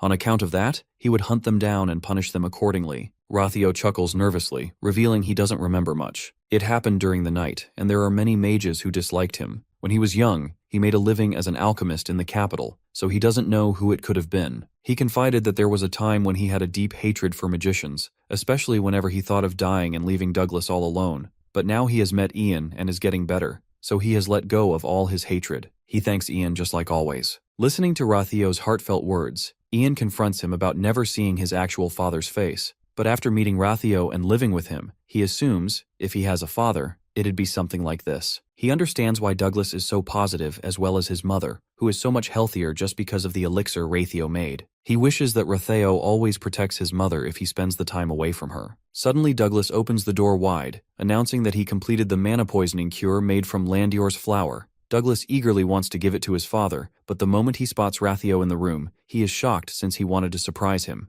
Looking at Rathio all confused, Ian explains that he searched in the library, where tower owners are allowed, and researched methods to refine the flowers of Landior. It is advanced magic that allows time to stop for an object. It works on plants too. Rathio slowly approaches his son, tears streaming down his face, and he immediately bursts into tears of gratitude while hugging his son. Douglas promises Ian to become a famous alchemist. Therefore, he will be creating a cure for the most serious illness, so that nobody will suffer like his dad. Ian looks at them, smiling slightly as he takes in the overwhelming sight. Back to ancient times, in an unfamiliar, mysterious place. A voice echoes. It is Mitchell Green River, addressing the Dragonkin. The veil covering the world of humans and dragons is about to close. Dragonians are going to pay a big price because of the destruction they created in this world. Mitchell states to that Dragonkin that it will be bearing the sins committed by its race until his demise. He uses his own blood to create a seal like a magic array, declaring, it won't be allowed to set a foot beyond this. In the present, another conspiracy is unfolding in the house of the Crown Prince. Ragnar looks at the person in front of him, finding it hard to believe that it is so similar. Facing him is a second Ragnar,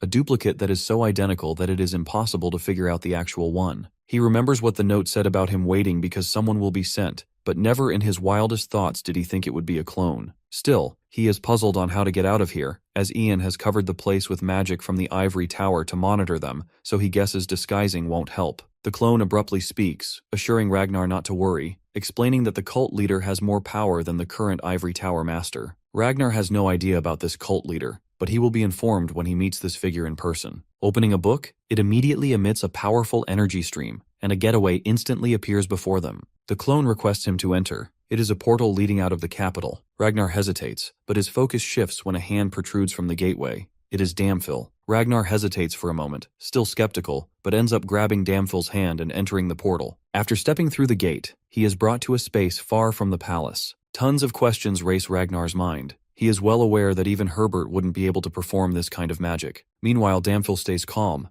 There is nothing surprising for him. In addition to that, Damphil explains, despite possessing immense power, Herbert wasted it, focusing on advancing his own position. He was someone destined to be outcasted sooner or later, though they are now better off because of his foolish self-destructive tendencies. Ragnar is still confused, but Damphil continues explaining that the cult leader thinks about him being the perfect fit for a ruler and not even the emperor. The perfect ruler who will eliminate ignorant elements and bring new and innovative ideas to the world. Ragnar is also the one who has inherited the blood to open the path to this new world. Therefore, the cult leader has been eagerly awaiting this day. The more Ragnar listened to Damphil's explanation, the more confused he became. He glances at Damphil while following him quietly, his mind wandering with thoughts. How could there be someone with magical powers greater than Herbert and Ian? How could such a person exist? Though he heard of the existence of a sect that didn't follow the nation's common beliefs, he never thought the captain of the Imperial Knights and the Ivory Tower Master would be involved. This is puzzling. Could they have propaganda to change the nation's religion?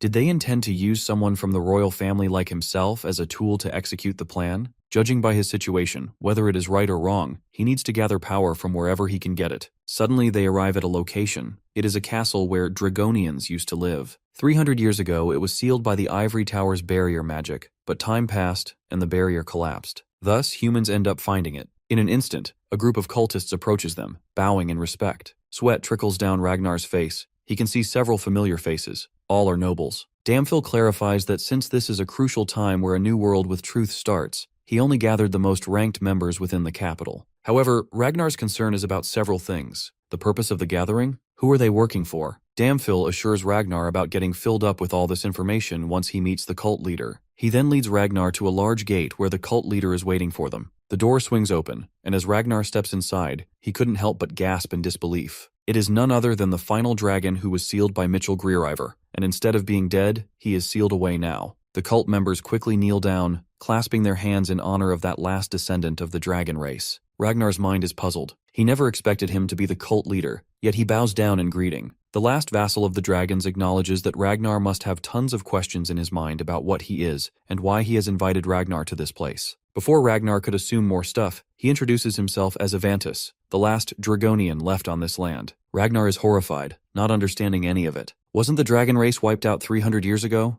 Avantis chuckles at Ragnar's evident confusion, so he elaborates that in the war 300 years ago, his kind was defeated and exterminated by humans. All Dragonians were slain except one, Avantis. Mitchell Greeriver cast a sealing magic upon him, making it impossible for him to step foot outside the place. Avantis approaches Ragnar, confessing that he has been waiting for this moment, that person's blood. He urges the blood of the magician that cast this seal on him to lift it. Ragnar feels uneasy. If Avantis needed blood to break the seal, wouldn't it be easier for him to just kill Ragnar and take it? Instead, Avantis is trying to make a deal with him. Although Avantis' plans are grand, he wants to gain more power by making Ragnar the emperor for the sake of a new world where Dragonians can coexist with humans. But Ragnar doubts Avantis' plans because he can kill Ragnar easily and use his clone for various uses. Despite that, Avantis clears his intentions of not harming him and would be erasing his memories if he refuses, though he thought Ragnar would not be denying this opportunity. Clenching his fists, Ragnar makes Avantis promise to make him the emperor and about not betraying. To earn his trust, Avantis promises him. Without any hesitation, Ragnar grabs the dagger from Damphil and just then cuts his own hand to draw blood for Avantis to break the seal. With each drop of Ragnar's blood falling into the circle that made the boundary begins to glow, and with slight flickers of light, it suddenly disappears in a few moments. Avantis smirks with happiness, thanking Ragnar for trusting him and making him free.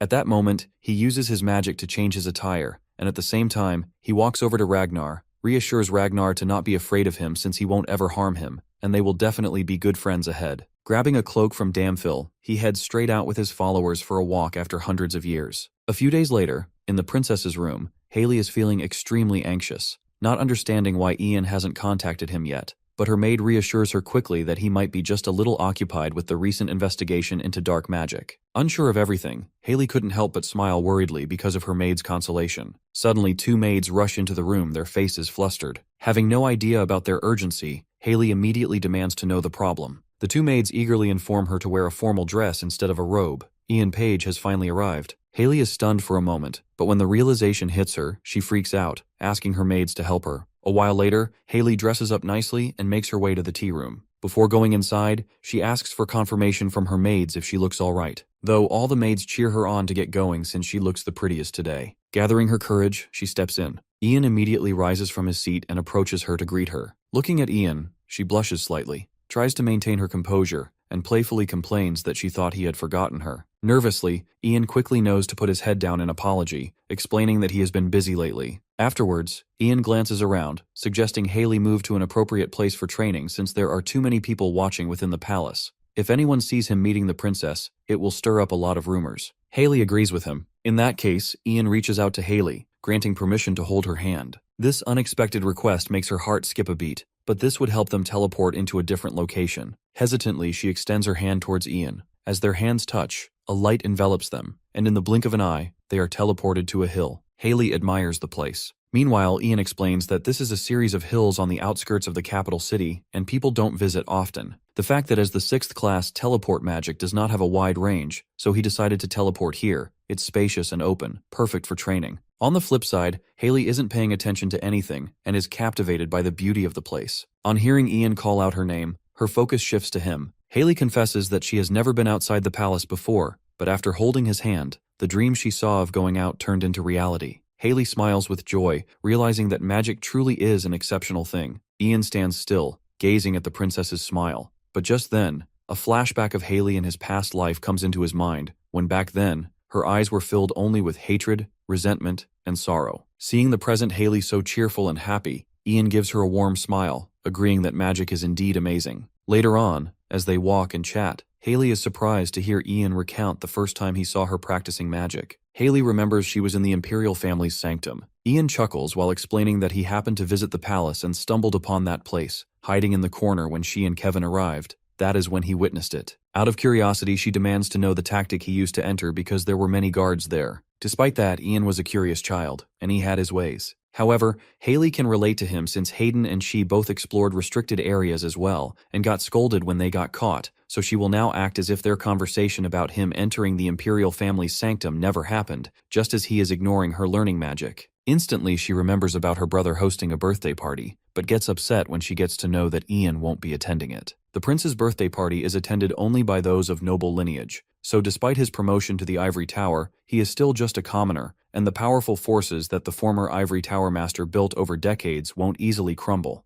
They will be cautious about him. Until the Crown Prince solidifies his position within the political realm and high society, and safely succeeds the throne by his own strength, he believes that he should be focusing on his work as the Ivory Tower master. That being said, Haley also decides to perform the rightful duties of princess, so the nobles don't make any moves against her brother, and will also work hard in terms of magic. That evening, Ragnar is discussing with Avantis. Ragnar's plan is to get rid of the Crown Prince before taking care of Ian Page, as these days commoners and nobles are intrigued with what Ivory Tower Master Ian is implementing. There is no doubt Ian is a great magician, but still he is a commoner with not much experience or influence within the political realm, and there are many vassals and nobles unhappy with him getting such a position. So if they get rid of the Crown Prince who is supporting him, naturally he will be out of the picture too. They need a puppet to execute this plan. Hence, Damphil suggests entrusting him with that. He knows someone who would be the best puppet for them. With the plan being discussed, Avantis decides to take his leave, but before he could, Ragnar demands to question him about something.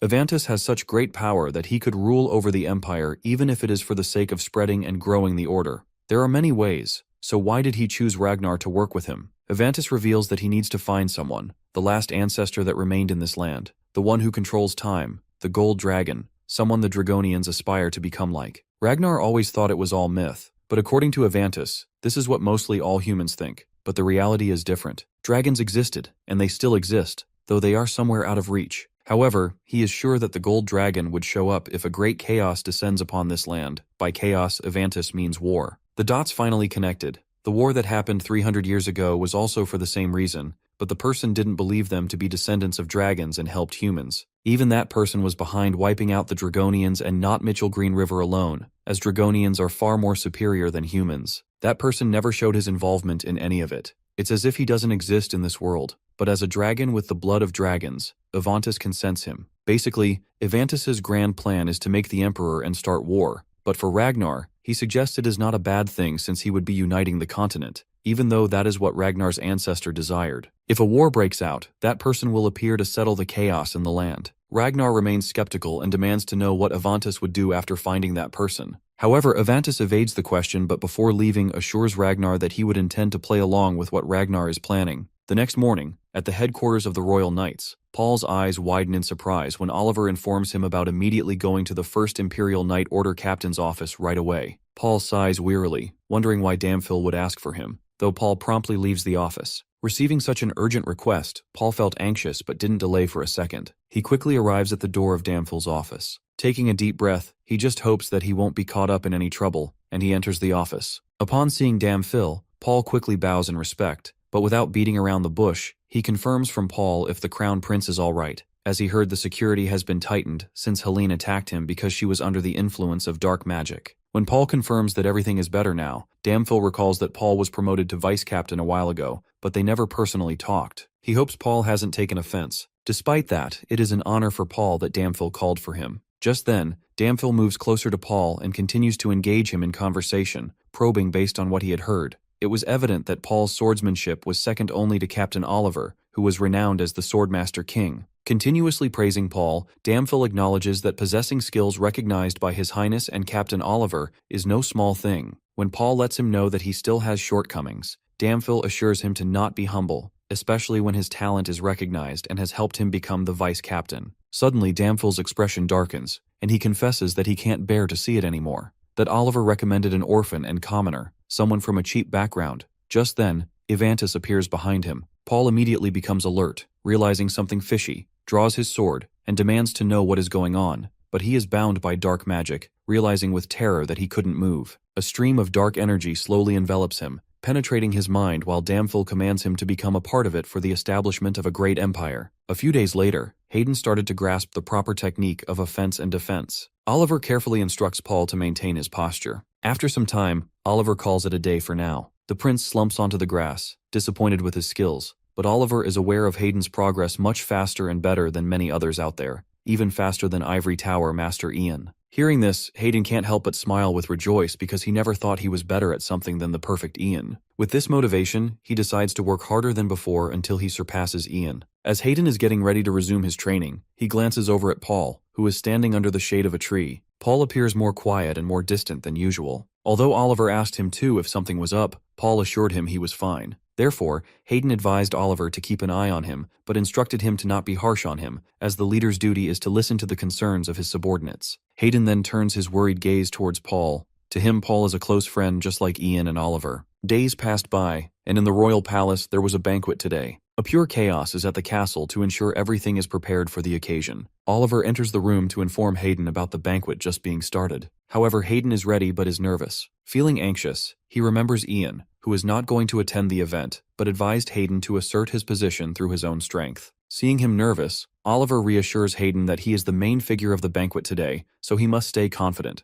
The nobles should be nervous, not him. Gaining a little confidence, they both are ready to leave, but just then Haley arrives. She looks truly beautiful in her royal attire. Hayden teases Haley that it is a shame Ian's not here today as she looks so pretty. He should have seen her. Embarrassed, Haley suddenly remembers what Hayden told Ian about her curiosity regarding his interests, but chooses to ignore it, and instead wishes Hayden a very happy birthday, and promises to trample over those high-class nobles who dare to speak ill of him. Linking her with her brother, Haley and Hayden begin to enter the banquet. The herald promptly announces the arrival of Hayden and Haley. The nobles present their immediately bow in respect, and the gentle music starts playing by the guitarists. Nobles approach Hayden, wishing him their birthday wishes. However, Oliver stands aside, observing everything. As soon as the herald's gaze shifts to the Emperor, he freezes but quickly announces the arrival of Terry Greenriver when the Emperor commands him to do it. With a smile, he steps in, but the nobles are surprised as they look towards the Emperor. Hayden, too, is astonished, as he thought his father wouldn't be coming. Terry laughs as he wanted to surprise his son and would always fulfill his fatherly duties no matter what happened. Then, the Emperor proceeds to the table reserved for the royal family and is glad that so many nobles are assembled here to celebrate the prince's birthday. He addresses everyone, expressing his delight at seeing them all. He then glances at his son, expressing how proud and surprised he is to see his son's growth. He recalls the time when Hayden was young and they were taking a stroll and Hayden followed him because his father was leading the way. After that day, Hayden has been following Terry's footsteps until now, and he has done it in a great way, which makes his father very proud.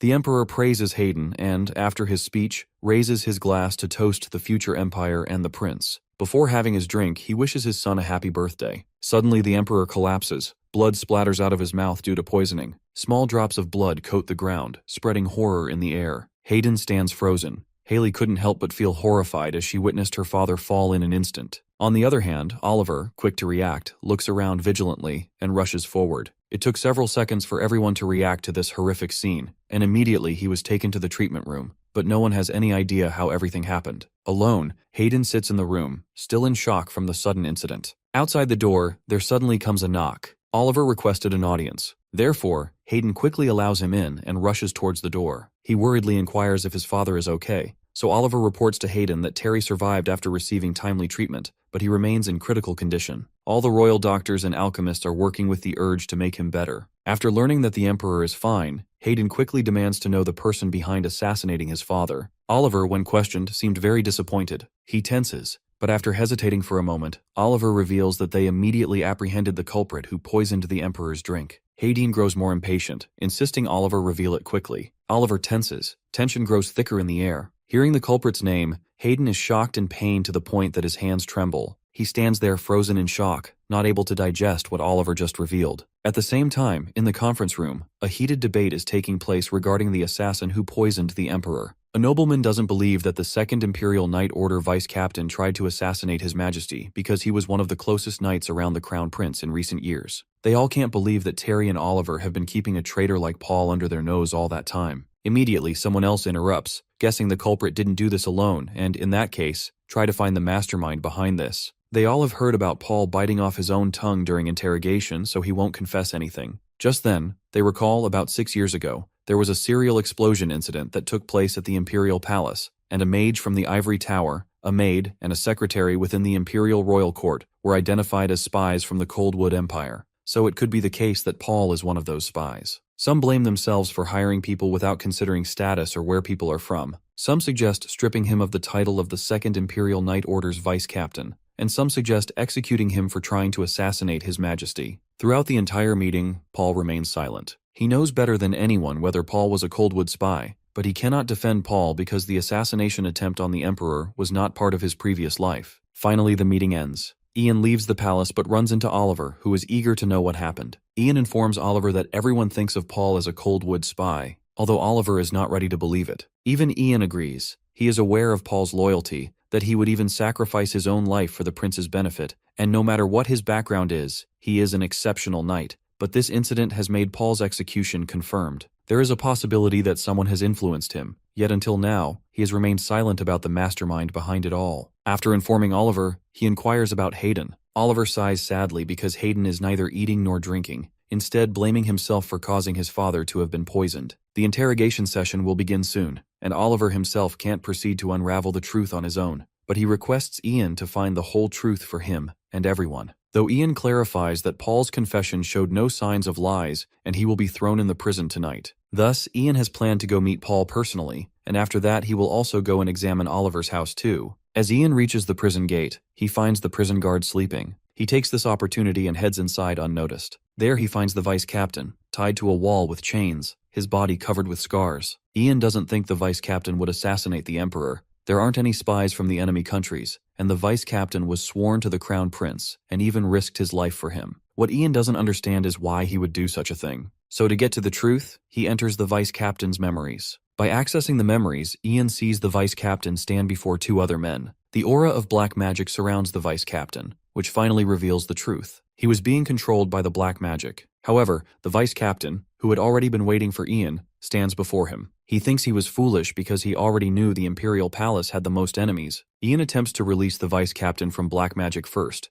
but the vice captain stops him by his hand and inquires about the crown prince. Ian informs him that the truth has been revealed, and they can clear the vice captain's name if they find out the person who used the black magic. But the vice captain still feels guilty. Conscious or not, he was the one who poisoned the Emperor's wine. Ian insists on clearing the vice captain's name. However, the only thing the vice captain cares about is that he hurt the one he was sworn to. The disgrace to his name means nothing to him. Whoever the enemy may be, the vice captain thinks if they're after the Emperor, they would be after the crown prince too. So, he begs Ian to let it end with him because he doesn't want to hurt the crown prince more than he already has. He tells Ian to tell the crown prince and Captain Oliver that he's thankful and sorry to them. He adds that this is the last thing he can do to protect the crown prince and pushes Ian. An image of two boys laughing and giggling flashes in Ian's mind before he wakes up with a gasp. He tries to use the cancellation magic, but it does not work. He desperately tries to break the black magic in an attempt to save the vice captain's life, but seeing his cold, inanimate body, Ian realizes that it's too late now. Meanwhile, Captain Oliver sits by the fireplace when he hears something outside. He picks up his sword in caution and opens the gate only to find Ian, who brings terrible news for the captain. He asks Ian if he met Paul today and if he found anything. Without being able to look the captain in the eyes,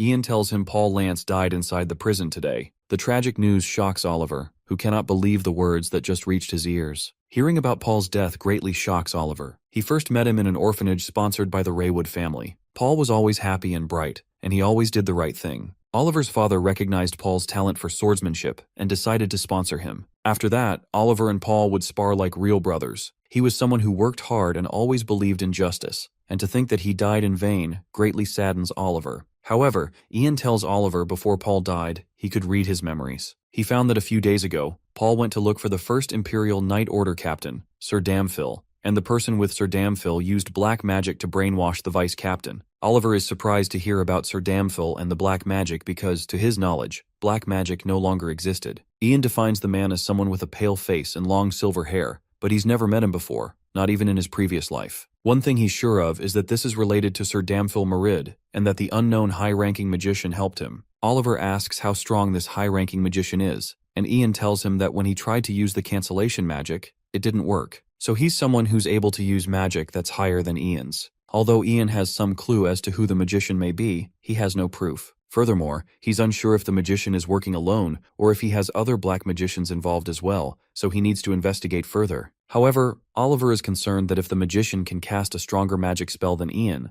then it could be really dangerous because if they manage to cast black magic on Ian, it could be the total annihilation of the Empire. Ian shows him the Queen's necklace that Oliver gave him 6 years ago. Even though Oliver said it keeps one's mind clear, it's more than that. The pendant is made of a very rare jewel made from dragon's tears. Because of that, the necklace contains an anti-magic spell with the power of at least 8th class or above, and it can absorb black magic. Oliver is relieved to know that Ian will be safe with the necklace. However, there's more to the picture. Ian tells him that the details of the anti-magic spell are only known by him and Oliver, and people only think it's just a normal treasure of the Imperial family. Ian tells Oliver to promise to keep it a secret what he's about to tell him. Hearing about the secret leaves Oliver standing speechless. Meanwhile, Sir Damphil brings the news of Paul's death and Ian's sneaky entrance inside the prison to Ragnar. However, Ragnar, the 5th prince, remains unbothered because he knows Ian couldn't have done anything. He still doesn't know of the existence of the Dragonian, and due to a lack of any clear information, he'll try to prevent getting caught by black magic. Even though Herbert's 5th class magic couldn't affect Ian with his 6th class magic,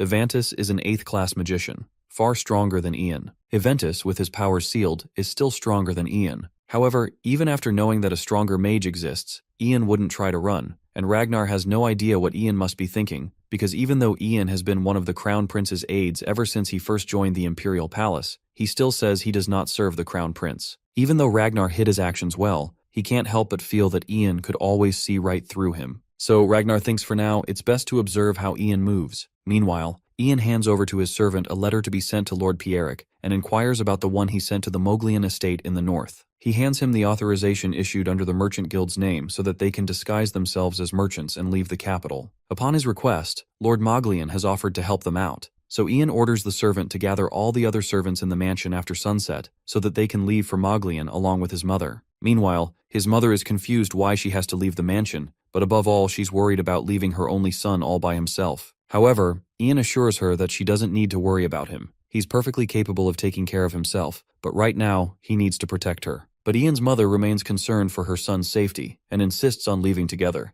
Ian begs her to listen for once because he's afraid of hurting her. He tells Ratheo to take care of her and forbids him from revealing her location, even if Ian himself comes looking for her, and once the danger clears, he will send the letter to Lord Moglian. Meanwhile, as Ian's #1 subordinate, Douglas offers to stay, but Ian refuses him too. Given Douglas's alchemy talents, him falling into that mage's hands would be grave. As a safety measure, Ian decides to erase part of his memories once everyone leaves the mansion so that he wouldn't know where anyone is going. However, everyone needs to move according to the plan because Ian depends on them. After everyone leaves, all Ian has left is the necklace and an elixir. Meanwhile, a servant brings Ragnar the news regarding the Crown Prince and the Emperor. He informs him that the Crown Prince is very weak and doesn't leave home at all. Despite the Emperor having received treatment and getting out of the critical stage, he remains unconscious. However, even him waking up would not make things better. With his internal organs damaged, it is likely that there will be negative after effects. The only thing that worries Ragnar is that if his father's condition gets better, it would ruin everything for him. Sir Damphil's solution is to think ahead and bribe the Imperial chemist beforehand. Prince Hayden's inability to perform his duties during critical times has made the nobles question his abilities. Not only that, but the Second Imperial Knight Order is being investigated,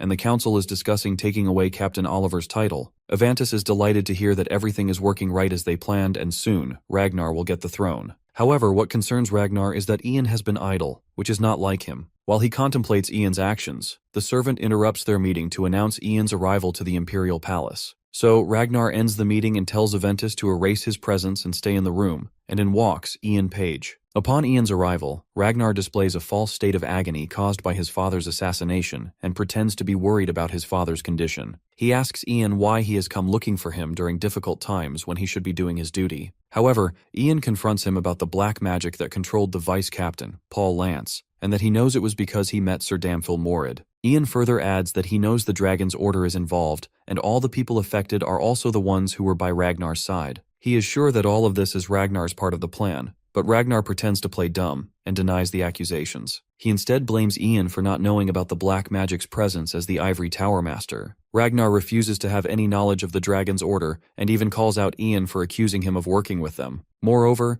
as the one in charge of keeping an eye on princes, Ian should know that Ragnar had been confined to his house and his actions were monitored by the tower. However, all of Ragnar's lies become clear to Ian's lie-detecting magic, and he confronts Ragnar that he knows he has met the Dragon's Order, and he is involved with a black magic user. Maybe it's the Order's leader. With his lies caught, Ragnar stops pretending to be innocent, but he is not scared of being caught because if Ian is right, he has no evidence because Paul, who assassinated the Emperor, is dead, and his confession was verified to be true with the lie-detecting magic. Ragnar tells Ian he's foolish for coming all by himself. When Ragnar summons Sir Aventus, Ian recognizes him from Paul's memories. While the dark magic strangles Ian, he recognizes the robe Aventus is wearing. He never thought he'd see it again. He recognizes the Dragonian, a form of Dragon's descendant. On Ragnar's orders, Aventus uses the black magic to make Ian his right hand. Ian tries to resist until finally his eyes become red and he stops struggling, finally giving in to the black magic. Ragnar still feels nothing's changed, and to satisfy the fifth prince, Aventus tells Ian to kill himself. The extreme measure shocks Ragnar, but Ian summons ice with a sharp end and points it at his neck. As he brings it closer to his neck, Ragnar tells him to stop. He is convinced after finally seeing Ian obey the command and hold the sharp ice at his neck while drops of blood drip down. With his job done, Aventus leaves Ian and Ragnar alone. Ragnar asks Ian whom he serves. Ian obediently kneels before Ragnar and says he serves Ragnar, the fifth prince, the one who will rise to the highest position in the empire. Ragnar is now relieved to have the Ivory Tower Master to his side. While the Crown Prince sits in his room, a servant tells him to prepare for the assembly that Ian has called for with his authority as the Tower Master. The Crown Prince doesn't want to meet Ian in his current state, so he asks his servant to help him dress up. The nobles gather inside the royal palace, chattering about the assembly. They assume Ian has called for the assembly to discuss who ascends the throne. Since the Crown Prince's actions have been quite disappointing, some nobles speculate that Ian now supports Ragnar, the fifth prince, despite being loyal to the Crown Prince for years. The Crown Prince sees Ian and excitedly runs to greet him. He extends his hand forward and asks Ian if they can meet after the assembly. However, Ian pushes his hand away. leaving the Crown Prince shocked with this change of behavior. Ian then politely tells the Crown Prince he's busy after the assembly. Before the Crown Prince says anything more, someone calls Ian to the assembly hall. Seeing this change in Ian's behavior and watching him walk away like that saddens the Crown Prince. In the assembly hall, Ian addresses the council and the nobles. Given the Emperor's critical condition, he believes that even if the Emperor were to gain consciousness, he would be in no condition to fulfill his duties. This calls for the time to make the decision. The Emperor's condition has brought the Empire down in the eyes of the enemy. Their land is now filled with fear and terror. In this difficult time, they need to choose the rightful ruler. Someone who can end the crisis and bring peace to the political affairs between the three countries. Someone who can restore the Empire's glory is the one who should wear the crown. Ian declares his support for Ragnar, the fifth prince. Everyone's faces turn to each other in shock, looking for an explanation. The Crown Prince, like everyone else, remains shocked, but Ragnar, on the other hand, remains relaxed with a grin on his face. Hurt by this betrayal, the Crown Prince approaches Ian with anger. He grabs him by the collar and punches Ian in the face. People step in to break off the fight and escort the angry Crown Prince out of the assembly hall. Ian's betrayal hit the Crown Prince hard. He never expected this of him. While the Crown Prince lies in his room, he sees Oliver standing outside. Oliver tells him to dress warmly so they can leave. Oliver's arrival strikes him with confusion. Oliver explains to the Crown Prince that they can take the secret emergency path behind the palace to avoid the guards. Knowing that the whole squad of Second Palace Knights awaits outside, surprises the Crown Prince. Oliver kneels down in respect, extends his hand forward, and tells him they need to leave now. The Crown Prince stands surprised at first, unable to respond, but then places his hand in Oliver's. As Oliver and the Crown Prince come out, the Second Palace's knights greet the Crown Prince with excitement. Oliver tells him that the palace and the capital are not safe for the Crown Prince anymore, and the Second Palace knights have decided to accompany him to the Pierrex territory for safety. However, the Crown Prince is concerned about Pierrex territory because Ian, who just betrayed him, made an eternal contract with them. Oliver tells him he'll explain everything, but first they need to leave. But the Crown Prince is concerned about defying orders because it's treason and punishable by execution. Oliver refuses to acknowledge anyone's orders. The Second Palace's knights recognize Oliver as their king, and only he can command them. They all kneel before the Crown Prince and pledge to serve and protect him. Seeing the undying loyalty of the Second Palace knights, the Crown Prince gives in and agrees to go with them and asks Oliver to explain the situation. Meanwhile, Sir Damphel brings the news that the Crown Prince has disappeared, along with Second Palace knights who were seen leaving, armed. They were seen heading to the east, so they've sent a team, but Sir Damphel asks if they should send more people. Ragnar refuses because they must be going to Pierrex territory in the east. The frequent appearance of monsters will make it difficult to catch them. It should be okay with Oliver, the Sword Lord, and the elite knights with them. The less skilled force will only get hurt. So, Ragnar tells Sir Damphel to ignore them and focus on finding Vanessa Page. Ragnar sees through Ian's plan. He knows he must have hidden his mother because he knew he would be influenced by black magic. However, he won't reveal her location, and it is unlikely that Sir Avantus was brainwashed, which means Ian must have erased his memories. Sir Damphel is curious why finding a powerless woman is a priority. Ragnar explains that there's no way Ian came on his own, being fully aware that he would be under the influence of black magic. He thinks there's more to Ian's plan, and he needs Vanessa to prepare for that. If something is too good to be true, it probably is, which makes Ragnar anxious to think what Ian must be planning. Meanwhile, the Crown Prince is standing with Oliver in the Pierrex castle when Lord Pierrex checks up on him to make sure he's comfortable. The Crown Prince assures him that he's only delighted with the kindness and the hospitality that Lord Pierrex has shown him. Lord Pierrex tells him he's honored to have the Crown Prince. He feels sorry for the Emperor's assassination and prays that he recovers soon. Lord Pierrex assures the Crown Prince that the Pierrex family will support him as Ian requested, and they'll do their best to keep him safe. The Crown Prince feels very positive about Lord Pierrex and finds him very considerate. He points out Lord Pierrex and Oliver being related. Oliver tells him he's a distant relative and even taught Oliver swordsmanship when he was little. The Crown Prince is relieved to know that Ian has thought everything through. However, he's worried if Ian really is influenced by black magic or if he actually decided to side with Ragnar. The Crown Prince worries that Ragnar has always been better than him, and maybe like all the nobles, Ian also decided that Ragnar was more suitable to be a ruler and sided with him. Oliver assures him that it's not like that. He repeats what Sir Ian told him 6 years ago, that he will never support the fifth prince. He urges the Crown Prince to have faith in Ian's plan because he trusts that he has everything planned. Meanwhile, in a flashback, Ian explains the plan to Oliver that he will find Ragnar and willingly let him cast black magic. However, the Crown Prince must not know, otherwise he'll try to stop Ian. Oliver raises concerns about Ian's safety, but Ian assures him he is too important for Ragnar to kill him right away. With his 6th class high-ranking mage and the position of Ivory Tower Master, Ian has the power to influence political and diplomatic decisions. Ragnar will use Ian to gain the noble's trust and succeed to the throne. Oliver is struck with confusion when Ian says he hates the idea of being controlled by Ian again. However,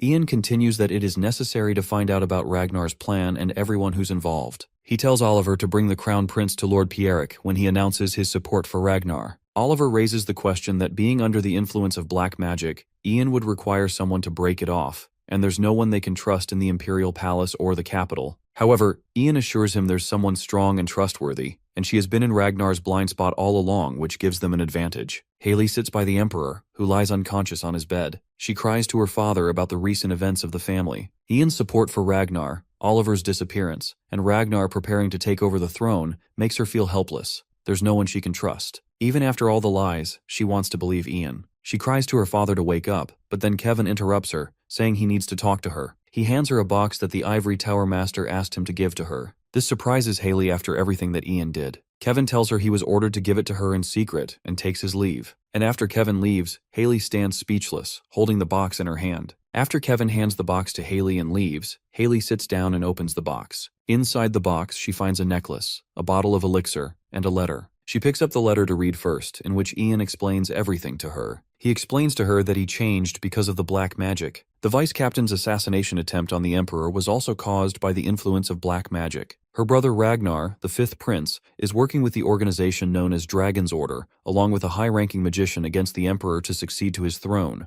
Ian willingly became influenced by black magic to find the person who tried to harm the Emperor. However, he needs Haley's help. He tells her about the Queen's necklace that can break the spell of the black magic, and he needs her to put that necklace on him. The potion is a contingency in case the necklace doesn't work. It's made from a special herb called Landyor's flower, and it can neutralize the mana in someone's body, but is also a fatal poison capable of killing a magician. If the necklace fails to break the black magic spell cast on him, he wants her to use the potion to kill him. Meanwhile, now that Ragnar is no longer grounded, he visits the palace to see his father because as the Emperor's son, he needs to perform his duties. Haley points out that she's seen Ragnar and Ian after a long time and asks Ragnar if she can talk to Ian for a moment. After Ragnar's permission, Haley takes Ian to a room so that no one sees them. She tells Ian that she has to return the item he gave her and asks Ian to bend down. The moment she puts the necklace on Ian, its jewel starts to glow and Ian's eyes turn red. The black magic starts to leave Ian's body. He coughs and vomits black liquids out on the floor. The princess gets worried about Ian, but he gets up as soon as the black magic is destroyed. She hugs Ian in relief, saying she could never kill him. However,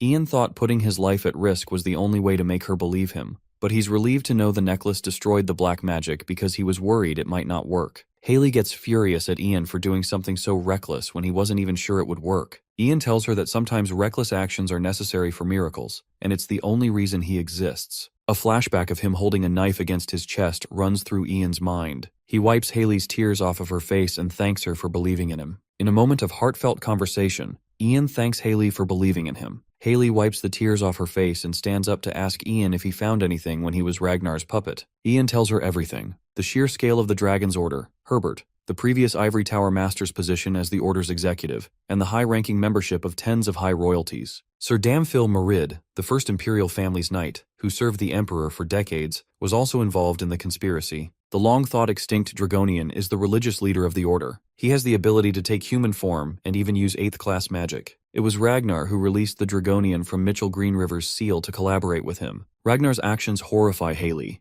However, Ian adds that he thinks Ragnar was planning this for a long time. Succeeding the royal line is not the end goal for the Order, but they want to start a war with the Empire's armed forces to conquer the lands. Ian tells Haley that Ragnar already controls the royal palace. It's not just poison that risks her safety. He urges her to not trust anyone and stand by the Emperor's side. Haley worries about Ian's safety, but Ian tells her he still needs to pretend to be on Ragnar's side to find out how Mitchell Greenriver got rid of the Dragonian. There was nothing about it in the library of the Ivory Tower, so Ian believes maybe he'll find something in the royal palace. Haley takes a moment to think and asks Ian to follow her because she has something to show him. She leads him to another place and hands him a book, a royal family's treasure that her father gifted her. The book is a relic left behind by Mitchell Greenriver, the first mage of the royal family. It's assumed to be a journal written by an ancestor in his lifetime. The reason it's assumed is because the seal on the relic has never been opened by anyone. The records say Mitchell Greenriver was a 5th-class mage, but the seal seems to be made with a higher-class magic. She wonders if Ian will be able to undo the seal. Ian thinks about blowing the mana into the book to try to read the techniques, but suddenly the book starts to glow, and he recognizes the dragon tongue.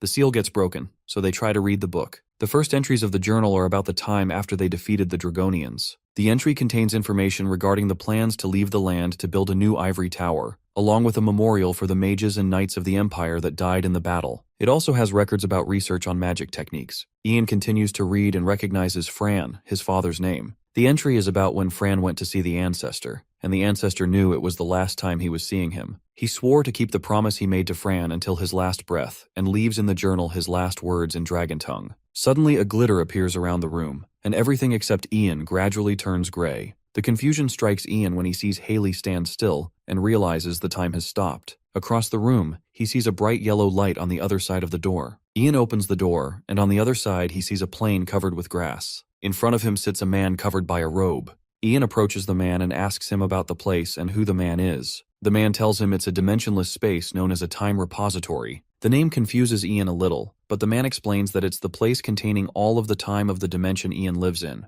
Ian is confused about how the man knows his name. He tells Ian that humans know him as the first magician, or the Gold Dragon. The revelation strikes Ian with surprise. The Gold Dragon who controls time exists only in legends, and the first mage was the first human to ever discover magic. Ian is confused to know both are the same being. The man tells Ian that if he's here, it means he already knows about Mitchell. But what he doesn't understand is why Mitchell spared the Dragonian in that dimension. He doesn't understand if it was out of pity or revenge. Ian is confused about how the man and Mitchell are related. The man answers that they're friends because he's the one who gave Mitchell the power to end the Dragonians. Ian asks if he's telling the truth, why the man chose to give the power to Mitchell instead of doing it himself. The man answers that long ago, humans suffered from black magic. The Dragon Authority had the ability to put all creations into submission, and black magic was created to achieve that power. However, the black magic created by Dragonians was greedy and ambitious. It was corrupting and disrupting the balance of the world. Countless disasters erupted, and even though countless humans suffered, he could not get involved because when the world was created, a rule was made to never allow a dragon to be involved in the human world. But, since the Dragon Authority was the cause of human suffering, the man couldn't just sit idle. So, he went against the rule and interfered with human history. He taught humans magic to fight against the black magic. However, it was inadequate. Humanity needed a hero to raise them when it fell to disasters, so he shared the authority with humans, with Mitchell Greenriver. Even though Mitchell belonged to the Imperial family, he dedicated his life to destroying the existence of black magic, but his one mistake washed off all his efforts. To pay for the consequence of interfering with human existence, the Gold Dragon lost all his memories. He couldn't destroy black magic himself, and he sealed his remaining time in his human body and hoped he would eventually remember what to do. After losing all the memories, the Gold Dragon traveled the human world. Even though those times were short, he cherished each moment. That's when he met Vanessa. His life became beautiful, and he gained another precious gift. He calls Ian his son and tells him he missed him. However, Ian refuses to believe him because his father died long ago. The Gold Dragon agrees that Fran Page is dead, but what exists now is a mind without its physical body, and he's been waiting for Ian. Ian gets furious at him for leaving them. The Gold Dragon continued that after some time had passed, his memories started to come back, and he remembered what he needed to do. He had to completely get rid of black magic in this world. Even though he wanted to protect the world, he had no time. He had no choice but to leave his family. He acknowledged that Ian had had a bad life, but he hoped that he would find happiness. Ian is upset but tells him he didn't come here to talk about that. The Gold Dragon tells Ian that the power he seeks to defeat the Dragonian already exists within him. Before he left Vanessa, the Gold Dragon's authority was already passed to Ian when he was still in her womb. He tells Ian that he was not able to understand and use Dragon Tongue just because he's a high-ranking mage. Ian suddenly realizes he doesn't remember when he started using the Dragon Tongue. The Gold Dragon decides it's time to awaken the dormant power with Ian, but first he needs to take a look at it. Fran wants to awaken that particular power in Ian Page, but to do so, he would take a look inside Ian's soul in order to see what kind of life he wanted so badly that it remained a secret even from himself. Ian wakes up from his nap and tries to figure out where he is. He went towards Vanessa, and she is angry with him and complains that after all the trouble he went through to make some time for a family picnic, he is sleeping there all the time, as she knows that Ian has been busy those days, but she wants him not to push himself that much. She also decides to talk to her brother so Ian can get a little rest. Ian nods by calling her His Highness. Vanessa questions him about the formality he is doing or if he is still half asleep, as His Highness is something she hasn't heard in a while from him. Vanessa calls her daughter Johanna to come give her father a hug as he is finally awake. Johanna runs and comes to his father and hugs him, but his reaction seems a little dry, as Ian is confused about what is happening there. Vanessa reminds him that this is not the right way to treat a young lady, and as Johanna has hugged her, he should hug her back. Ian reaches for her and holds her really tight, and hearing her say "Papa," he feels relaxed. But all of a sudden, he realized that it was all a dream, and the primal mage questions him about what he sees. He confesses to him that he saw a little girl with the same color hair and eyes as his, and her name was Johanna. Her tiny body, warmth, sound, and scent filled him up entirely with a warmth and soothing sensation. Ian questions him, "What was all that?" He replies by saying that it was love, as it is the strongest spell that gives humans their greatness, but at the same time, it is a very common concept. Fran Page felt that sacrificing oneself for someone he loves, fighting to protect them, and having the courage to carry on with life was all Ian wanted as well, to be a part of the wheel, the humblest and the greatest of all. But Ian finds that way too peaceful and too beautiful for him to even dream of. He questions him if he did witness his future. According to Fran Page, that is something it could be, and at the same time, maybe not, as everything depends on Ian's choice, and he feels that it is the time for him to send Ian back so he awakens his dragon might that lives inside of Ian. He also wants Ian to put that to good use and finish what he was unable to do so. Ian can still feel Fran Page's memories flowing inside him. Fran Page confesses that he has never left his son, and he even loves him a lot forever and always. Ian's heart clenched. Haley Greenriver asks him if he is all right, but he denies that there is something in his eyes, maybe, and nothing else. Ian opens the diary and all the Dragnian writings have disappeared. He questions Haley if she remembers what was written there, but nothing is there, as it is blank from the very beginning. Haley asks Ian if he has found the way to defeat the dragons. And finally, Ian has found a way which made Haley glad. Ian is going to set things with Ragnar once and for all, and he wants Haley to take care of his majesty by staying at his side and keeping him safe, as that is the #1 priority. He also promises her that he is going to be fine and is going to put an end to all of Ragnar's madness. They both shake hands, and Ian is going to come back as soon as he promised. Ronan really wants Ian Page to reconsider, as the continent has already been unified, but they are still facing a lot of conflicts across the lands, and the Empire needs its 8th-class hero. He wants Ian to think of the achievements in the Ivory Tower as if he is going to give that all up. He even knows that His Majesty is never going to let Ian leave like that, but Ian has already decided to leave even if he doesn't give him the permission, as he has already finished the preparations for Ronan to become the next Tower Master. Ronan gets shocked. Ian confesses to him that he doesn't stand in front of him as an 8th-class hero, but as a disgusting monster, which made Ronan speechless. Ragnar Greenriver calls out Ian, and he has read the letter Ian sent him. He questions Ian. Why is he leaving all of a sudden? If he wants a break from everything, then Ragnar allows him to take a few months off, or even a few years if he wants, as he knows that how much Ian have sacrificed with him to build the Empire. So that is why he is going to grant him everything he needs, so he deserves the best, and they can take any other substitute till Ian is not there, and as Ian recommended him Ronan for that, so he does so, and he is also going to rearrange the system so that the workload can be divided and more new people can be hired, so he commands Ian to take a break and come back whenever he is ready. But Ian refuses, as he is not going to come back because his existence is not going to be of any help to the Empire's future now that it is unified, and all it is going to do is lead the Empire to division again.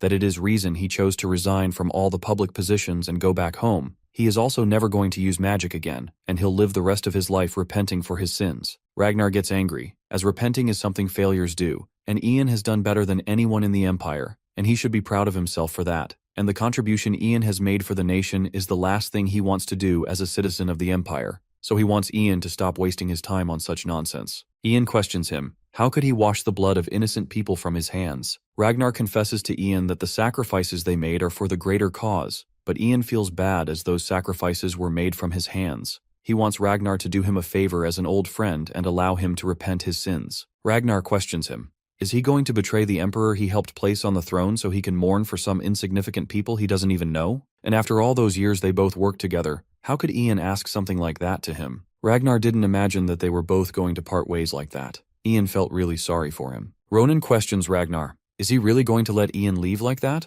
As the remnants of the Coldwood Empire and the unions of rebellions are still causing a lot of problems at their borders, and if their people heard that Ian had left them in such an uneasy time, they would be discouraged. And if he joins hands with rebellion, then he can take the Empire by force if he wants to. Some people worship Ian Page as a war hero, and even he should be the one to succeed the throne, and if Ian Page chooses not to be their ally, it is going to be wiser to kill him. Ragnar calls out the Imperial Alchemist to bring Douglas Heyman. He asks Ragnar about the new potion, and if he is sleeping well, but it is getting worse for him. Ragnar questions him if they can increase the dosage, but that potion is made with an addictive herb, and if he is going to take more than he is taking, it is going to cause him harm. And also these potions are a temporary solution, and Ragnar needs to solve the fundamental problem, which is he can't sleep at night in order to get better, but Ragnar is unable to do so, as he is afraid that his old friend who left him is going to betray him and take his empire from himself someday, as when he was on his side, he used to trust him. But after he left, Ragnar feels that he indeed is the monster he claimed to be. Alchemist gives him advice that the only way to get over it is to kill him. Ragnar gets shocked if the alchemist is giving him the advice to murder his friend, but Alchemist feels that he really is his friend who is causing him that much pain,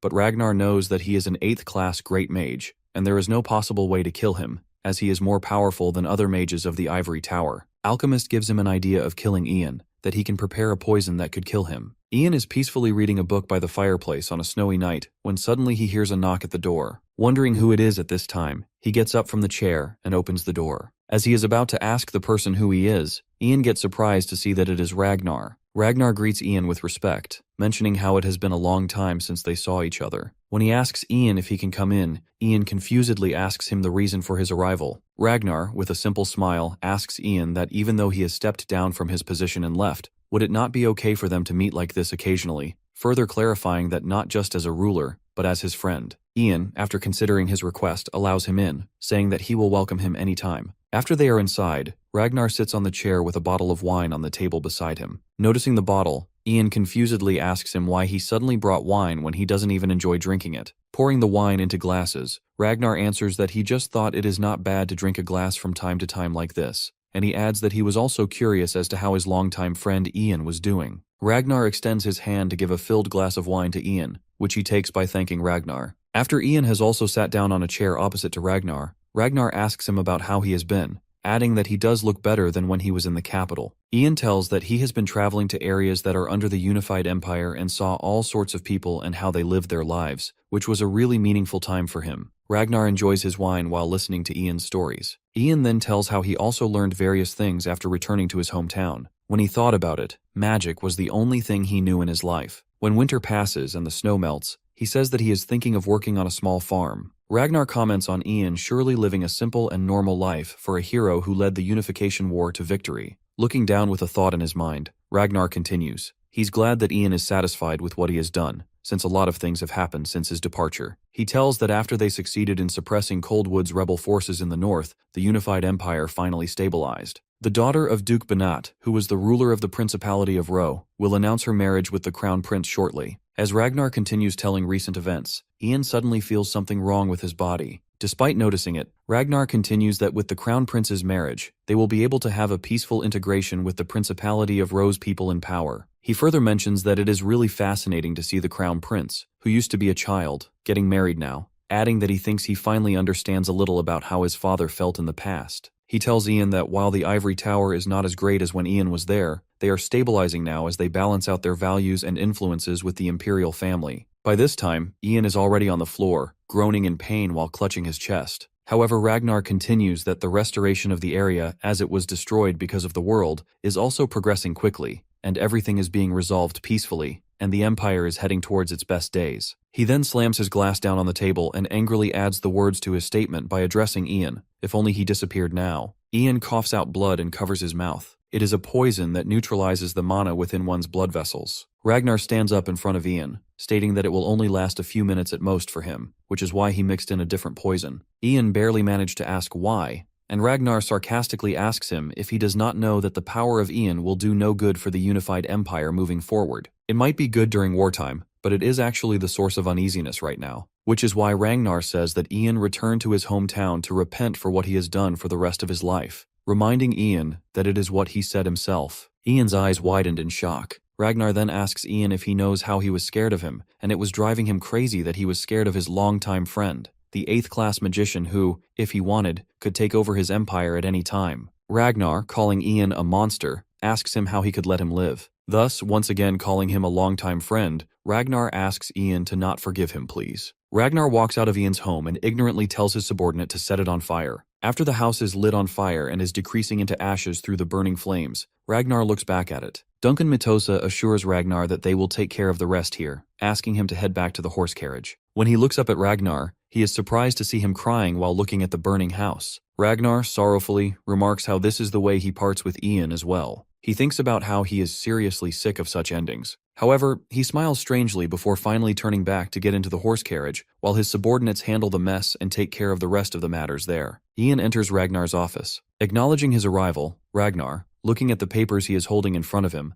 asks Ian about what the princess said to him. When Ian tells Ragnar that the princess asked him why he betrayed Ragnar, Ragnar asks him what he said in his reply. Ian says that he straightforwardly told the princess that he does not need to reply to her, and this makes Ragnar laugh. Putting down the papers in his hands, Ragnar crosses his hands and leans back. He mentions how the princess likes Ian quite a bit while calling her a poor thing. Ragnar then tells Ian how his father did not like any of those who proposed to her and rejected all those marriage proposals. He calls it quite unusual, wondering what was so displeasing about those people, adding that marriage is basically a transaction for the sake of one's family and power for people like him. Ian silently keeps standing there, listening to Ragnar say that to think father would hide the princess away just because he did not want to do something like that is just plainly ridiculous because he is someone who would make use of such transactions. Standing up from his chair, Ragnar informs Ian that when the time is right, he is intending to get Ian to marry a suitable family's daughter. He starts walking towards Ian, saying it would not be long as he will ascend the throne and become a stronger emperor than his father, and will become the first to unite the three countries and lead the Green River Empire to its peak. After reaching near Ian,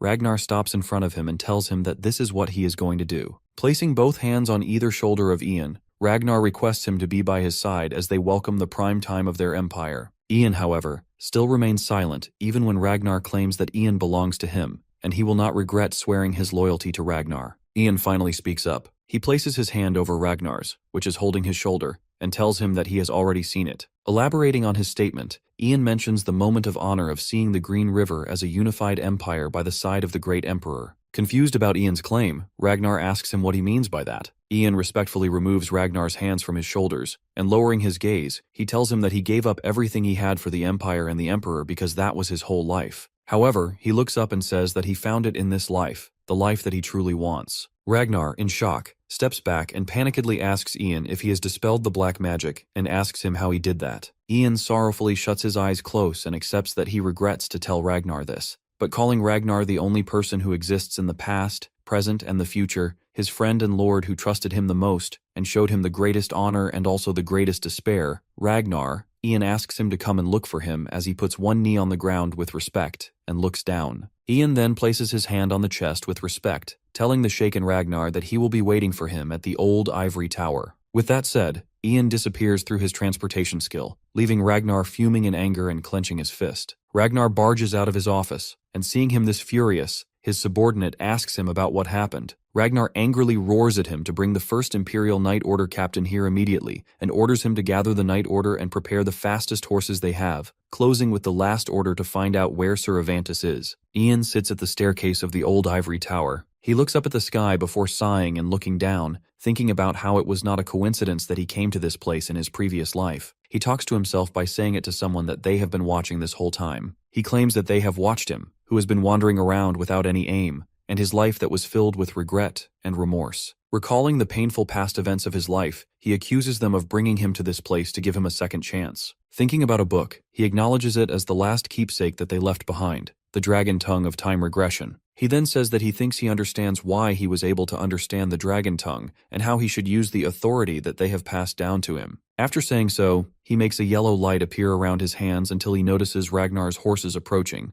and he looks at them in a questionable way. Ragnar, after getting closer to the staircase of the old ivory tower while riding his horse, glares at Ian, who is sitting at the top of the staircase with spite. When Ian looks at him, he gets up from the stairs, and as he starts stepping down, he welcomes Ragnar. Ragnar gets down from his horse, and turning to Cervantes, he addresses him and tells him that he must kill Ian this time around. When he asks Cervantes if that would be possible, Cervantes sighs while looking down, stating that they should have just killed him earlier instead of getting themselves into this mess. He calls Ian a brat who is just a 6th-class mage, thus he claims he will end Ian in an instant. However, worriedly, Cervantes tells Ragnar that it seems there is another problem. On being asked, he answers that he can feel the gold dragon's authority, stating that the person is nearby. Ian and Ragnar look at each other. Ian steps down to where Ragnar is standing and welcomes him. However, Ragnar angrily snaps, asking Ian mockingly if they are close enough to be on a first-name basis. Before Ian could say anything, Ragnar calls Ian by his full name, telling him that he was wrong, and asks if he thought the Crown Prince could rule over the Empire. Furiously, Ragnar states that what the Empire needs is a rational emperor with strong power. Thus, he claims that Fool, the Crown Prince, does not have the right to possess power. Maniacally grinning, Ragnar stares into Ian's eyes and says that if the Crown Prince knew it was not his place, he should have given up. And he adds angrily by questioning how dare the Crown Prince count on his father's love for him and strut around confidently when he is unqualified. Ian stays silent even when Ragnar calls the Crown Prince an unqualified insect, stating that he was enjoying what Ragnar could not get, as if it was how things were meant to be. When Ragnar yells in anger, refusing to acknowledge the Crown Prince by claiming himself to be the one who is qualified and saying that he is the one who needs to become the Emperor, Ian finally speaks up in his gentle voice. He says that black magic corrupts the souls of humans and tells Ragnar that he is no exception. He further tells him that he has lost the cool judgment he had, and he is now showing his true colors while pursuing his desires. When Ian tells Ragnar that he can no longer go back to his normal self, Ragnar smirks and arrogantly tells Ian to spout all the nonsense that he wants, for today will be the last day that mouth will speak. After saying that, Ragnar calls out Suravantis, signaling him to do his work and finish off Ian. Suravantis then steps forward by spreading his wings and sends his air-based magic towards Ian, thinking about how he heard that Ian was an intelligent human, but maybe it was not entirely true. As he is thinking about how Ian is cutting his own life short, he notices that the air-based magic, which he sent towards Ian, has done him no harm, and he is still standing intact. This fuels Suravantis' anger, and he confusedly wonders how it could happen. Suravantis then confidently sends his fire-based magic towards Ian, but, to his surprise and extreme annoyance, this magic also fails as Ian keeps standing there nonchalantly, and the fire just burns around him without hurting him. Suravantis thinks Ian Page is definitely a lower-class magician compared to him.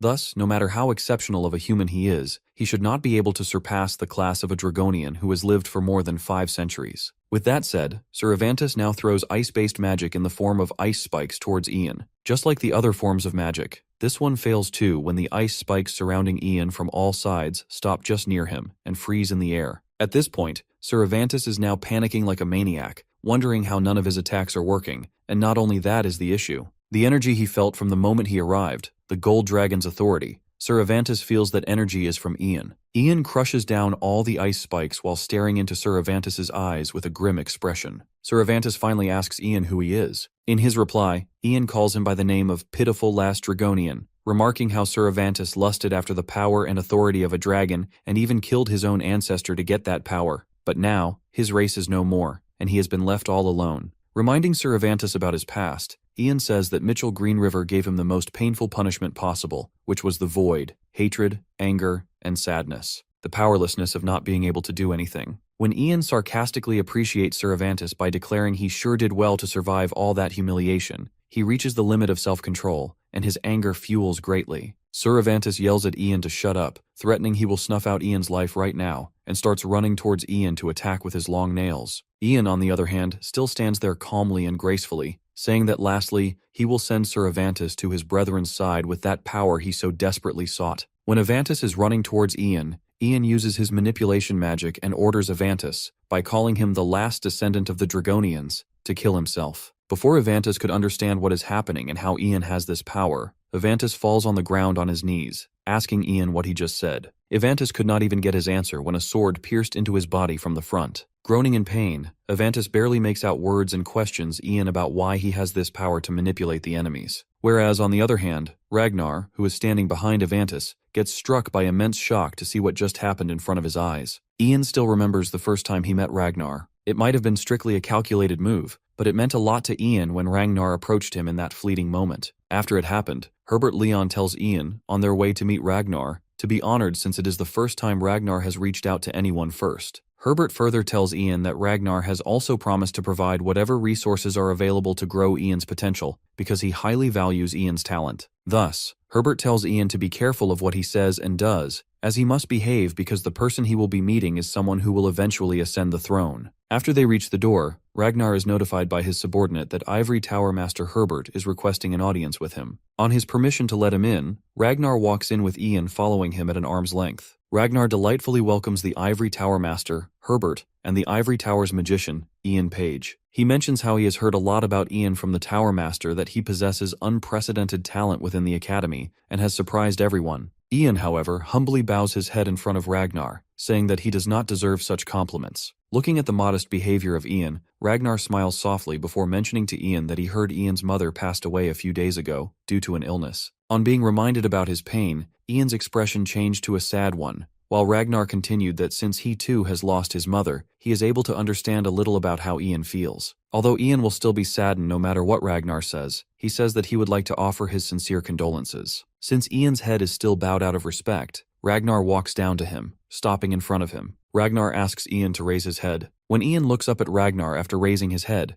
Ragnar tells him that he is not the prince of their empire right now. Rather, he wants to meet Ian as a fellow human being, and exclaims that he wishes to become friends with Ian. Now, in the present day, when Ian has made Avantis kill himself, Ragnar is too stunned to speak. His eyes are widened with shock, and his mind is haunted by his fears. At last he shuts his eyes, telling himself to make a decision. With a thud, he drops on his knees in front of Ian, saying that he will not beg for his life and asks Ian to kill him since he would rather Ian kill him here and now, as opposed to cutting his head off at the plaza. Ian, on the contrary, is still quite calm and keeps standing in his place while looking at Ragnar. When he does not utter a single word, Ragnar gets confused and asks him if he doesn't loathe him. Ian still stays silent, and it makes Ragnar even uneasy, making him ask Ian why he is looking at him like that, or if Ian is pitying him. Ragnar finally reaches the limit of annoyance, and calling Ian a monster, he yells at Ian that he should have killed someone like Ian from the start. His words hurt Ian deeply, making him sadly look down and ask Ragnar if that was what he felt, and if he was that scared of him. Ian walks closer to Ragnar, saying that he'd like to show him this in his last moments. With that said, Ian is now standing in front of Ragnar, who is still kneeling down, and places his hand on Ragnar's head, saying he wants to show Ragnar who he really is. With that said, Ian's magic work starts to get Ragnar the flashbacks of the past life. From the beginning when Ian came to see him with Herbert till the end, when Ragnar poisoned Ian's wine and then burned him on fire, Ragnar gets reminded about how Ian has been so loyal to him all his life and stayed by him,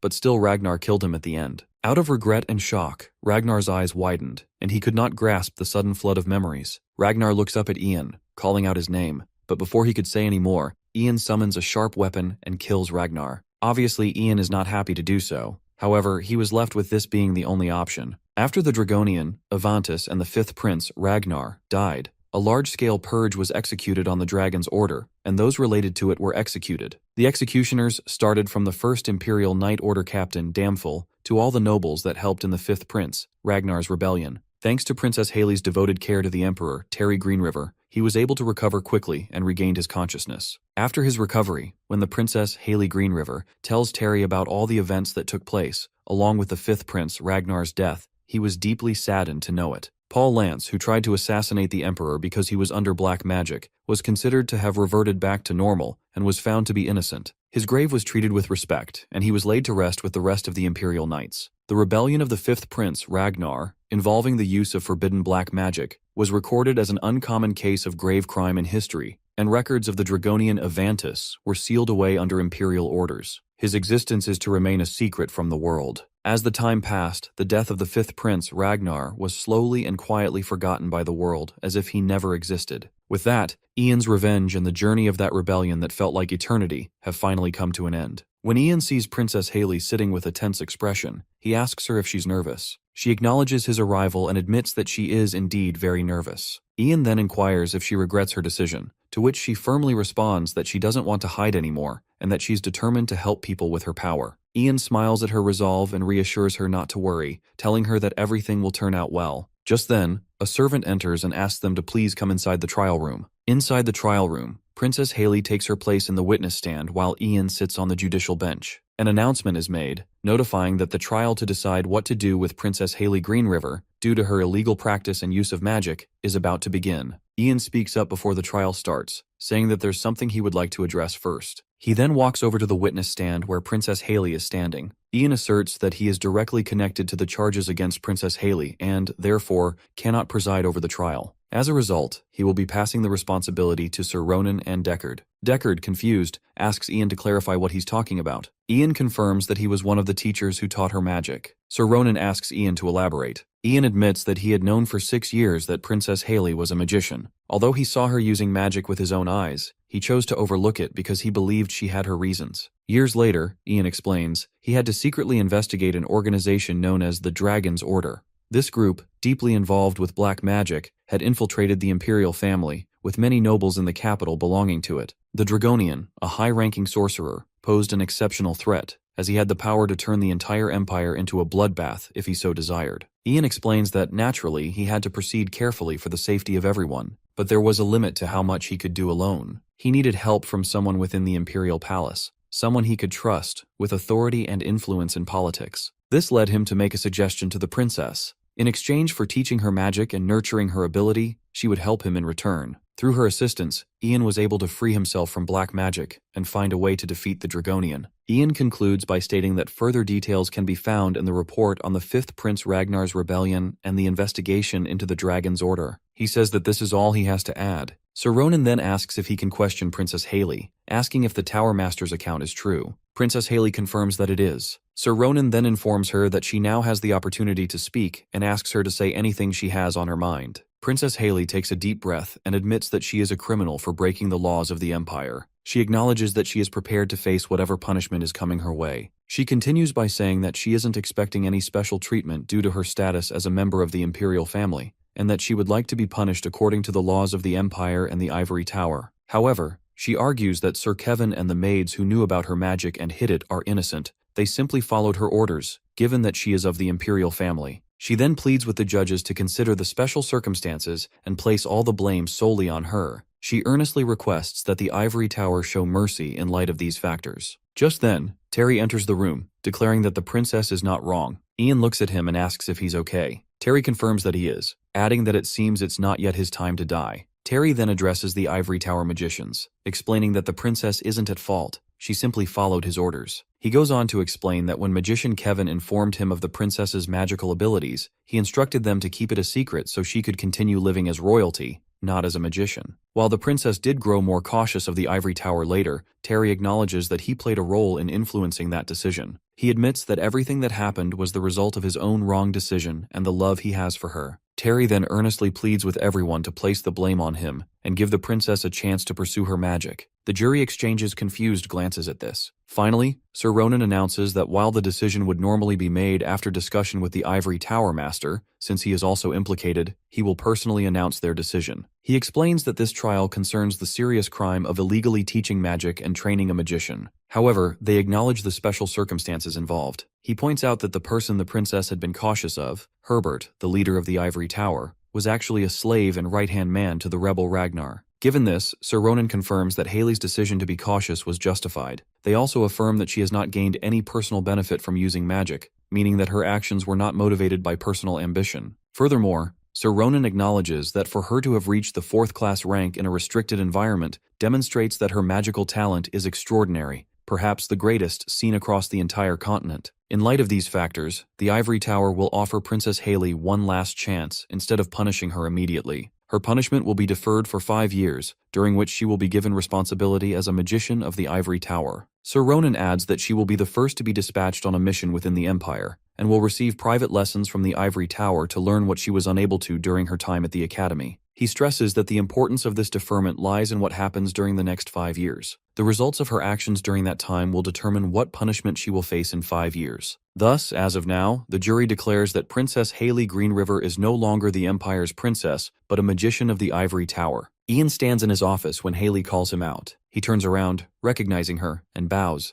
addressing her as, "Your Highness." Hayley giggles and gently tells him not to call her that anymore, explaining that she's no longer a princess and asking him to just call her by her name. Ian smiles at this and asks if she's enjoying her visit to the Ivory Tower. Hayley replies that she's enjoying herself, though at first, the other mages were a bit awkward around her. However, they now treat her as one of their own. She looks at him and says that it was all thanks to his wonderful speech that she was able to become a member of the Ivory Tower, and she thanks Ian for his help. Ian politely lowers his gaze and says that he's happy to hear that. After a brief pause, Hayley brings up a rumor she heard about Ian giving up his position as Tower Master. She wonders if it's because of her request for him to teach her magic. Ian quickly shakes his head, insisting that it has nothing to do with her. He explains that there is something he must do that he cannot do as a member of the Ivory Tower. He then opens a box on the table and says that in fact this is why he came here today, to see Hayley and return something. Haley looks into the box, and Ian explains that inside is the robe of Mitchell Greenriver, a gift given to him by His Majesty. The robe was originally intended for the future mage of royal descent, and Ian had been holding onto it until its true owner appeared. He looks at Haley and tells her that it's time to return it to its rightful owner. Ian then lifts his staff and tells Haley that this is the staff of the Great Plains. He explains that it is made from a rare material that cannot be found anywhere in the Empire, which helps people manage their mana circulation more effectively. He hands the staff to Haley and assures her that it is very light, so she won't have any trouble carrying it. Haley waves the staff around and smiles brightly. Ian asks if she likes it, and she replies with enthusiasm that she loves it. Ian nods, then adds that there's one more thing he would like to ask of her. She asks what it is. He tells her that he will be leaving the capital for a while and may not return for several years. He asks her to look after his family, ensuring their safety within the capital. Haley, surprised, asks where he's going.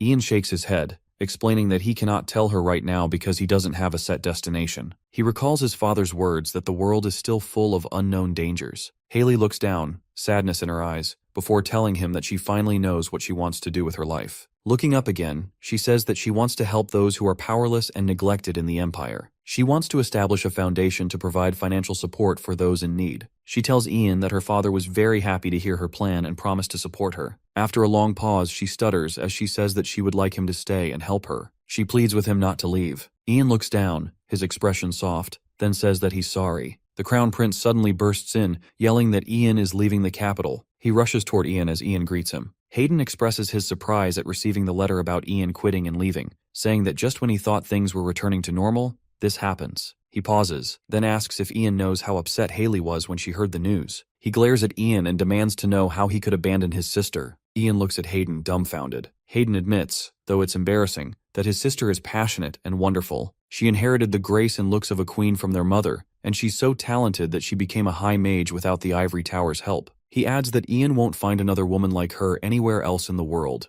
Ian replies that he knows Haley is an amazing person, and it's exactly because of that he would like her to find someone better than himself. Frustrated, Hayden asks if Ian understands what he's trying to say. After a pause, he asks what Ian wants to tell him. Ian recounts a request from Sir Paul Lance before he died. Sir Paul wanted Ian to tell Captain Oliver that he was sorry for the things that happened, and that he was grateful. Ian explains that all he could do was listen as Sir Paul said this before giving up his life. Ian bows to Hayden and apologizes. Hayden informs him that he wouldn't be where he is today if it weren't for Ian's guidance through all the hardships. If it hadn't been for Ian, Hayden would still be a sour drunkard with no confidence. He tells Ian that from now on, he'll try even harder to become a king worthy of the trust Ian and others have placed in him. When Ian is finished with whatever he needs to do, he must come back. Ian smiles at Hayden and assures him that he will return. Suddenly, Hayden commands Oliver to give him his sword. He takes it, unsheathes it, and asks Ian how his swordsmanship is. Hayden tells Ian he's been waiting for this day for a long time. Ian asks what Hayden is trying to do. Hayden hands the sword to Ian and tells him that this is a gift. He calls Ian his teacher, his friend, and his savior. He swears that the Imperial family will always welcome High Mage Ian Page's visits and will provide every kind of aid,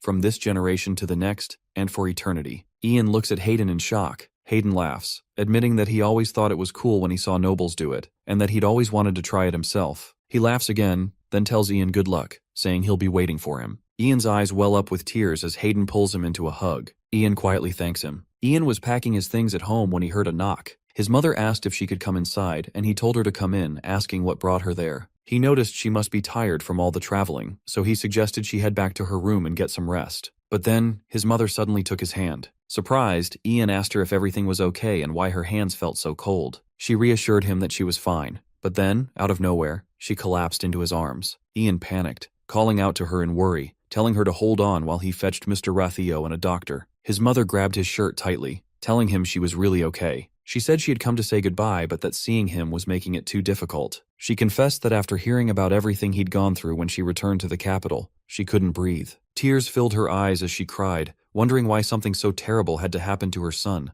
why he had to carry all that pain alone. She blamed herself, her heart breaking for him. Ian tried to comfort her, but she continued, saying that when she was staying in Mogrian, she had been terrified she might never see him again. Suddenly, she looked at him intensely and said that if something were to happen to him, she wouldn't be able to go on living. She thought of her late husband and said she couldn't bear losing another family member. Ian took her hand, reassuring her that it might be hard to believe, but he had met his father. He couldn't explain everything that had happened, but his father had told him that even though Ian couldn't see him, he had never truly left his side. Ian confessed that he had once hated his father, but now he realized that everything he had came from his father's love. That was why he had decided to follow in his father's footsteps. He told her he wanted to understand his father's thoughts and why he chose to protect them the way he did. Ian begged his mother to let him do this for himself, to fulfill his father's final wish. His mother stared at him, tears welling up in her eyes. She cried out, realizing how much he had grown. She had always thought of him as her little boy. Ian reassured her, telling her there was nothing to worry about. He reminded her that she wasn't alone because she had a new family now, people who loved her deeply. He spoke of Mr. Rathio, describing him as a wonderful man.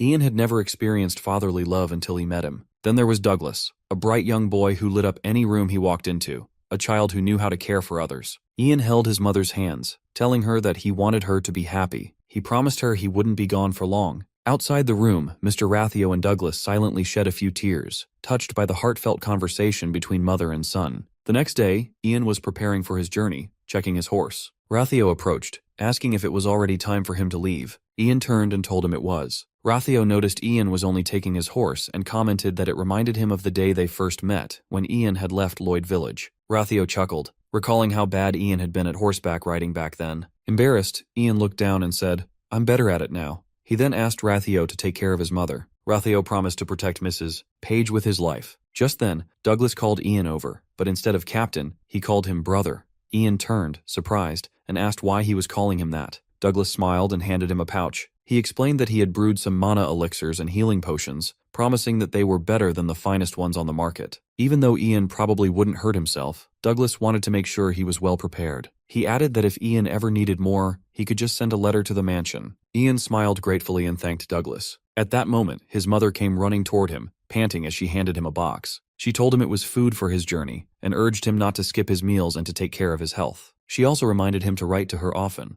Ian promised he would, and he told her to take care of herself as well. After their emotional goodbyes, Ian mounted his horse. He looked back, thinking that this was his home, a place he could always return to. His mother, Mr. Rathio, and Douglas were all waving at him. Ian smiled, knowing that they were his family, and with that, he set off on his journey. Douglas sat at his desk, carefully writing a letter to Ian. He began with "Dear Captain," and quickly went on to ask how Ian was doing. It had already been 8 years since Ian left, and so much had happened during that time. Douglas wrote that he had graduated from the Imperial Academy of Alchemy, summa cum laude, and had finally achieved his dream of inventing the cure for his father's terminal disease. This success had led to him being appointed as the Imperial Alchemist. His father, who had helped him with the research, had also been offered the same position, but he had declined. Douglas suspected that his father was overwhelmed by the duties that came with working for the Imperial family, but thought it was more about not wanting to be away from their mother. He asked Ian if he remembered how awkward they used to be, but now they were a loving couple. He went on to say that His Majesty, the Emperor, had never fully recovered from the assassination attempt 8 years ago, and had recently ordered the Crown Prince, Hayden, to take over the official duties. Hayden had grown sharper and more mature, and he was doing an outstanding job. His most recent achievement was successfully negotiating a peace treaty between Gren River, Coldwood, and the Duchy of Low. The treaty had led to a massive boost in trade, bringing about great advances in both the economy and technology. Douglas also shared that Lady Haley had completed her 5-year probation and officially became a High Mage of the Ivory Tower. She had started a charity foundation, which had made her extremely popular among the people of the Empire. At present, she was the leading candidate for the next Tower Master. He concluded by saying that everyone was living their lives to the fullest,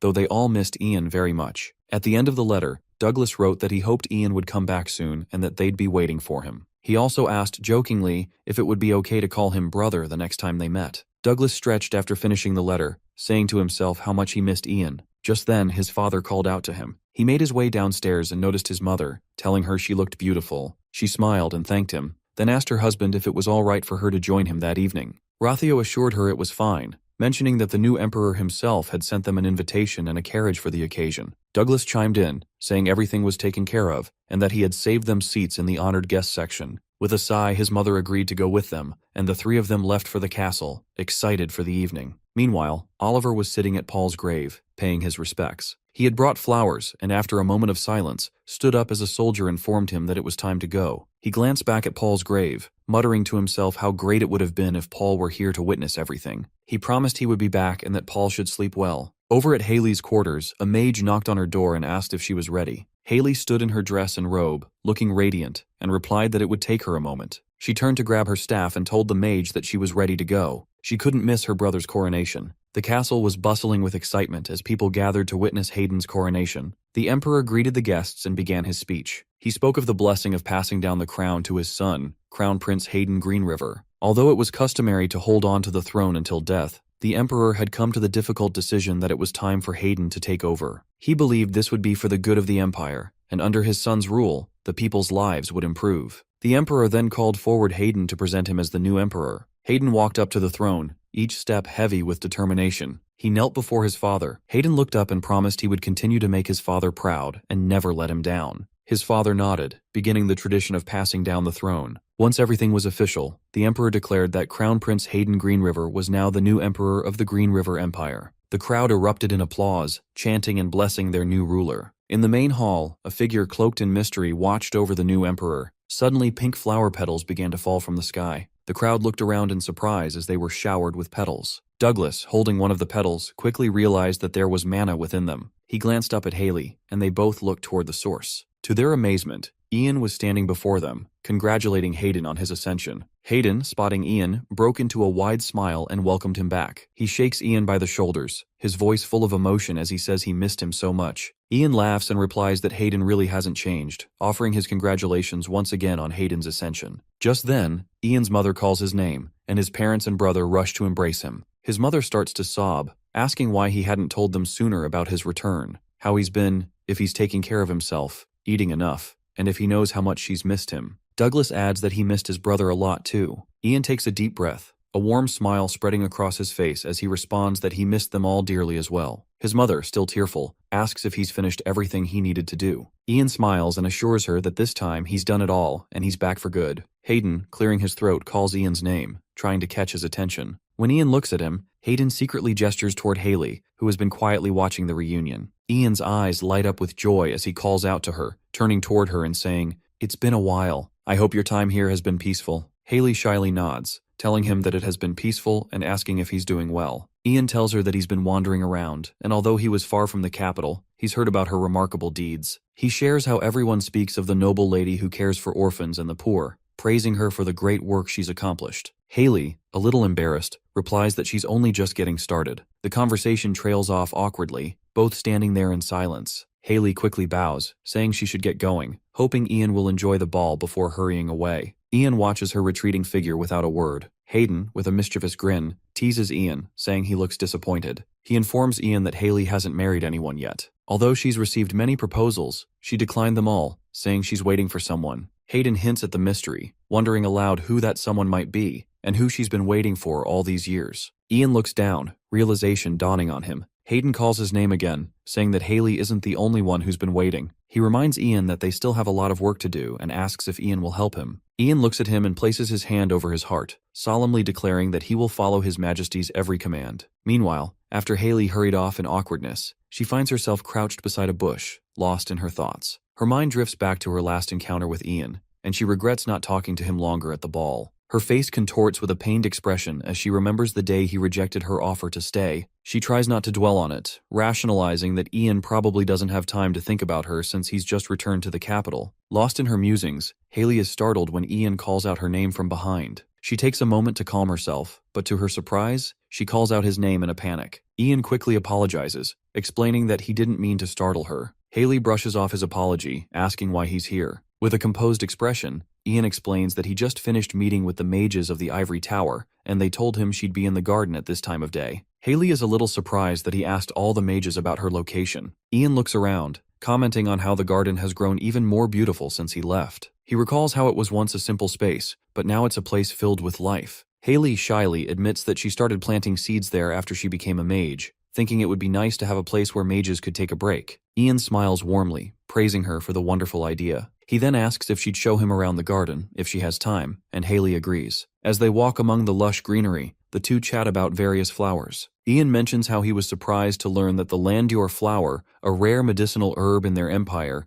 is considered a weed in Coldwood because it grows so abundantly there. He laughs, remarking that it almost makes the trouble his family went through to obtain it seem insignificant. Ian then tells Haley about a lake west of a duchy, which he heard shines like gold. He traveled there, expecting to see something extraordinary, but when he arrived, it looked like any other lake. However, as the sun began to set, the lake truly did shine, bright as gold. Ian reminisces about the moment, admitting that it was so beautiful he can never forget it. Haley smiles and says that it sounds like a wonderful trip. She adds that she'd love to visit the Golden Lake one day. After a brief silence, Ian asks if Haley would allow him to take her there, saying he would take her anywhere she wishes. He offers her his hand, telling her he'll do so only if she takes it. Ian then shares that over the years, he's wandered through golden lakes, dense forests, scorching deserts, and endless seas, but no matter where he went, the first thought that always came to his mind was her. He admits that he started to wonder how she would react if she were with him, and with that thought came a yearning in his heart. He says he realized what that yearning meant to him. He tells her that when everything at the end of the world was finished, the first thought that still lingered in his mind was her. Suddenly, Ian kneels on one knee, extends his hand once more, and asks if she would accompany him, just as she has accompanied him in his heart all these years. He asks Haley to let him spend the rest of his life by her side. For a moment, Haley just stares into the distance, her voice weak as she asks if Ian will promise never to leave her again. Ian, without hesitation, replies that he would never leave her and that he will stay with her until the end of time. At this, Haley begins to sob. Tears fall uncontrollably down her cheeks, and Ian, unsure of how to react, looks at her with confusion. Haley, through her tears, tells Ian that she missed him so much and that she truly, truly waited for him all these years. She says that she's finally ready to let him stay by her side, and with a joyful heart, she answers, yes.